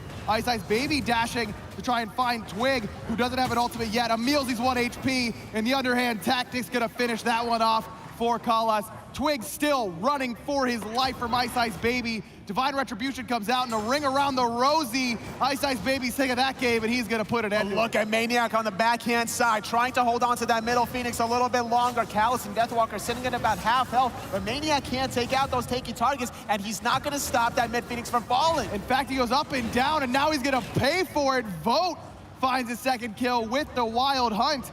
Rival get the kills, and they get the Phoenix. 3 dead there. Pretty Prime does have ult and does have Rod of Tahuti, so look for him to try and make a play here. Drops a Sentinel, he's gonna get out of there. Obey Alliance, wow. Give up the Fire Giant, and Rival now in control. Now Obey decides they want to defend that mid lane Fire Wave, and seeing Captain Twig show up on the map is enough to tell Rival it's time to go in. Ice Ice Baby has a decision. Captain Twig got poked out of half HP by the Fire Wave, and Ice is gonna try and take him on in the mid lane, but there goes Maniac, interrupting the dash from Deathwalker, but Vote shreds through Maniac. Snipe hits 2 from Wolfie. Emilzi very low.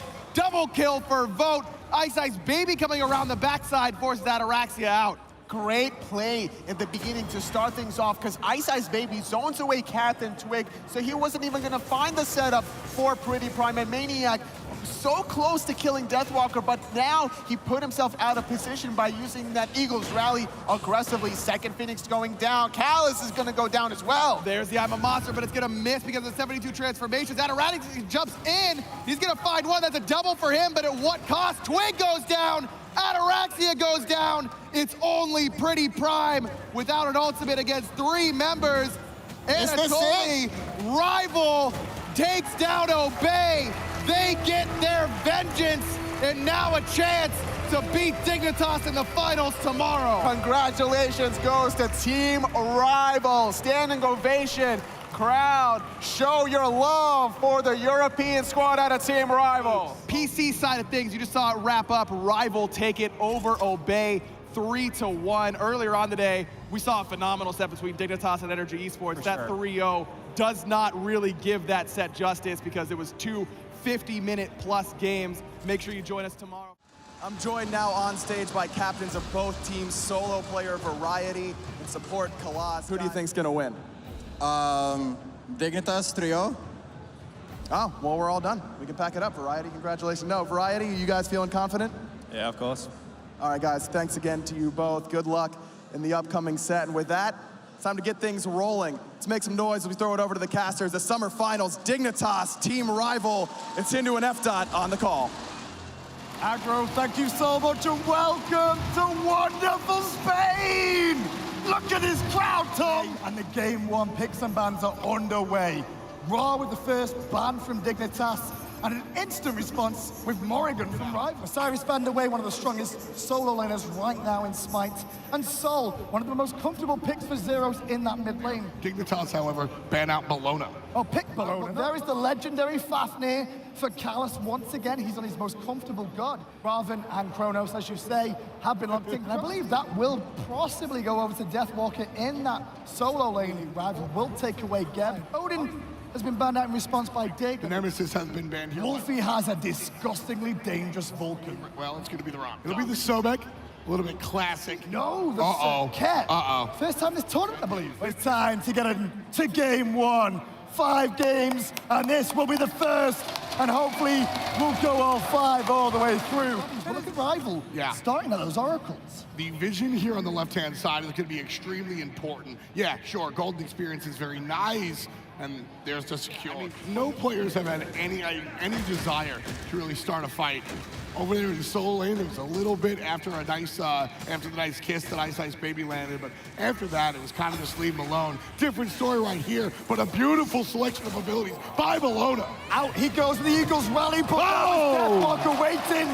And there's first blood for the purple-hooded Rival. 73 and 144 on the mid lane and the Hunter's relics, respectively. That's what Rival are looking for. Send. Hello. That. Big old ultimate, but rewind from Zeros. Still in trouble, and a second kill for Team Rival. Tricks and Cubo going in, trying to put more pressure on. Arkin with a snipe, trying to clean it up. And Cubo claims the life back. Tricks isn't done on the Sobek, as now Variety's coming round the corner. Big old Eagles rally, and Wolfie's gonna fall down. But the Scouse is in trouble. The tower's doing work, and there's Deathwalker to claim a kill back. In the right side jungle, however, Cubo Fred has a meal of his own in his sights. Ice Baby has done a ton of work, but it's the mid lane where Deathwalker gets the double kill. We've not stopped, because Cubo Fred gets another. It's 3-4, and classic EU, it's all tactical form, and then we blow each other up. Trickstan could be in a scary position there, but luckily enough, and I think Callus's hammer was just down and Ice couldn't reach, but hello. Cheeky Gold Fury call, that's dropping very quick. Between Fafnir and the Vulcan, nobody's feeling that. There's the Gold Fury. Stolen away by Dignitas. They take the Gold Fury. How did they manage to do that? Damage, but he's going to put it out as well. Already above 5K with his the next person. Arkill, a little bit too far forward there, Sunshine. But it's a tricky bait, because round the back comes Cubo Fred. The Great Dane is here, and Arkill gets the kill. 5 wards coming out from Team Dignitas across the map. You can see that right side of the map so heavily occupied, but the left side of the map, Arkill's gonna get in trouble. Zigzag deals the damage, and there's the ultimate, allowing Ice to go under the tower, find the basics, and find the kill. The Piggy was there, and the Piggy squealed, but now Trickstank has made the rotation, as has Callus, and in the jungle, there is a fight breaking out once more. Wolfie's doing his best, that's an impression he can, but the fists from Cubo are just too good for the guy in the mid lane. And it's just gonna continue. One goes down, and the support looks to be next. Can they catch He's got his ult. Why is Callus not using his ult? There's just no reason to. He knows he's gonna go down. Zeros claims the life. And look at the respect that Team Dignitas is doing here. This Gold Fury goes down so much faster of Arcane here, where all of the attention starts to be shifted to the right side of the map. The portal even allows players to get in a position a little bit better, and that's why we see it so heavily contested. Rival gets the objective. Not stolen away this time whatsoever, and immediately look what Rival do. Turn tail and run. Right now, you gotta look at the tower, or where it once stood. 500 gold in the pocket for Team Dignitas. And look at how Dignitas did that, because they got that because they poked out Wolfie. Now they turn their attention towards the Gold View, but the fight is underway. Big vault to the mid, but it's not gonna hit anybody. Meanwhile, the Gold View is stripped. Vogue stole the gold. Vogue stole the gold. Arkill's angry, he's sniping the best to try and turn this around, but Cubo's bleeding. He's gonna get out of there. Callus falls down. 2 more kill for Variety. He's looking for the 3rd, but they've gotta fall back. And once again, Rival did a Gold Fury, Dig steal it away. Dig did a Gold Fury, we can do it too. Absolutely. Can't count either of these teams out when it comes to the objective secure. Portal Demon started up by the blue squad. So even. Team Dignitas, they keep taking these steps forward, right? They keep making these strides, they keep making these plays, but Rival is there just saying, listen, you're not allowed to continue. Dignitas starts Fire Giant. So low here, but Cubo and Variety is low, but Dig, get the Fire Giant. Arkill takes out Ice and pushes forward. After the kill, everybody on Dig falls back again. And as it stands with how it's looking now, the Phoenix is under threat. No Zeros just yet to come in here, as Callus going to get a good hammer off and ult defensively to push out Dig for a moment. Wolfie's not done. Half health for Tricks. Ultimate. Lower health Riddle. Sprint is popped. Rival want to chase down this fight. Girdle means going well. Variety's surrounded. Variety jumps away, and he's out. He's gone. Safe. Everybody gets away, but Rival hold on to what they wanted. They need to defend that Phoenix. Team Dignitas has been able to amass almost a 10K lead, just very casually and slowly. You get 2,000 per lane. 500 for tier 1, 1,500 for tier 2. 2, 4, 6, just like that. Trickstank forced to ult defensively, but he did get the ult out of Ice Baby. All Demon is dropping, and Variety's here with a bludgeon. Not gonna go the way of Dignitas, though. Rival will indeed secure it. No steal this time. Callus under pressure, but my oh my, Callus is a madman. Bancroft's talent, so much sustain that he's going to have to be able to survive these burst combinations that are going to be coming to And also, the low amount of damage speaks to the low amount of team fights. That's going to change right now as right side Wolf is being chased, collapsed on. Dead. That mid laner is gone. He's already dead. Meanwhile, though, Arkell doing the fire giant with tricks. All Ice Ice Baby still not died, but impacting every single kill. I cannot believe that guy can play that level. Hang on a second, Ice Ice just leaped into danger, danger, danger, and hot lava zeros delivers the kill. It's not like he's sitting on his hands. There's just nobody to slap. Right there, Zero smacks him back into Tuesday. Variety gonna go in and cause an issue. Meanwhile, look at where Cubo Fred is. Free Phoenix in the mid lane, thank you very much. And now we turn our attention to the left-hand side. In they go, one by one. But it doesn't matter, Variety will fall. But Arkell may be able to get this Phoenix to at least make his death worthwhile. Look at the Titan being wailed away on by these minions already.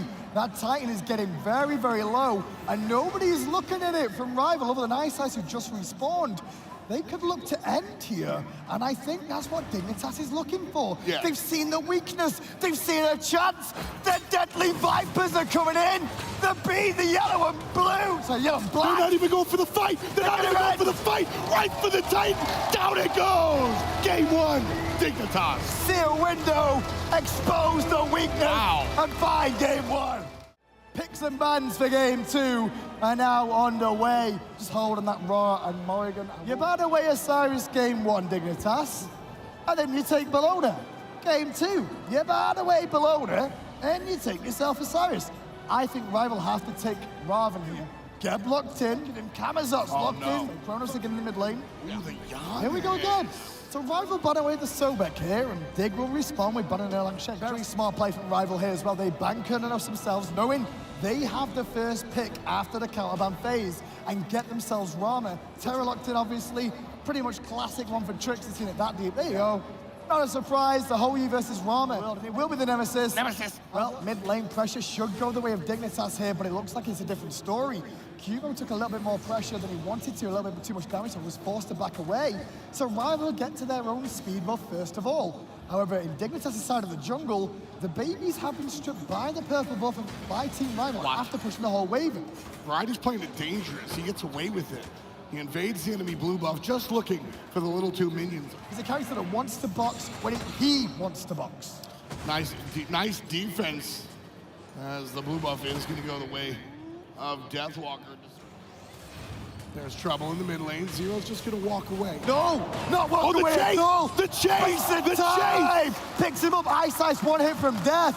But there's nothing they can do. Cubo's just going to eat up his teammate Zero's like, okay, well, I guess I'll make something worth out of you from the mid lane. Ice Baby so calculated there, understanding just how much damage he could take from the tower. Goes for the double dash. Callus in a bit of trouble here. Has to try and get away from the sun. Jumps in from Arkell. And once again, a kill for one, a kill for the other. Back to even, but Rival got the first blood. It's a Nemesis, a Giannis, and a Rama. Yeah, Rama's gonna be good, but the other two not so much at trying to strip down a gold period very quickly against their opposition. W, he's low. There's the ultimate out of the Giannis. There's gonna be the ultimate closer out of the Nemesis, forcing Osiris onto the tower.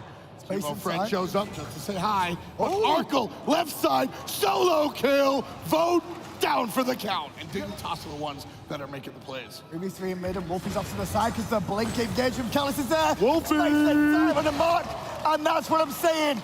Trix is chumming the water for Ice Ice Baby and that ultimate. I want to see Team Rival take this, because if Team Rival take game two, I think we see at least 4 games. Zero's a little bit too far forward here. Gonna get blinked on, but what a beautiful beat! Oh my word! Beats are good, but damage is better. And Dignitas lose their mid laner again. Gotta give credit where credit's due. Girdle Beans go. That's all big man drive there. Shouts to him. Relic from yesteryear. Who? I've never heard of him in my life. Oh, don't do him like that. Good evening, everybody. Yep. Close. Can't do it the same way, but I always miss that forehead. And I still do. Left-hand side, though, Ice Ice Baby. He don't miss that ult, obviously, because he's playing Nemesis. Aegis is down. The fire from Arkell. He's trying to make it a 1-for-1. And he got an Aegis in trade, which I'm very impressed with.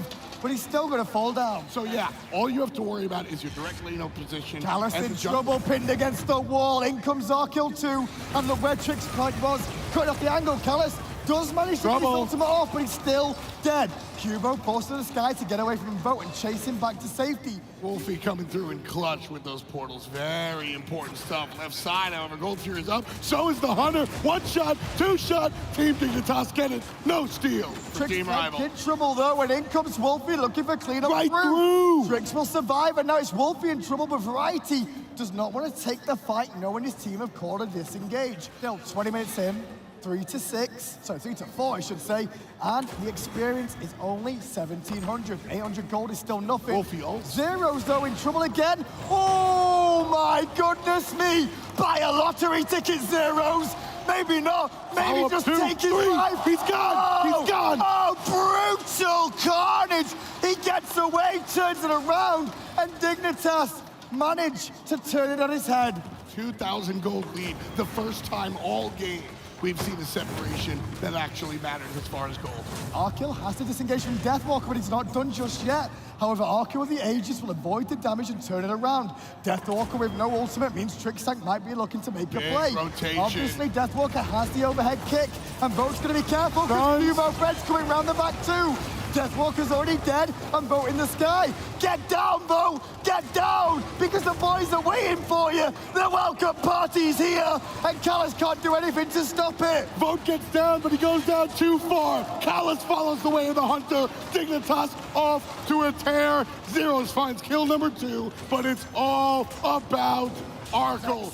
Gotta cause some problems. Teleport coming through from Team Dignitas. Look at the double route. Trouble on the left side. Wolfie finds the portal. Important play from that mid laner to escape team. Not just important that he found the portal, but it's important that he didn't use his beads or Aegis there either. Otherwise, there'd be trouble. Votes goes into the sky, though, looking to secure the gold, or at least defend. And the defense is good for now. It's successful. It causes the leash. Now it's about the fight. Suns come down, and that's going to be trouble. Arkill still dishing out basics all over Deathwalker, but a beautiful stun controlling Team Dignitas. Wolfie came round the corner, but Cubo's already taken Deathwalker's life. He's Cubo's down. one hit from Death, but he's juking boost. Where is he? Where is he? Zero saving the life of his jungler. Takes out Ice Ice Baby. Hold up, because this fire giant, very, very interesting. Wolfie, I think this is the right time for Dig to do this. This is a fight. They want the fight more than the objective. No, they're and trying they'll to get throw it. him in. They're going to look at Callus. They're going to put him down. Kilo Fred, 3-0-5. Dignitas are going to be able to pick up a free fire giant. Tier 2 tower crumbles. And now the Phoenix defense begins. Already though, Boat is in base, so that means they're going to look for potentially the Phoenix as well. The ultimate out of Ice Ice Baby does keep Dignitas honest for a second. Not Variety though, he wants Boat's life, but I think Variety bit off more than he can chew. Wolfie will claim his life, but the Phoenix will fall. Kilo Fred can get out of jail, but at this point in the game, Zeros is going to get bursted down. Important teleport, and that's why Team Rival going in right now. Cubo Fred in a bit of trouble trying to hold his up for the longest time possible. Zeros! Good to bait Deathwalker enough for Zeros to claim another life. Well, Phoenix on the right has fallen once more, 2 down, and Rival haven't really been able to find an answer. Maybe for Variety though, his Vote will find his snipes. Important to do so, because once again, we'll now see Dignitas have to fall back. The nice thing is that Wolfie's ultimate is going to be up in time, so it will provide the highway to the Fire Giant. But the bad news is it's too early, and the Fire Giant wasn't as low as Rival may have expected. I'm not looking for the. I'm not looking for the steal. I'm looking for the presence. Gambling on the steal is way too. Oh, but now they're gambling themselves, going for the fire jet, and Callus is already dead. Way too far. Did pick up Zeros, and that is huge too. Trix is forced out, and Wolfie manages to get away round the back away from Variety, but there's still 3 members marching on. The double kill! Vote's going off! Vote's going off! He's got 2! He can't find a 3rd right now, and now Variety realizes Vote is the danger man. The Thorns will buy him a window, and the beatdown begins. And now it's Arkill's turn to find the double. It's Deathwalker left alone against the world. He will get over the wall, but great play from both teams, especially when Rival are this far behind to fight at that level.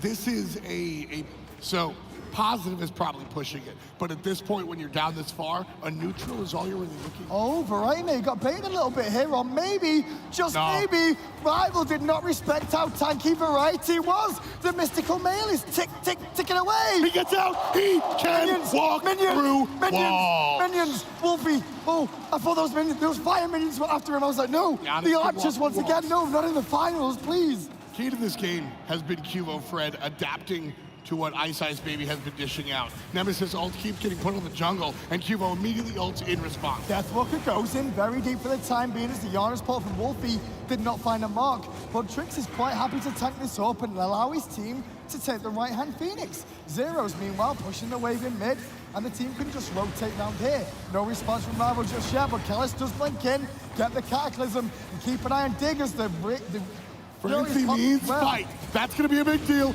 Collis able to shield himself, but the damage already down. The Phoenix is done, down for the count. Vote trying to get away, gets hit a little bit, jumped on top. Variety puts him in the ground. And now it's time for the left-hand Phoenix to fall. And I tell you, I've said it so many times, there is very, very few teams that can stand and come back from having all 3 Phoenixes down. Zero's, like you said, very big personality. He wants to be the guy almost at all times. Variety, very similar approach, not just to the game, but to life.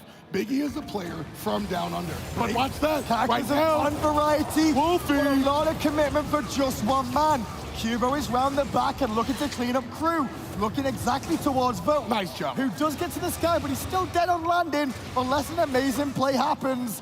Wolfie goes down, Vote goes down, and now there's only 3 against 4. The crowd is starting to hit those thunder sticks because they realize this could be the end of game 2. Ice Baby does make it out. 3 waves of fire minions. The Titan has no HP. 2 games to none. Team Dignitas find themselves on match point. It's game 3. Can Dignitas manage to close it out in 3, or can Rival fight back one more time? Picks and bans are ready. Here's Kronos is the immediate ban. It will be the first pick Kronos. Robin will be 1. Rocket. Terra. Instead, it's going to be the Terra, surprisingly enough. Ooh, the Odin is going to be a very strong pick. Next to the Wolfies, Ra. Giannis, well. The band's coming out. Yarlong Shen not going to be available for Team Rival. Neither will the Geb. The Ram band out. Can't believe Bologna got all the way down, but how this game's gone, Variety's been very quiet so far, so I'm not too upset. Quick Ares. Very quick Ares. And the Athena. I asked you the question before. Is Rival gonna get weird? And that's exactly what they do. I want to see Deathwalker's camera if I can, because I was talking to Rival earlier on as Jingwei gets locked in, right? I was talking to Rival before this event started. All right. And there was a lot of talk, and they were like, we've got something special in solo lane. Yeah. There's a support that hasn't been used before, or isn't used too often. And I went, well, the last one I can think of was my boy Anatoly, who works with us, bringing it out. And I tell you what, that could be, if I'm right, it's so rare. Come on. Finals, it's gotta be the Athena. It's gonna be Athena. It's gotta be the Athena. Because finals, you're 2 games down and you're gonna run Ares. It's gotta be the It's Athena. gonna be Athena. What? It is Ares solo. The man that brings you Aquash, the man that brings you Geb Solo is the man that brings you Ares. And now, this is going to be a big tell to see whether or not what Rival are made of. Everything's on the line, and you know what we're going to do? Let's run Odin. We don't see too much Odin just lately. Let's run Athena. Seen some Athena. Let's run Ares solo. Well, recently Ares did see a change that sort of boosted his wave clear. No. His chains just barely got a little bit of bonus. That's true. It does do extra damage to minions, but look at this Trix tank trying to contest Vote at these backs right now. Those walls are going to slow him down for a minute, but not long enough, sadly. Walls did time out, but Trix did seal away the babies. So here's the deal. Now, I mean, you mentioned it. The only time that I've ever really the only time I've ever really seen this Ares in the solo lane that I can remember is, as you mentioned, Anatoly, when tier was strong. Exactly. It was specifically against the tier who depends on his charge abilities to clear the wave. The Bologna, not the same deal. I'm skeptical, okay? I see a lot of jank now and again, and I will always go in skeptical, but prove me wrong. That's the issue here. You gotta try and prove it wrong. But I guess with a taunt and a chain, maybe Jade, under the tower, Jade and Flame. See you later. First blood. That's how you start a game. But Cubo Fred could not make a turnaround for Kellis. But that was the play. But this is working out good. And I can keep an eye now on Dignitas's faces in the bottom right. Oh my God. Their comms will be trying to work out how to do it. Chains. Not enough damage though. Deathwalker could be in trouble. But Zeros is on the way. The bait and switch. Keep going. Where's your chains now, boy? Says Cubo Fred. As Ice though when he owed him. Looks for variety, can't find it. It's not about the damage on variety at this point. That point is already done. He hits the one chain and tries to follow up through the wave. He's trying to clear as much as possible. Variety walks into 3 different players, down to about 10% HP, up, down, separates himself. There's the long range. Good snap. Breaks him down, not dead just yet. One shot will do it. There it is, his Ice baby. No escape, says Deathwalkers. Now the collapse begins. Rival are gonna get Cubo Fred, and Trickstack has to turn tail. The walls come down to buy him a minute. As now Rival have to move away from Zeros, but Zeros, does he have the damage? He does not have the damage. Wolfie dancing and waiting in the heel. 1 tick of HP separated himself from the fountain. Even adapting is impressed. Is he? I don't know. We'll find out. We'll ask him afterwards. Taunt? Chain? No. If you're here at LAN, Anatoly's standing right next to the caster desk. And when the Ares was selected, this guy's smile, he was just like, yeah, it's solo Ares. I know it's happening. Oh, man, he was right. He was right. Taunt in mid, though. Got to hit Zeros. Bang! There's the kill. Goodbye, Zeros. We knew thee well. Cubo's now trying to run away, too. And this comp is starting to come to fruition. And Wolfie, in the first game on the Vulcan, he was there, trusting his teammates to hit. Ultimate, there's no beads, no escape. Chains is good 1. Chains is good 2. Under the tower. Chains is good 3. Jumping away, not good enough. Kill doesn't happen. Tell you what, but Variety baited hard there. That was very risky from Variety. He set up his team, but it was Athena that went in deep and shielded away. Odin! Oh, I thought he was going to go for it. Instead, traps down, locking him in. There's going to be trouble for Trickstack. Wolfie takes out Variety. Ice, baby! Stop, collaborate, and listen. Team Rival 6-2. Chains. Cubo's going to get away, but the ticks are going in. Ice is diving. Zeros managed to get 1. Ice is going very deep for this, and all Zeros can do is really watch, as now he's not going to be able to kill him. This is the problem with Giannis in the early game. The burst damage is not good enough. Play to your personality. Chains 1, Chains 2, Chains 3, the flames. See you later. Through the fire and the flames. Deathwalker on top. This Spanish crowd is just pumping Rival up with every single chain. The crowd is cheering, and now Dignitas are in tatters. Now Arkil goes in. Bang! Wolfie. Just the tip, and that's all it was required to take down Arkil. 9-4, and still the pressure on his Variety's running again. He just got away from squealing like a little pig. He Facing time. About no heal. Not this time, but Callis is in a bit of an awkward spot, dashes down, but the collapse is onto Wolfie. Aegis used to try and buy himself a second for his team to collapse. Too little, too late. Dignitas answer back a kill. Team Rival goes home without this win, so you pull something out crazy. Team Dignitas doesn't have time to react and adapt. You take it, you win, you move on again. Ice in a bit of trouble here, up against 2, has to use the ring. Got Athena. Bird bomb's in place, so Athena can come down 2. Up, down. But up 2 yourself, boys.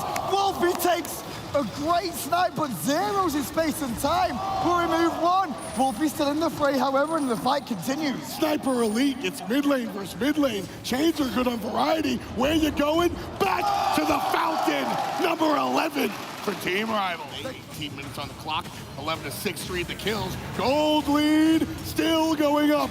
Team Rival take the Gold Fury. Textbook play by Ice Ice Baby, dropping the ring, separating out, earning the objective, 4K in the lead. I noticed how we saw Rival use the Wolfie ultimate straight away too. There was no plan to fight there. They don't have it for this fight, which I'm a little bit surprised they want to take it when Wolfie's ult is on cooldown. Hero Fred jumps a little too far. There's Frenzy. That means fight. Chain 1, chain 2. There's the ultimate. Variety. He's already gone. A different story for Trickstag. He's gone, but in the worst way. One down, and now Rival try to march on a little bit stronger. Taunt from Callis. No beats this time, boys. Bye-bye, Cubo Fred. See you later, Arculus. You have to get away. Tier 2 tower now being taken in mid. And Rival are making a series of this. And now they're going to go for the Portal Demon on top of the Golf Fury they just got to. Portal Demon does go their way, and Rival in a commanding lead. Team Rival setting up one more time. Right side of the map. Hey, we saw this one before. Athena on the left side looking for the free tower. Ice Ice Baby stepping up front, putting down the ring. There's the bracer. Objective goes to Team Rival. But Ice Ice jumped in very short on that lunge. Zeros! Time did hit Vote, and that'll take him out of the fight. Deathwalker forced to help the team out. Ice Ice will get away for a second, but Arkill's still giving chase. Nice Vote blink. is doing good damage with Deathwalker on the front side, but the damage from Dig is good. Digger in this fight. Callis is low, Callis is dead, and the carry that is Arkill is coming to play just when Dignitas needed him. This is the issue with this sort of composition. We take a look at Biggie right there and his reaction. I think this could be trouble for Team Rival here, Hindu Man. Nice little jump in from Ice Ice. But he's 1-3. He gets rooted. What are you doing? Arkle puts him down. Team Dignitas down, but not out. And the problem for me there, Hindu Man, was the target selection. And the use of abilities that didn't really... Deathwalker uses the ultimate. Nobody can capitalize. Callis taunts. Nobody's... In goes Variety into 3. Wolfie's beads are already used. Space and Heim is 2, but not enough for damage. But look at Cubo punching Wolfie in the face. But Wolfie gets away, and it's Cubo that falls. And the Ares Walker gets a double kill. And here's the fire I guy. think that was all Dig's call, because Zeros was so prime with that ultimate, to be fair. Yeah. With that space and time. I think they got a little bit too excited with themselves. Right now, Voden BK swinging like a truck. 1-0-7 with that OD bow. Very dangerous with those basic attacks. And then we go again with Callis looking for a taunt. Won't find it though. Chain. Meanwhile, Ice Ice Baby Chain. jumps in. Variety taking a bit of poke space and time! Zeros gets the kill from a distance. Not going to be enough. One dead, on gets the Deathwalker Phoenix. is going to cause problems as Zeros finds the portal, looking for the unstable, and will find it through the wall. The heal! Vote has managed to find Cubo. The kill! Vote has managed to find Tricks. The kill! Deathwalker has managed to find Variety, and Zeros has managed to find out that his entire team is dead. 40 seconds, 35, 46. The Titan is under attack. There are no minions. It's down to half. It's down to a quarter. It's down in the ground. We'll see a game 4, and thank that man right there. It's all about the Ares. On to game 4 we go. The Ares play worked once, but the problem is tough. Look at him. I got Alpha him again. Jackal. So proud of his team. Let's go on then with game 4. Picks and bands are ready. Dig versus Rival. And it'll be back to Dig Immediate. as the first pick. Osiris and the Ra band out again. It has to be Soul, Yep. and that's exactly what Dig do. Along Shen and Odin. Exactly. Goes to the Raven once more. And Sun Wukong this game, not the Bologna. But Athena's. Look at the focus to Wolfie. Ra, Vulcan, Exactly. Giannis, Kernanos for Vote. Not a real surprise there. Hoyi for Arkil. Solbeck is one of those causing issues. Nox! Oh, that. Love it. Let's hear it for game 4, boys and girls. Here we go. Game number 3, I knew Rival was winning as soon as they locked in that weird Ares. I knew it. It was too weird. Right mid lane already starting off. Hero Fred able to deal damage. Deathwalker shows up already. The Mink, not enough damage though, is able to be put out with the Mink and the rest of the team. And now Wolfie may get picked a little bit on that Nox coming out very late from this lane. But Ice Ice and Deathwalker showing face means that they can't get the speed enough. Have to fall back for the elementals. They wanted the speed, really. And I like how Deathwalker is just kind of zoning at level 1. Variety from the top, though, may be able to catch a He's few level people 2. in a way. Deathwalker's still level 1, Wolfie's still level 1. Ice has the leap, and so this poke damage is pretty good. Zeros, though, is eating archers, and that's one thing you cannot do in the early game. Respect the archers. Ice baby brought down even lower because of those minions as well. So Zero is kind of playing it fast and loose because Rival's playing it fast and loose. But the good news for Dig, though, even though he did take a lot of pressure there, they will be able to take the speed buff from Rival, and Variety can get the one on the right. And this comes back to Rival trying to make a play mid at the start. Sure. And Dig knew, as long as they didn't get anything shenanigans at the beginning, they should be okay. Those shenanigans have now come back to haunt Rival already, as Dig has taken some of their jungle. Ice going to be given the red buff here, trying to abuse Odin's early game even more. Yeah, and I like that choice. Taunt onto Trickstank. There's the trouble puddle right on top. Suns out, guns out.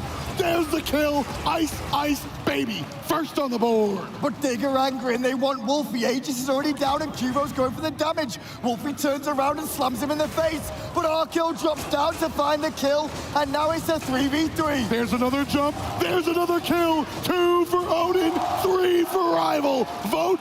He's going all the way to the top. This is the plays I'm talking about. Gold Fury started 5 seconds before 10 minutes. 5 players in Rival jerseys surrounding the objective. Taunt's good before the ring. Right, That's not going to work. Right. There's the Gold Fury. Rival secure it. And now Kubo and Trix can't really find anything else. But Wolfie has been left alone on the right-hand side. The early Gold Fury worth a little bit. Not too much, however, to create enough of a lead. But this Portal Demon start here. Callus is in a lot of trouble. He's in the middle of everybody. And down he goes. Zeros gets the kill. That was easy. Well, Gold Fury pulled by Vote for a second just to see if there is a response. That's all it is.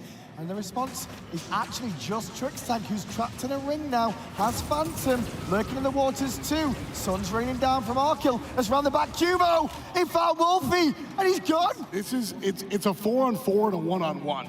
Deathwalker and Variety are playing their own This game. is going down quick. This is going down quicker than I thought it was going to do. Trickstank gonna Pond, find Zeros. puddle, combo, see you later. Vote puts number 4 on the board. And now Trickstank goes down 2 to Vote, who gets the double. In goes Arkill, diving deep. Tripski. Are you trying to give him the penta boy? Because that's what it looked like there when I play Arkill. The small mistakes deep in the game. In 4 games in, and the stress of these sets might starting to tell its toll to Dignitas. There's a taunt. Variety's in trouble. What are they Variety was doing? there once. Vote with the unofficial Quattro. What are they doing? They are walking into the slaughter like lemmings. One by one, they just fall off the bridge. Team Dignitas watch. Team Rival pick up the objective, find themselves down 4K. Do what Kubo did. Give it up and go and get the speed buff or something. That's just a jungler. Install speed, but now Kubo's gonna have to defend this Portal Demon alone. Frenzy Has needs his ultimate- fight. Has his ultimate, but he doesn't have a life. That's for sure, and now Rival are starting to gather even more energy together for themselves. Now it's a split push game, it seems. Arkill's gonna try and get a bit of free farm on the left, and Rival gonna take the tier 1 tower in the mid. Pressure for the tier 2. Yeah, it's the problem. It's a tier 1 for a tier 1, but how about that tier 2? And how about that Trickstank? Wolfie gets another one, but trouble for Ice baby. I don't think he's gonna get caught though, because he's gonna force him to dive too deep. Rival, very, very important to see how much they can shred through those protections and how much they can just burst those tanks down. Half HP, full commit, ring goes down, Rival gets the Gold Fury, no problem. Team Dignitas trying to respond. Here comes Variety and the Sobek from the backside. Flip is good, Frenzy meets fight, here's the counter initiation, the ultimate out of Athena, just for the defense. Trickstank getting low as is Callus, but Callus already used that bracer too. Great time from him onto Trix, but Trix will manage to slip away for the time being. Variety causing a nuisance in the back, and that is that. Rival gonna go, but Variety has just seen the Portal Demon right now, and he's gonna head over there. Taunt from Callus coming out, and the Portal Demon will go to Rival. Easy. Yeah, now we can see Rival just happy to try and push down the right-hand side here, but Dignitas gonna try and split the difference, take the tier 1 in the mid lane in response. In my opinion, the mid lane is pretty important, but Variety could die. Bracer. See ya. not even that exciting. It's all about the tower right there. And this is, I like this play from Team Dignitas as Rival is gonna force the fight. Jumping onto his Ice, Collis on the backside, escapes by Wave Ultimate. Trouble for Ice, baby. Bracer, not good enough. QO Fred gets another one. Tier 4 for Tier Team 2 for Tier 2 though, 1 for 1. And it looks like Dignitas to get him a chicken. And at the moment you can see one member came back, Deathwalker came back, the other damage dealers from Rival are still going. Tier Phoenix in the mid lane goes down, Phoenix on the right side goes down, and Dignitas will get away. Fire Giant started up, and the ring is on zone duty. Phantom popped, Tricks coming in, this could be a steal. No, too late, Rival get the fire, and now the fight is on. Dignitas looking for the chase. There's gonna be the ultimate out of the soul. No knockup is good enough. Collis down to half HP. Team Rival thinking about the re-engagement. Ice baby stunned out. Likely to fall here. Variety looking for the kill. Everybody else should look for the retreat. That's what they do. Ice baby gives himself up for the rest of the squad. Sacrifice for the greater good. 4 members get the Fire Giant and get to live. Do like Dick's call here though. Straight to the gold. Yep. Answer back again. Don't give him some free gold across the other side of the map when you're gonna have to fight a Fire Giant. Paul Demon gonna go the way of Rival here. Team Rival gonna go in, look for a taunt, look for the silence, look for the kill. If they can get one person picked, it's gonna job done, everything's fine. But if they don't, Dignitas have to hit the right time, like when that taunt's down, to potentially dive in and turn this around. But there's the frenzy. Cubo goes to the back line, jumping up forward, looking for the rest of Team Rival. Suns come down, no damage whatsoever. Variety forced early into that ultimate, and now it's Dig that's pushing up, looking at Voted BK. Tricks Tank puts him down, successful defensive set. Big play from Tricks Tank has now set Dig up to push back towards Rival. Vote is dead for 56 seconds. And what does that mean? Dig hold their base. And the Rival, they're the ones on the defensive. Yeah. Double Hunter, remember that late game double Hunter, Arkill, Sol, Ho Yi Sol, gonna shred down Fire Giants quicker than what Rival can do. Deathwalker served up right in the middle of all the damage of Team Dignitas. Ultimate used, will heal up in the moment. Ice baby, forcing Zeros out on the left-hand side, and the ultimate out of Arkill already on cooldown. Zeros and Variety still have theirs available, only Vote on the side of Team Rival. Okay, so not too clean coming out from Dignitas there, but the good news is they get Zeros away, and Zeros with Bancroft's talent can easily heal back to full health very quick.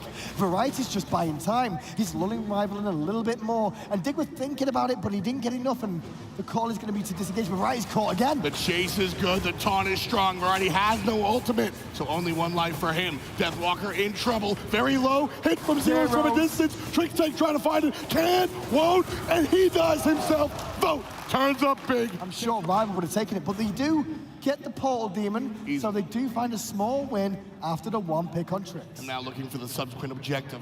Arkill heading back to base. While Team Rival picks up the Fire Giant, Zero's walking right past. This is a relinquish of the objective. Team Rival find the big guy, and they will earn themselves the Fire Giant belt. 11-6 right now. Hindu Man, Team Rival, back in the driver's seat. They have to defend a full Fire Giant team yet again. They did it once. Yup. Gotta keep doing it. Here it is. Taunt coming out from Collis. Jumping in. Not enough damage just yet. Ring is down. Arkill in trouble. Backside. Variety low. Gets the ultimate off just in time. Variety bought so much time for his team to disengage once again, but the reset happens once more. Right-hand side low, look what happened. Ice will get that weakened Phoenix. Good plot from Tricks, but I don't think that's enough because now mid's under siege too. Cubo Fred trying to deal with 3 separate players. Jumps forward. Stays aggressive. Looking for Collis and Wolfie. Wolfie misses completely. He needed to hit that, but Tricks is still getting low. The Phoenix at half health and the right one is already down. This Phoenix drops and Rival is still fine. Callis goes in. Can't find the target. Variety disrupting, but Phoenix is down. Variety's doing a fantastic job. Falls to the wayside right there. On the left-hand side, though, Rival want to keep going. They know they've got a 4v5. They need to take the free one, and Dignitas recognize they have to. Easy. Double taunt, double jump. Collis gets 1. There goes 2. Double kill for the team of Team Rival. With 3 players down, Hindu Man. Down goes Team Rival right into the throne room. Ladies and gentlemen, we're seeing a game number 5. 2 in a row for Dig. 2 in a row for Rival. And only one of them can take the last game now. What do you think, guys? Should we go to game 5? Should we start? Take a break. Wow, the crowd. I'll see you later. We've got no cheers anyway. But into game 5 we go. Thank you, Aggro, the only person cheering. Actually, you know what? Shout out to the fans at home. Do me a favor, if you're in Twitch chat right now, I want you to do one thing and one thing only. Press 1 if aggro is forehead IRL. Perfect. The Odin banned out. They have to go with Salt first, obviously. The Osiris is coming out. Robin will join it as well. You So vote Fred's Camazot's coming back. Okay, some will come too. Variety. Rival will go ahead and ban out the Terra, but we're more focused on this big ban, and it will be the Nox, okay. Give vote the Kurdanos though. I wanted that Fafnir. I know you did. This is game 5. They've done all the hard work to get to this Scylla. point, and this pick Scylla. could be the pick. Into game we go. The final game. Dignitas 2, Rival 2, and only one can be the victor. This is what we play for, folks. Well, left-hand side, the early pressure from Arkin and Trix are in a better position. Rude. It's going to go for damage early on. That reduces wave clear, but the poke is pretty good. I don't really like the poke too much because it's still Dignitas' favor for clear, and that's what they're trying to do. Meanwhile, Rival, realizing that they were behind, they had to poke back to force them back. They still lose the wave clear, so purple or red could potentially go their way. Yeah, red is what Team Dignitas have their sights set on. Rotation from Rival as well into the enemy jungle. Deathwalker looking by himself, but again, just for the little guys, not the blue buff itself. Trix and Arkil are now taking the purple buff, and they've got a lot of pressure on this left-hand side. The duo lane for Dignitas, it's been very important to see them get off to a good start here. Well, the funny thing is, once upon a time, Variety was the same as Deathwalker. The Jean-Quiz. He's pulled out a lot of stuff back in the past himself that shows that, you know, Deathwalker's probably on the same sort of route Variety was once on. Look at DW. Hello? Hey, Trix didn't see him. All the way from the Deathwalker's solo lane. here. Makes the rotation in 3 minutes and 50 seconds. Jumping away is Fafnir. That rotation doesn't really pay off, but here's the thing, Hindu. There's nothing on the right side to get. That's why DW comes all the way over here. They're gonna go for all these taunt combinations on him over and over again. Yep. He's Fafnir. And he's like, ult. Or jump away first of all, then try to ball. Boat in trouble. All of a sudden, big damage coming out. Bat.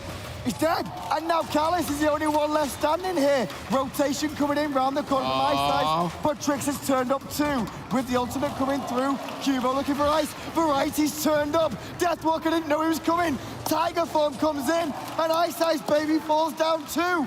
2 for 1 exchange. Dignitas up good. Looking in the mid lane. Ice Ice Baby. Just, wow. Trix was looking for the clear, not the stun. The taunt's gonna land on zeros. Big damage from the crush. And the slipstream able to walk away. No big deal. Oh, Bat out of hell. There he is. I am Batman. And one is dead. Cubo now going to try and push up, but Ice Ice finds zeros in the back, who stayed around too long. Arkil at half health, and look at this. Yeah, look at Little Collins. dance, because Cubo's here, Callus is here. Dash forward, taunt. They don't know Cubo's here. It's a bait. Arco burns speeds. Here comes the bat. Half HP on the Hunter. Going for it. Helped out by the support. 1 shot missed. 2 shot. Both from Got the him. sky. Aerial attack. Arco gets the kill. And immediately Cubo just going to aegis the crush and walk away. The taunt comes out, that's going to get the beads. Cubo very panicky about the fact that Ice Ice Baby's coming. And Ice Ice answers back again. These junglers are just playing so well. Jungle v jungle. This is the matchup. It's all about Cubo versus Ice Ice. And this is what happened in game 1 and 2. They were going toe-to-toe, toe-to-toe, toe-to-toe, and a very small window opened up, but Cubo's in trouble, Cubo's in trouble. Taunt is hit, your beads are down, your ages are down, and you're already in the base. Wolfie gets his first kill of the game thanks to I'm a Monster, taking down Cubo Fred. And some of this is actually gonna be the fact that tiredness is gonna set into these players, because you're gonna make mental mistakes when you don't mean to. Gold Fury half HP. Variety takes down Collis as the Gold Fury is still going down. Team Rival attentive to it, backs off, finds the leash. Variety with that single kill wins the engagement. It's gonna be dirty. It's gonna be game he went 1. too hard. It's no, Bracer to the rescue. Tiger to get away in the end, not to continue the aggression. But yeah, we're going back to game 1 with this. This is gonna be dirty. It's gonna be about who makes the biggest back is mistake. stopped. And the Trick lazy take. back could have got him caught. Oh, the lazy back and the crazy smack. Trick Stick goes down for the count. Never. What? Why? Oh, no, man. Come on. 5-5, 14 minutes in. And now we stand around the Gold Fury once more looking at it, because The mages basically don't have their ultimates down. They could look for some pressure. See if Arco looks for a fight, because round the back, Quavo's back again. One more time, Voda became in trouble. Here comes help from Collis. Isn't enough. To the sky goes one, to the sky goes two. The dash is good, but the bat, one better. Kilo Fred with the assist. Arco taking him down. I think Dignitas might be building up a bit of steam here, because I can see this collapse towards gold. And that's surprising for me, because I didn't expect to see this, but the confidence is building in Dignitas. The fans behind them cheering have given them a chance to go in. But Wolf is here. Basics, they're all good. Here's the commit. Dignitas get the Gold Fury. And the fight, not Biggie, there. Biggie. Full retreat. Oh, Biggie's face there was like, what are you doing, boys? Okay, they got the goal, it's okay. Like I said, when series go the distance and you're in game number 5, it's just the best of one. Trouble for Arco as he gets collapsed on by the jungle, goes to the sky. Ice now collapsed on by the jungle as he makes the rotation as well. Here comes riding all the way from the solo lane. Athena down to help out. Cuba, 1 shot, 2 shot. The third will be the kill. I am Batman. And Zeros and Tricks rushing around the side to collapse too. Callis hit by the Supernova. And Cubo Fred will take a second kill. It's the jungle versus jungle. The other 4 players, just accent marks. Can we look at the patience? Oh, wait, what? Hello?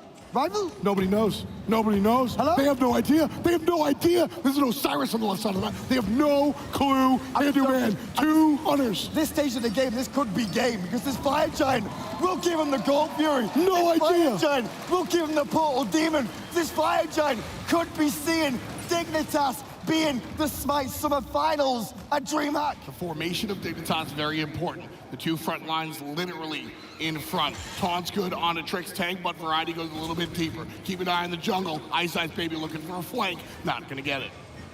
Stag just going to continue to tackle. There's the Lord of the Afterlife, baiting it out, and now Death will Frenzy! return. Frenzy means go, according to a lot of people. Let's get in there. Dignitas going for the fight. Here comes the bat right out of hell. Kilo Fred sending him right back. Deathwalker walking his way down. Arco continuing. Ice Baby gets the kill. Tier 2 tower crumbling. The faces have dropped. Their faces have dropped on Rival. Look at the right-hand side.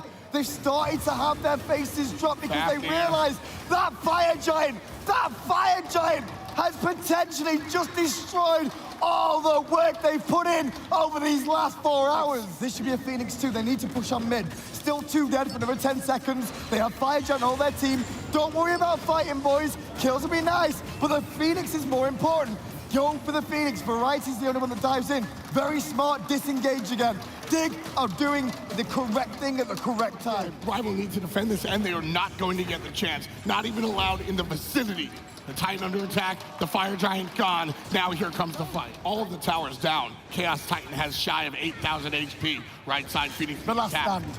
Jump forward as Deathwalker. They have to be initiation. Frenzy meets fight. They have Here to comes go. help. Is it enough? Does not look They like can't it. do it. Cubo Fred and Arkle from the sky get the kill. Variety finishes up. They did it. Variety 2, the Dubayun. That's it. That's enough. That Fire Giant call was the call that gave Dignitas the win.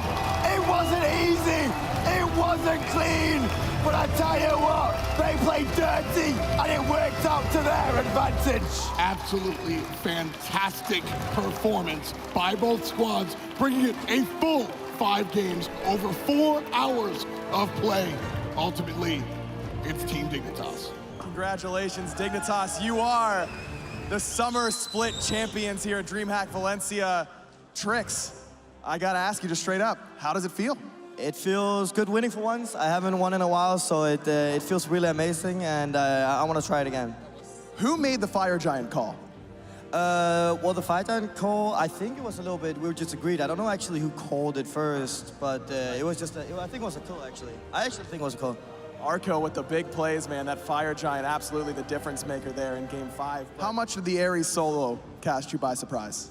Not at all. So Rival is our scrim partners. We knew everything they were going to do, actually. But we thought we could deal with them, have it being 2 in solo lane. We were discussing whether I should go there, but they got a lucky first blood and snowballed of that. So that's just unlucky, I feel like. Well, congratulations, Tricks. But now I got to move on to the MVP. The man on the end here, Cuvo Fred. Cuvo, congratulations. I got a trophy with your name on it if Variety doesn't break it first. I mean, it's undescribable. We have been like second, third, fourth for so long, and now we're finally getting the win. It feels amazing. Congratulations again, Cuvo. You and the rest of Dignitas, your summer split champions. Everyone, give them another round of applause. They were absolutely phenomenal all weekend long. Thank you so much to everyone watching at home and in the theaters, courtesy of Coke Esports. I gotta say one more time, Spain, you guys are some of the best Smite fans we have ever seen. Thank you so much for your hospitality. From all of us here at High Res Studios, we'll see you at the Fall Split.